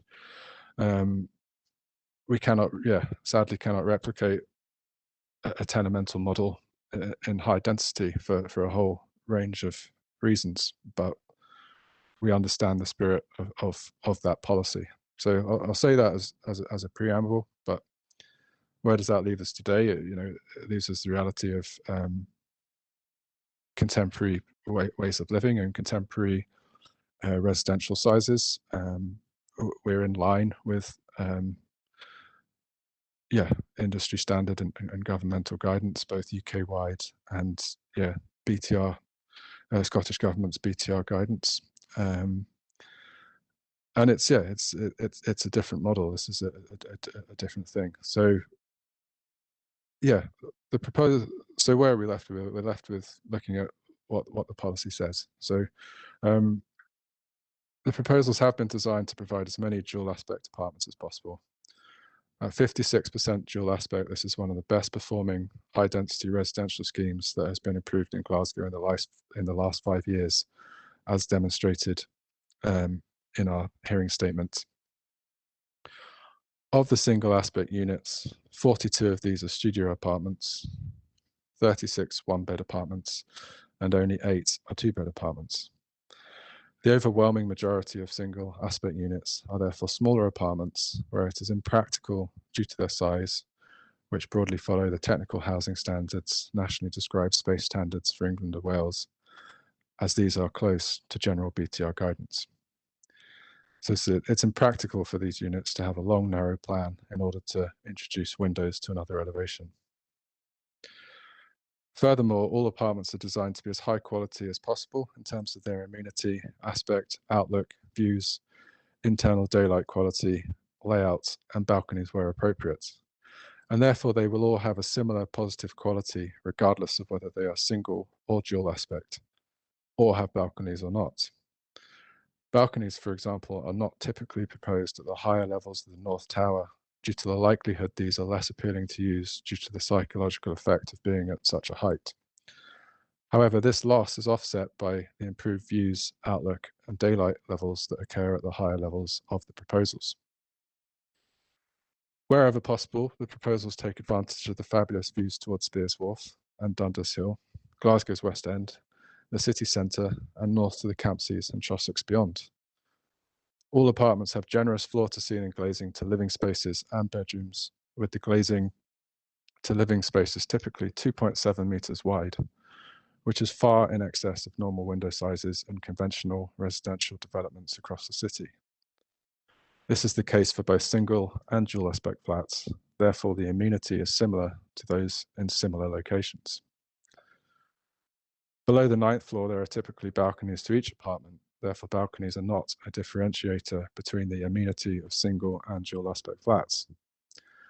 At the 10th floor and above single aspect flats, we've already covered that, apologies. So at the 10th floor, yeah, the single aspect flats do not typically have balconies, but as I've already said, that is balanced, counteracted by better aspect views and orientations. It is our assessment, as evidenced in our hearing statement and Annex A Design Matters supporting statement, that our proposals are fully compliant with policy. We believe this is further substantiated by the consents granted to the high density build-to-rent projects noted in Table 3 of our hearing statement, and the fact our proposal is one of the best performing of these and follows the same similar approach with respect to single aspect flats and amenity. Whilst each application must be considered on its individual merits, this does indicate that the Council is not being consistent in its application of the policy, with the appellant's proposals being unfairly prejudiced as a result. And I'll maybe pass to Nick Lopez to add a couple more points.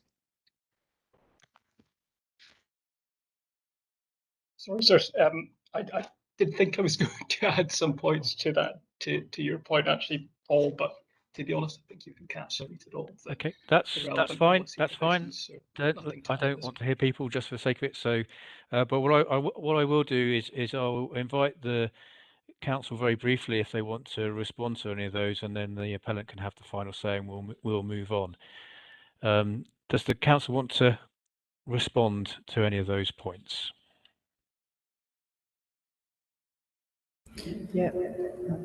Yeah, just to come back on the consistency of our approach, we do actually quite rigorously apply the single aspect flat issue.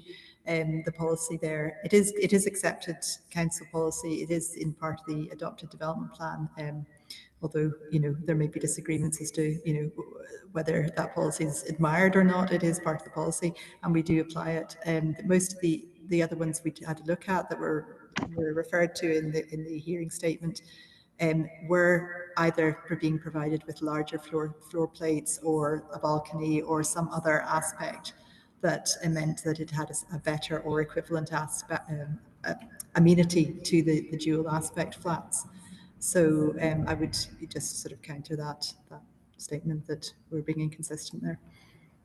Mr. Jackman, may I come in as well? Yes. Thank you. I mean, I think that's really important points Ms. Shaw has made, but I just wanted to add that I think it is the council's policy is designed and has been written in recent years to reflect current situations. It is not an overhang from the building of tenements in the 1890s. It is a policy that is designed to be applicable and meet the needs of today. Thank you. Okay, before we move on, I'll just allow the appellants very briefly if there were any final points you wanted to make. Yeah, yes, that would be good. Thank you. I mean, it'd be good just to read that policy again, and then I'll add a few other bits to think about the kind of general immunity that the proposals provide, which are available to those prospective inhabitants of single aspect dwellings. So yeah, 2.44A of SG1 Part 2. So I'm going to stop you there. So I indulged you by allowing you to have a final say to what the council. You've had a chance to make your points. Okay, apologies. I allowed the council to come back, and so it's really just a final say rather than to launch upon something else. If there is anything else, then you can put that in your closing submissions. Well, apologies if I said it already. I suppose just focusing on the words ideally and similar, and I think we've overwhelmingly demonstrated that the immunity to single aspect is similar to dual in those locations. And apologies if I did say that, just long day already. What wasn't added was the full immunity offer of the proposals, and I think what probably we haven't evidenced or could have discussed in relation to this is, yes, the full amenity offer, everything that the landscape proposals enshrine, the private dining kitchens, there's a lot of bookable communal spaces so that people in a smaller single aspect flat, and we're making sure that the 2 beds, the 3 beds are all dual aspect, bar a couple of exceptions. So where those inhabitants of the single aspects, you may say there's a shortfall, they have increased spaces within the building to use, a gym, a private dining kitchen and pantry, perhaps a cafe on site, a rehearsal room. There's a kind of an IT suite that people can use, and there's also really generous roof terraces. There's a full communal roof terrace to the whole of the south tower that the residents can use. Probably again another reason why the canal banks won't be overwhelmed, because there is provision on site. So I think that has to be, rather than just talking about, does it have a balcony or not, it's that holistic view of the full BTR amenity offer. Okay, thank you. If we move on to the next bullet points, the reason I had those on the agenda originally was because I struggled to replicate the calculations provided by the council, but we've had a revised spreadsheet, and we discussed that this morning. And what I took from this morning is that actually you both agree the calculations. There's a profound difference between you about whether open space should be provided on site, but in terms of the actual calculations, I took it from this morning that you agree with that spreadsheet. Is that right, Mr. Mitchell? That's correct, sir. Yes, from our perspective, the appellants agree with that. Okay, thank you. So most of my questions have been answered then. That's good. But before I move on, can I just ask the council, what is the derivation of the 0.8 person per bed space that you've used in your new spreadsheet? Where did the 0.8 ratio come from?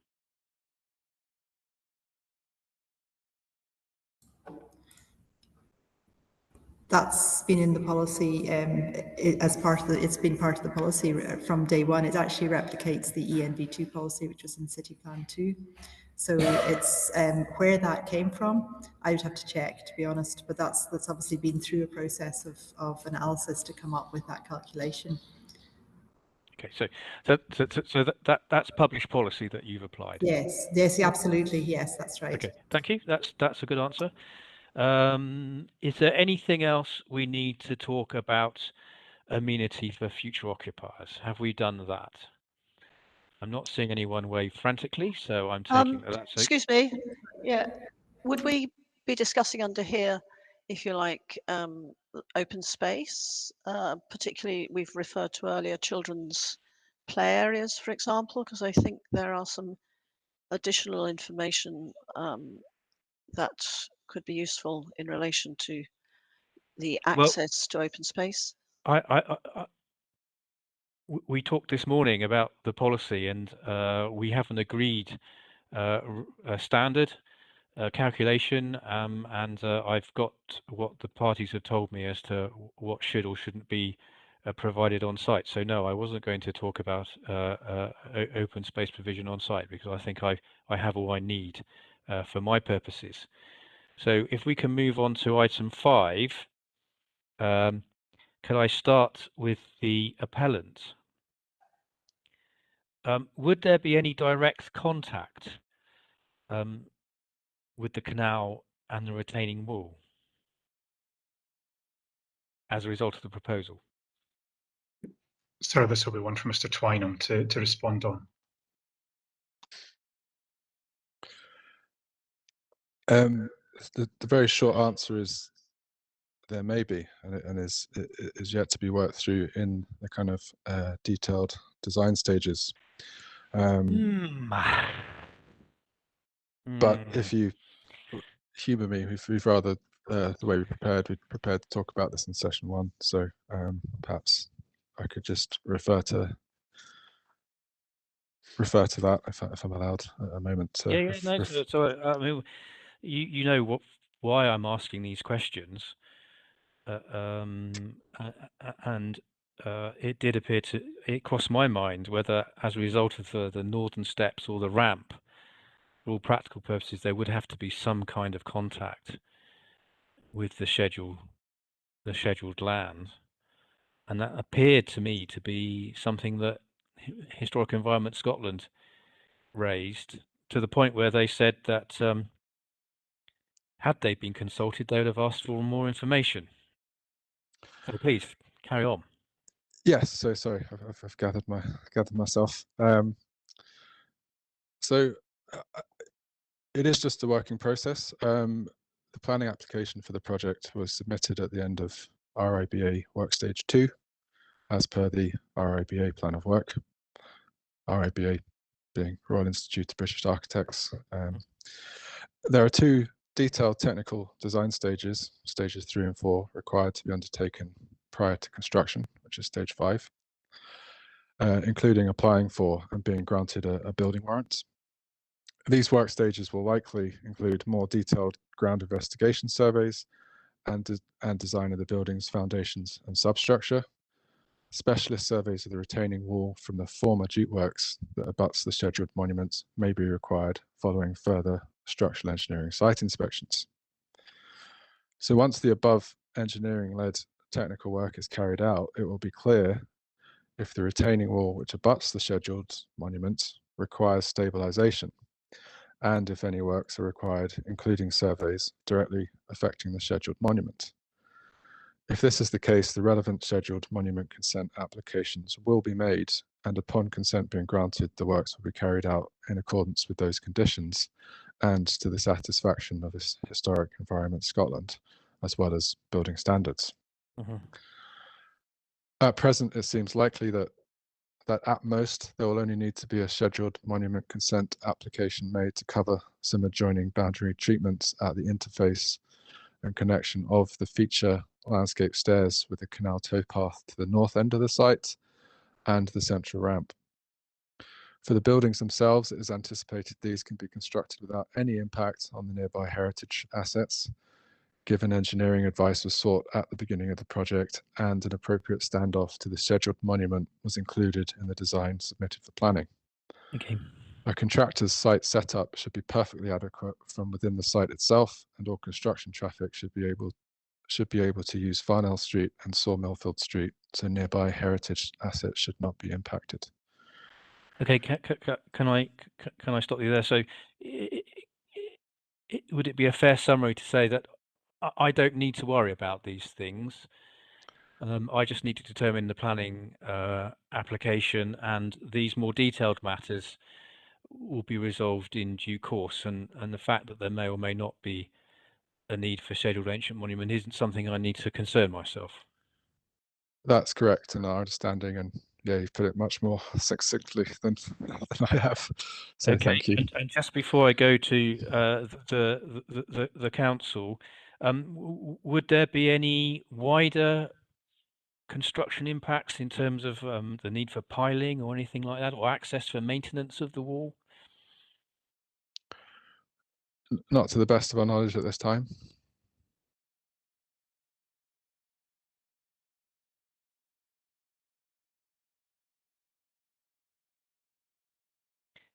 Before I actually go back, can I just refer you to Historic Environment Scotland's letter?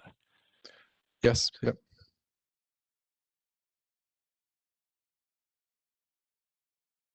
And the thing that I was interested in was the last sentence, where they said, had we been consulted on the application, we would have likely requested further detailed information about this aspect of the proposal. And that's the linkage between your site and the canal, principally at the stairs and the ramp, as we would not have been able to offer any detailed advice on indicative proposals. So what's, and this might not be for you, Mr. Twynham, this might be for your wider team, but what's your advice to me as to how I should deal with that comment? Because it wouldn't really be open for me to consult with them. It wouldn't be open to me to forget these details or to consult with them. Is it okay for me to just leave that hanging? I'm happy to try and clear it up. I think there was a misunderstanding on HES's part, which is understandable. So we submitted to the landscape architects that are part of our team, as part of our response to Scottish Canals and as part of the response to the Glasgow Urban Design Panel's comments, we included an option that had the indicative thing, which the seating area on that was out with the ownership boundary, out with the red line. So my understanding is they're referring to that because that's clearly, sitting directly on the scheduled monument. Now, that was there just to stimulate a conversation really and respond to the wider ambition of Scottish Canals, tying into SDF, responding to GUDP's comments. It was fundamentally not part of the application. But obviously, if you're an HES case officer and you see that drawing and that wasn't made crystal clear, perhaps upon reflection, you can absolutely understand why they would make that comment. So that's my interpretation of that part of their letter. And yeah, we will absolutely, if this appeal is successful, we will absolutely seek apply for SMC if that's deemed to be required, and we'll continue to consult with HES. And we did do that in the pre-app stage, and we did that from this very technical kind of engineering point of view, and the engineers involved, JBA Consulting, had explicit dialogue with them, and they referenced the case number. As I say, there's just a lot of very detailed surveys that would need to be conducted to conclude if we do or do not need to apply for SMC. And you don't think there's anything unusual in this case where I've been invited to grant planning permission first? No, not from my experience. I think obviously for a developer, for a client, that's a huge amount of financial outlay to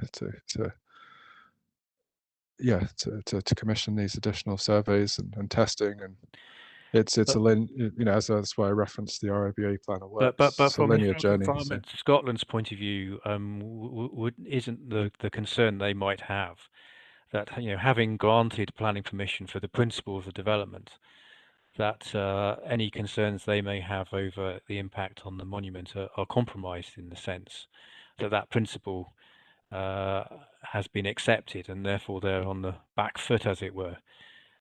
It's not my understanding. I mean, maybe Mr. Mitchell will clean up afterwards, but it is absolutely our statutory.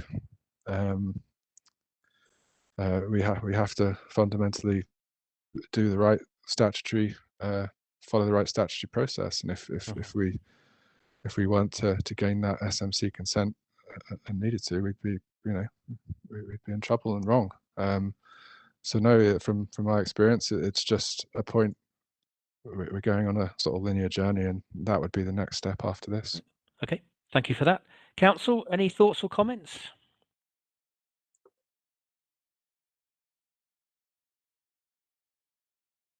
Ms. Shaw will pick this up.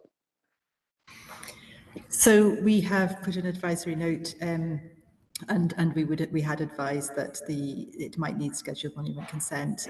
I suppose our only comment would be that I would probably agree that it's a bit like with listed building consent and planning permission. You can grant planning permission and still refuse listed building consent, and it means that the development, therefore can't go ahead.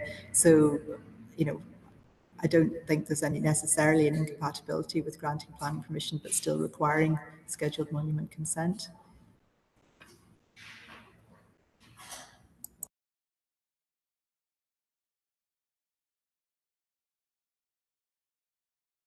Okay, thank you.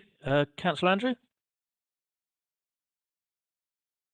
Thank you, Mr. Jackman. Yeah, when I read this around construction impact, I suppose in my submission, I mentioned that, if you like, the sensitivity of the site, and I think I've already said that this morning, given its co-location with Royal Opera, ballet, etc.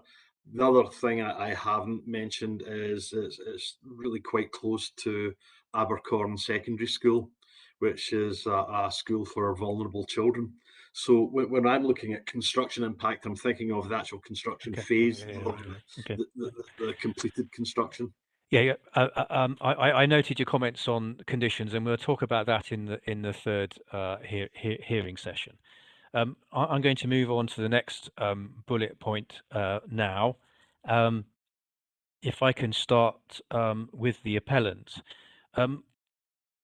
what would you say was the spatial extent of the setting for the canal? Sir, I'm going to pass to Mr. Twynham again to respond on this.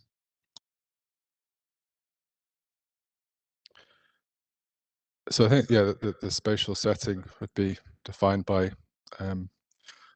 following the guidance, Historic Environment Scotland's relevant guidance on setting and that analysis. So I will, yeah, I'll walk you through that.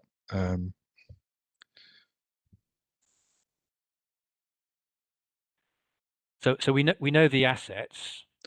Yes. And we're focusing in on the canal. You've provided me a list with of the actual scheduling boundary. Mm-hmm. So what I'm interested in is what would you say was the actual setting of the canal? Yep. Okay. So our townscape heritage and setting assessment, evidenced in our design and access statement, followed the principles set out in HES's guide, Managing Change in the Historic Environment Setting, which Stahl and Brand are well versed with as an architectural practice with extensive listed building and conservation experience under the design leadership of Paul Starlin, who is a RIAS, so Royal Incorporation of Architects in Scotland, conservation accredited. So following that guidance note, we number one, identified the historic assets that might be affected by the proposed development. So this is the scheduled monument, Fulton Clyde Canal, Glasgow branch. It's also the nearby Category B and C listed building at Spears Wharf, 2 to 14 Postle Road and Farnell Street, and the Wheatsheaf building. Point two in the guide defined and analysed the setting by establishing how the surroundings contribute to the ways in which the historic asset or place is understood, appreciated, and experienced. So it's worth noting that this includes when the historic asset or place was developed or in use, and how it was intended to be viewed, and what views it was intended to have. So the past is relevant.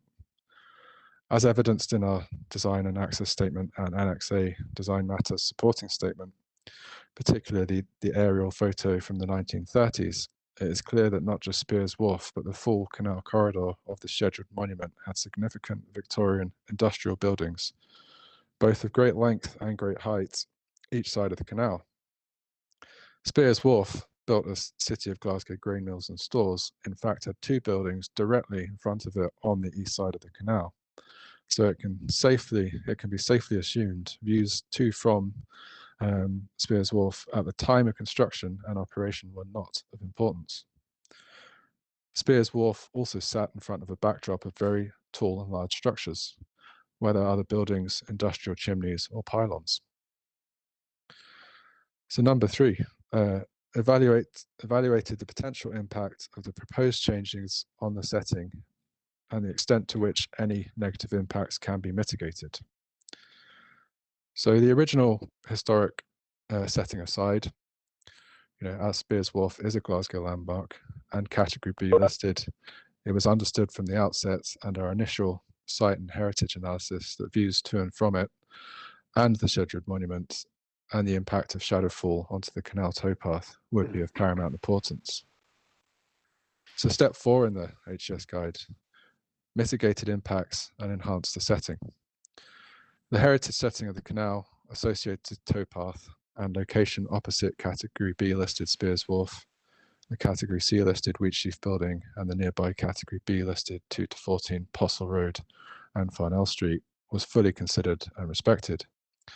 Following thorough analysis of maximising views to from Spears Wharf and the canal towpath and minimising shadowfall to both, the 2-tower morphology was selected. Furthermore, Category B listed Spears Wharf was analysed in detail to inform. Mr. Tonham, I see you're reading from a prepared thing. That's perfectly fine. That's the whole purpose of setting out my agenda item. But I was actually wondering, and perhaps the answer is you can't do it this way, sir, but would you be able to describe spatially what you consider to be the setting of the canal? Could you draw a line?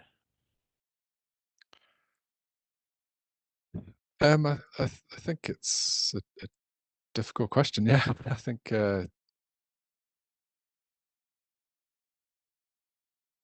it's more than that. Yeah, you go through the HS guidance. It's they refer to history and culture and relevant people who've lived there, and it's not. No, I've read the guidance, and lots of people have referred to me to that guidance in other contexts. Let's see this. Would you say your site was affected the setting of the scheduled monument? Is it within the setting of the monument?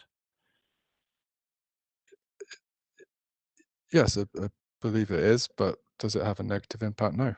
Okay, fine. And the same question to you about the listed buildings. Yes, we were in the curtilage of the listed buildings. Yeah, our analysis following the HCS guides and our just knowledge of Glasgow, even though it's not written down, it's clearly a Glasgow landmark. So that view corridor and setting of Spears Wharf has been paramount in our thinking from the beginning. Okay. So does it have an impact? Does it affect it? Yes. Does it have a negative impact? No. We would say no. No. For all the reasons we've talked about today, and you would no doubt also refer me to your design statement and your supplementary design statement. Yeah, thank you. Thank you. And I'll also have regard to what HES say.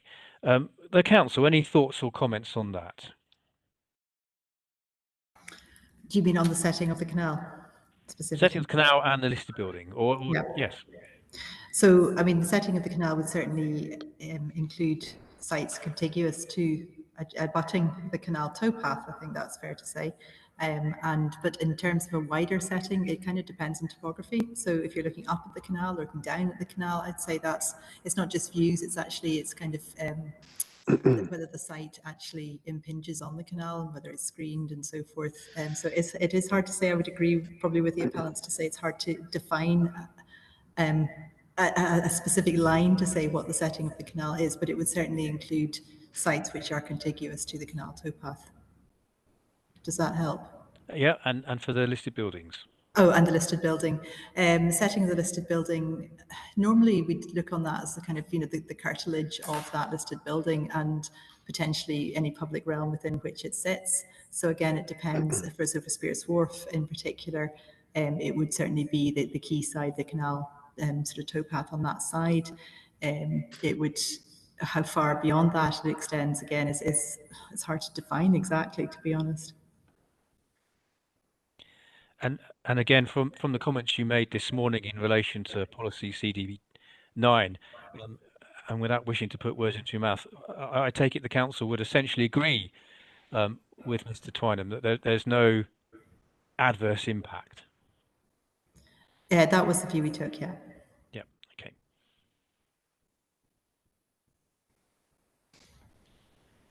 okay. Councillor Andrew, any thoughts or comments on this?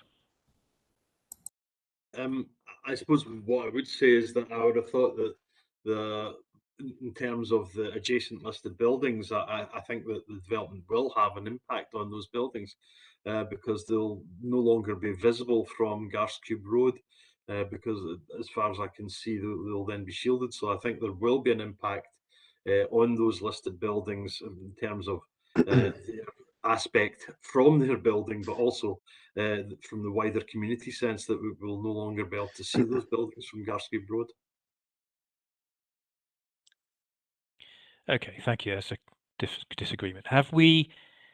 Are there any other relevant matters we need to discuss under design matters? Mr. Ferguson.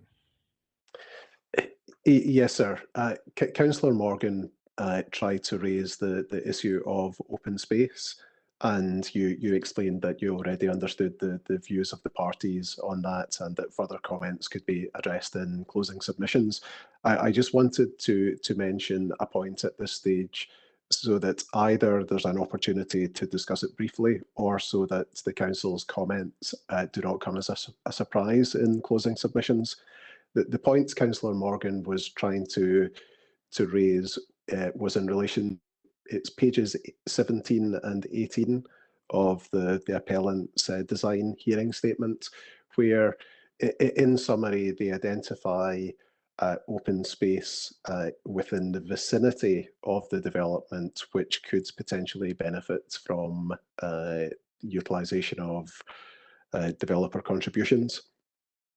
And the council disagrees with the methodology and also the deliverability of at least some of those potential projects. So I wanted to flag that up, and that one of the concerns of the council is in relation to the distance thresholds used. It looks as though the appellants have used a straight line distance threshold as the crow flies, as opposed to using reasonably available footpaths. Right. Okay. Well, I first of all must apologise to Councillor Morgan. I did close you down rather quickly there. I did appreciate that there were wider points to make. I'm just conscious of the time, and if we're going to start talking about distances and methodologies, I'm wondering whether that's more appropriate to follow up in further written submissions if you're responding to what the appellants have put in their hearing statements. Is that something I should add to my list, Mr. Ferguson? Do you think that would assist? Yes, sir. We can address this briefly in a supplementary submission. And Mr. Mitchell, would you be content with that approach? Yes, sir. That would be fine. We can make our response in due course. Okay. So I shall add that.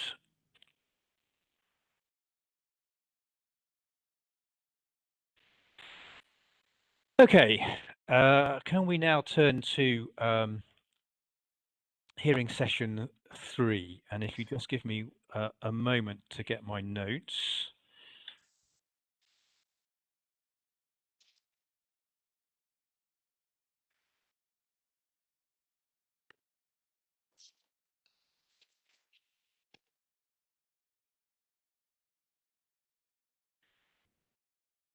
So, what have we got to? There, yeah.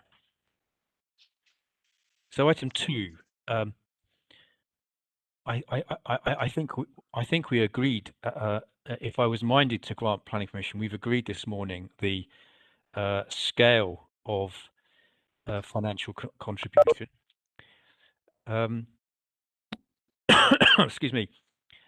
what I did want to just ask the council is, there was a second matter that was included in the committee report, and it related to communal areas. Perhaps you could just as background for me, explain what you meant by that and why was that necessary in planning terms?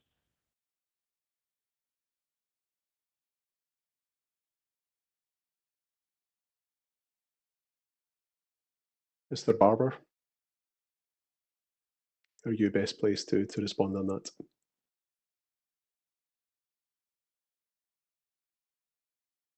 Sorry, could we get the question repeated? We didn't quite hear that, sorry. In the committee report, there were two items that should be included in a planning obligation. And the second one was for communal areas. And it was really just for background as to what that was attempting to control and why that was necessary in planning terms.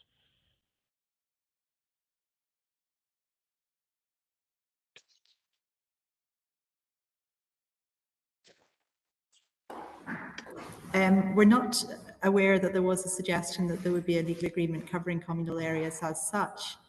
Is that? We're just checking that, sorry.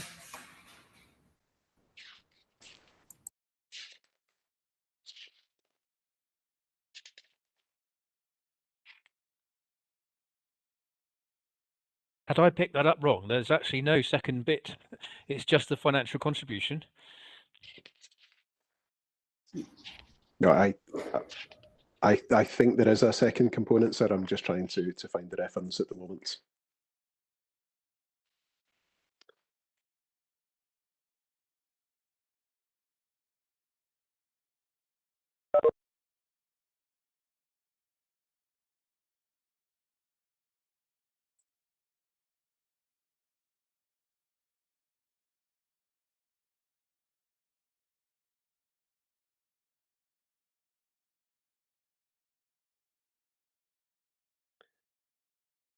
Yes, the reference is on PDF page 4 of the committee report, and the description is it's a section 75 to deal with the developer contribution, but secondly to ensure that it's a management regime for the common parts is appointed. Mm-hmm. Yeah, so. Yeah, that's right. Sorry, yeah, we just found that as well. Yeah, that's right. So what's involved and why is that necessary in planning terms?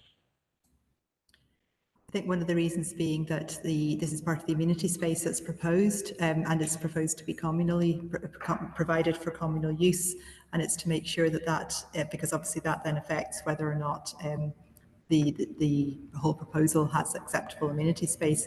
It could be that they either wouldn't be provided, or it might be closed off for or given to other exclusive use of some tenants, for example. So it's to include that, to make it sure that it's always in perpetuity for communal use.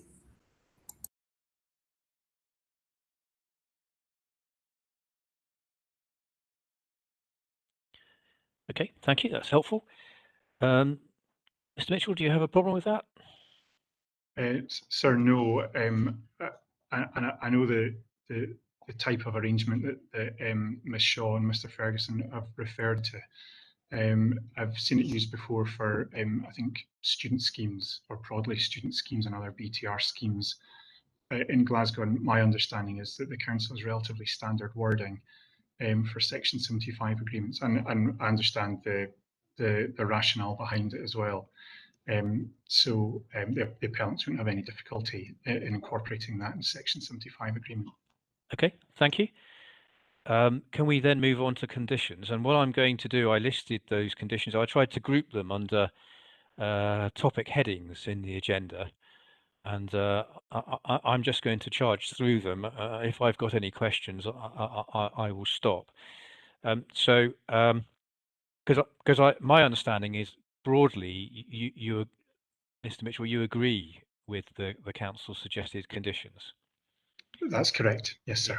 Right. So this is just to for my own personal benefit. So the first condition about bats, I suppose most of these questions will be directed at the council to assist me. Obviously, 26th of February has gone. Do we have any difficulty in having a condition for a bat survey if any bats are found?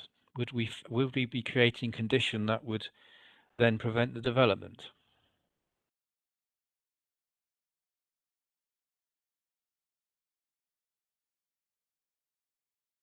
We'd normally require an updated bat survey to be done. So given the length of time that will have occurred, by the time we get a final decision on this, it would be sensible to have an updated bat survey. So we could change the wording of that condition to ensure that happened. Yeah, and that would be my job. Yeah. My deeper point was, would there be any problem if the second survey found bats? They just have to presumably then apply for a bat license, through Nature Scotland to rehouse or rehome any bats that were there. Okay, appellants, any thoughts or comments?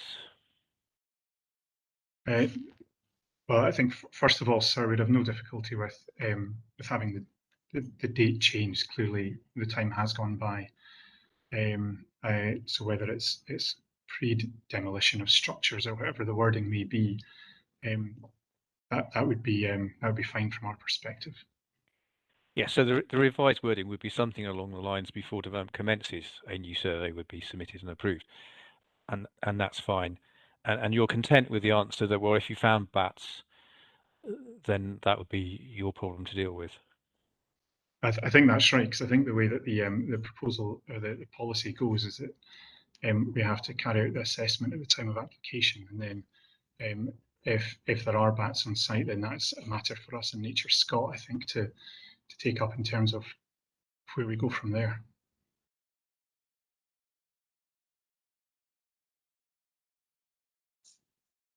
Okay, thank you. I had nothing on what I called conditions 2 and 5 ground conditions. I had nothing on 6 and 7 drainage and flood risk. On condition 8, for the councils, the appellants suggested alternative wording. Do you have any issues with that?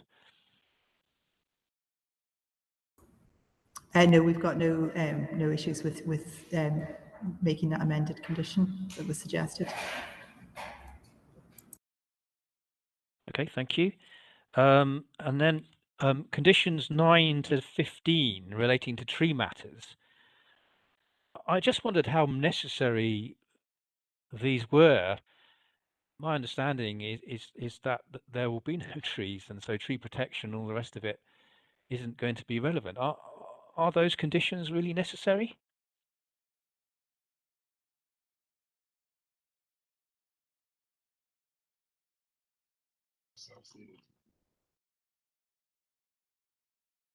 Sir, I wonder if it would help if I were. Yes. Oh, sorry. Apologies. No, I was me that was speaking out of turn. Sorry, yeah, the conditions were suggested by our landscape architect, so who clearly was certainly under the impression that there were sufficient trees to justify some kind of tree protection plan and conditions relating to that. Well, which trees on site are you going to protect? Well, this is a good point, because well, first of all, the survey the plan would have to show which trees were going to be protected, and then that would have to be approved. So it doesn't say any specific trees need to be protected. It's more details of any tree works that are being proposed. And then if there are trees to be retained, then those trees will be protected in accordance with the BS British standard, these are all kind of standard conditions, to be fair. So the details of those proposals, it would be in line with whatever is actually being proposed. If the consent was to be granted, then it's based on the layout that was submitted by the applicants, and therefore it would be any remaining trees above and beyond that were remaining on site would need to be protected in accordance with the BS standard. Okay, Mr. Mitchell, I mean, I've seen very similar conditions on many occasions. I have to put it to you, is this suite of conditions relevant to this particular proposal? Because I don't think there are going to be any trees on your site which you're keeping. I think that is right, sir. I don't think we are keeping any trees on site. I think there may be trees adjacent to the site, which are self-seeded, but we're not proposing to remove. I'm actually having a quick look through to see if they would be protected by the conditions, and I'm not sure they strictly would. I mean, we ultimately have no difficulty one way or the other. Okay. Right. It's just that reporters are bound by the guidance in the circular, and I can understand why councils have standard approaches and work these things out in the wash, but I have to apply slightly different measures. Shall we leave it that I will? Well, if either of you think these conditions must be kept, then you will need to address that in your closing submissions. Can we then move on to, I didn't have anything on 16 and 17. I didn't have anything on 1821. Condition 22, wheel washing, if I can ask the appellant, is that practical on your site? Are you big enough for wheel washing? My understanding is that it is. Just bear with me just for 2 seconds so we can just clarify the wheel washing provisions. Sorry, sir.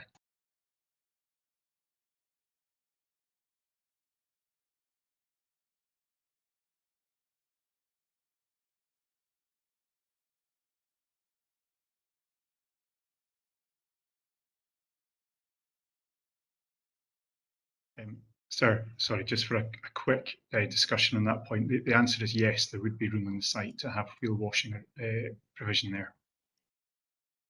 Okay, no problem with wheel washing.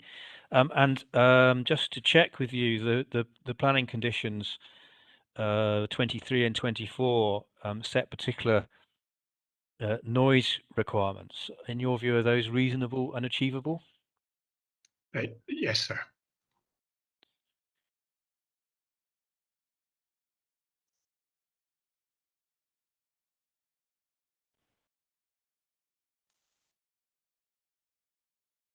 Okay. The next one, there was a whole load related to transport matters, and condition 26. Why is that condition necessary in planning terms? Isn't that just repeating current statutory requirements? Yeah.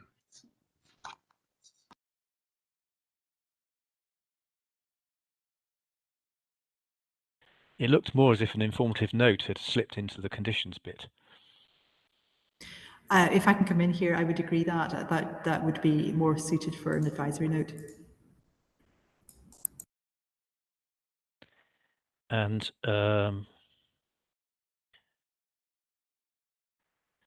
condition 29. Why do we need a swept plan analysis after I've granted permission? Surely we're happy that the servicing arrangement, well, either we're happy or we're not happy with the servicing arrangements.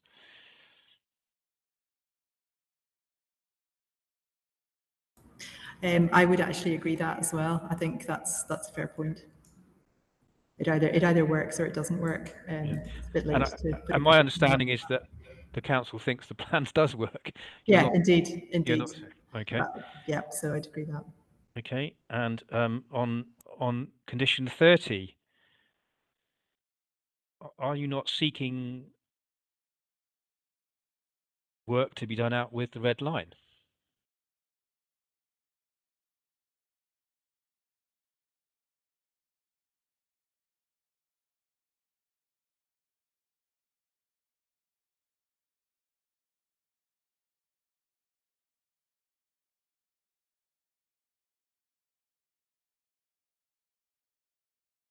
Sorry, we're just having a bit of a debate about that one. My reading of it, I think the idea would be that it would be the access onto the existing streets. Yeah, we wouldn't be asking for somebody to provide a footway along a street. So maybe it's just the way that's been worded isn't quite right. So, for example, it says improvements to the link from Sawmillfield Street to Garskeep Road.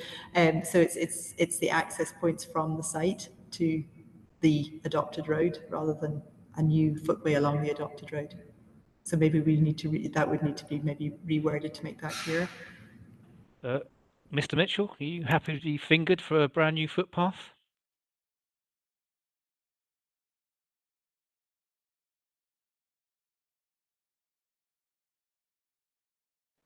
I think ultimately we don't have an issue with that, sir. Perhaps it's me. I'm the problem. But isn't it requiring you to provide a new pedestrian footpath on the road?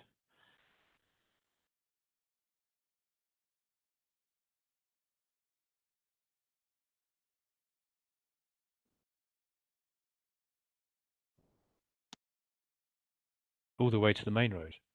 Yeah. I mean, normally, if the council wanted that, then we would be looking at a suspensive condition, or perhaps a financial contribution.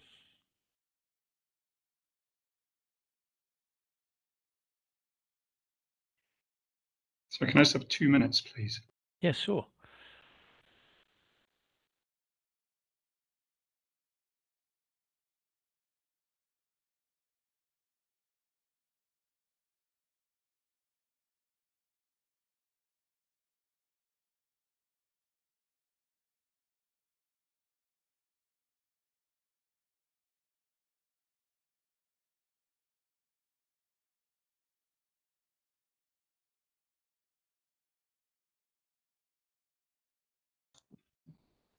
So we're ultimately happy, as I say, with the condition in terms of how the practicalities of it are likely to play out.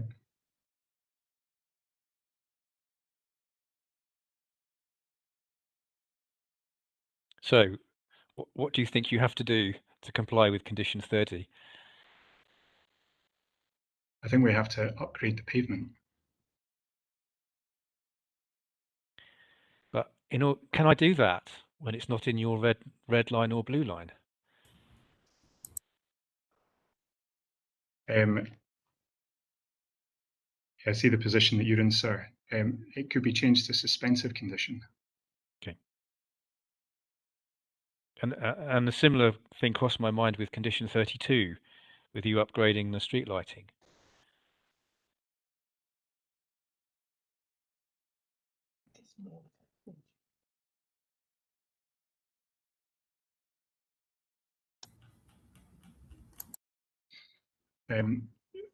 Yeah, no, I see the point there as well, sir. I wonder if on those ones, it looks to me as though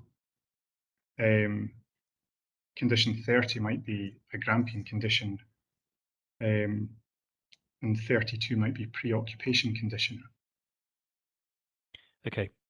I'm just wondering, rather than trying to do these things on the hoof, if I could invite yourself and Mrs. Shaw to have a chat and tidy up any conditions. You know where I'm coming from. I'm sure there's no disagreement about whether this is necessary or not, but I don't think if I was minded to grant that I could attach a condition that required you to do something out with the red line. Yes, I understand the point, and more than happy to speak to Ms. Shaw.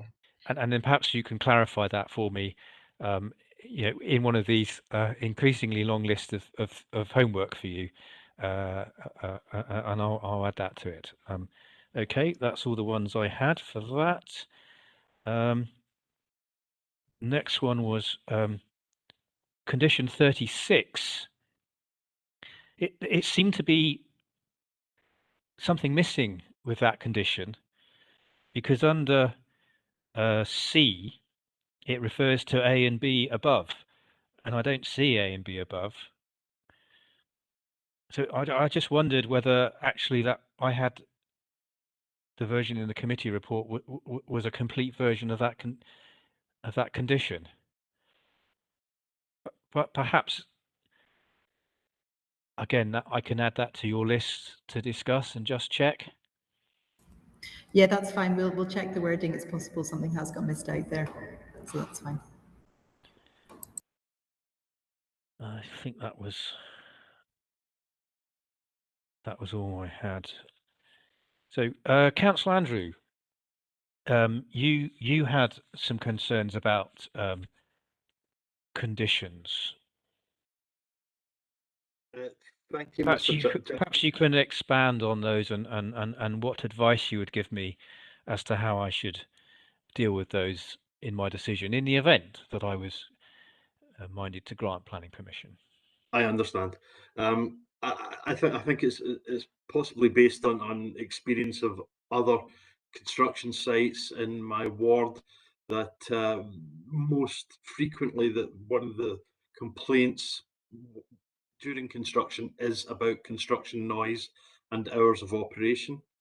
I think in particular, though, this is quite a sensitive site, given the nature of the Scottish Opera, the ballet, dance studios, etc. So I think we would need some mitigation of noise and how that's managed, and particularly in hours of operation. I also have some concerns, given the type of building, about piling operations and the vulnerability of the children in the Abercorn school. So if piling operations were particularly noisy and obtrusive, I think that could be very upsetting, particularly for the children, but certainly for the artistic communities that will co-locate on the site. And so it's just whether there is some mitigations, whether the pilings can be bored rather than piled or whatever. I don't understand the construction technique well enough, but certainly there needs to be, I think there should be some mitigations on noise on the site. Mr. Mitchell, is that something I consider? Perhaps a requirement for the submission of a construction method statement, for example? Yeah, we were thinking exactly the same thing, sir. We'd be happy to accept that.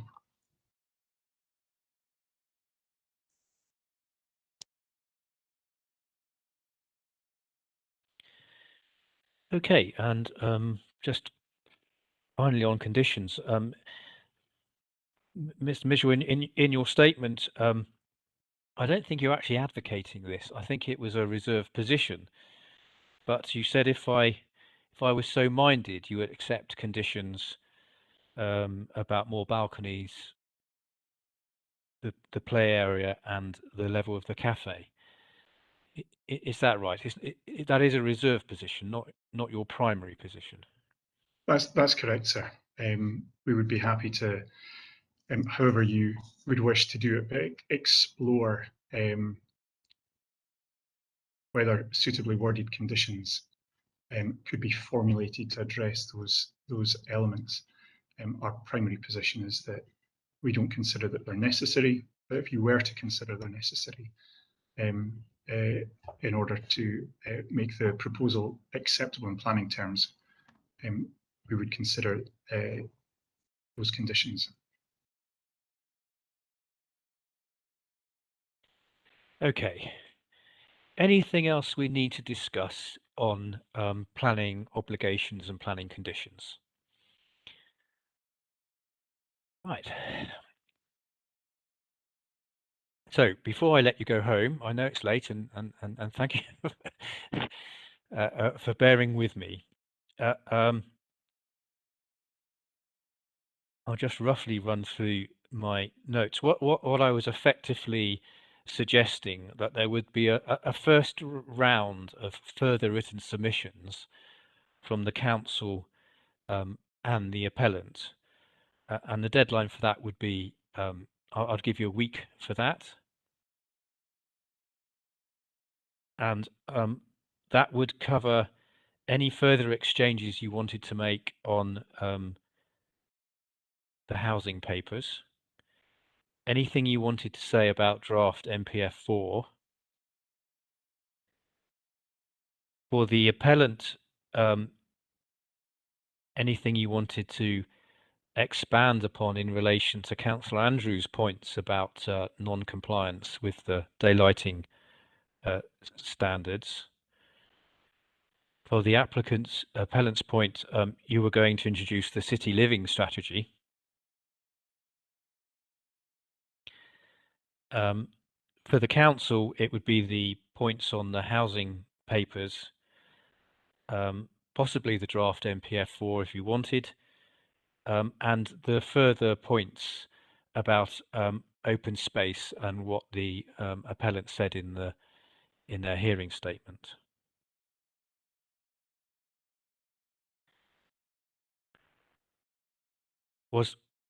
Have I remembered correctly? I desperately hope you're nodding and agreeing.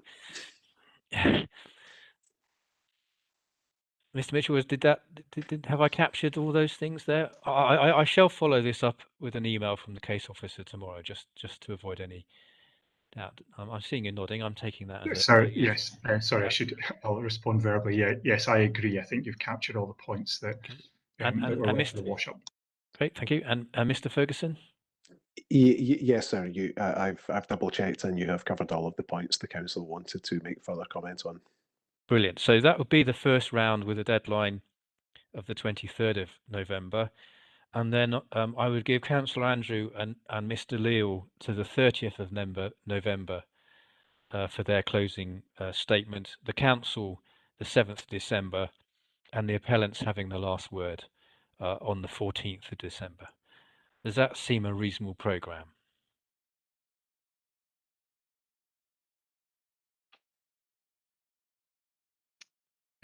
Yes, sir, from the appellants, that seems fine.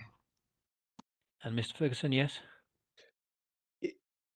It's fine from my perspective. I'm just double checking with the team whether the key people are around within the next 7 days. Sorry, what day was the 7th of December you said for our response?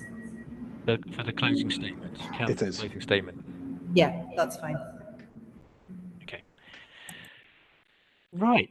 The 30th is fine for me, Mr. Jackman. Great, thank you. Thank you, Councillor Andrew. That's great. Right. I think we've covered absolutely everything.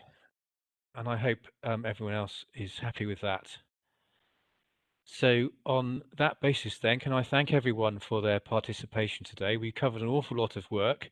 We were plagued with technical issues, which didn't help. But I think I've got all that I need, and I'm grateful for each and every one of yours input. So on that basis, then I'll close the hearing session today. I'll get an email from the case officer around to you tomorrow, and I look forward to receiving the forthcoming written submissions. Thank you very much. Thank you, sir. Mr. Jackman. Thank you.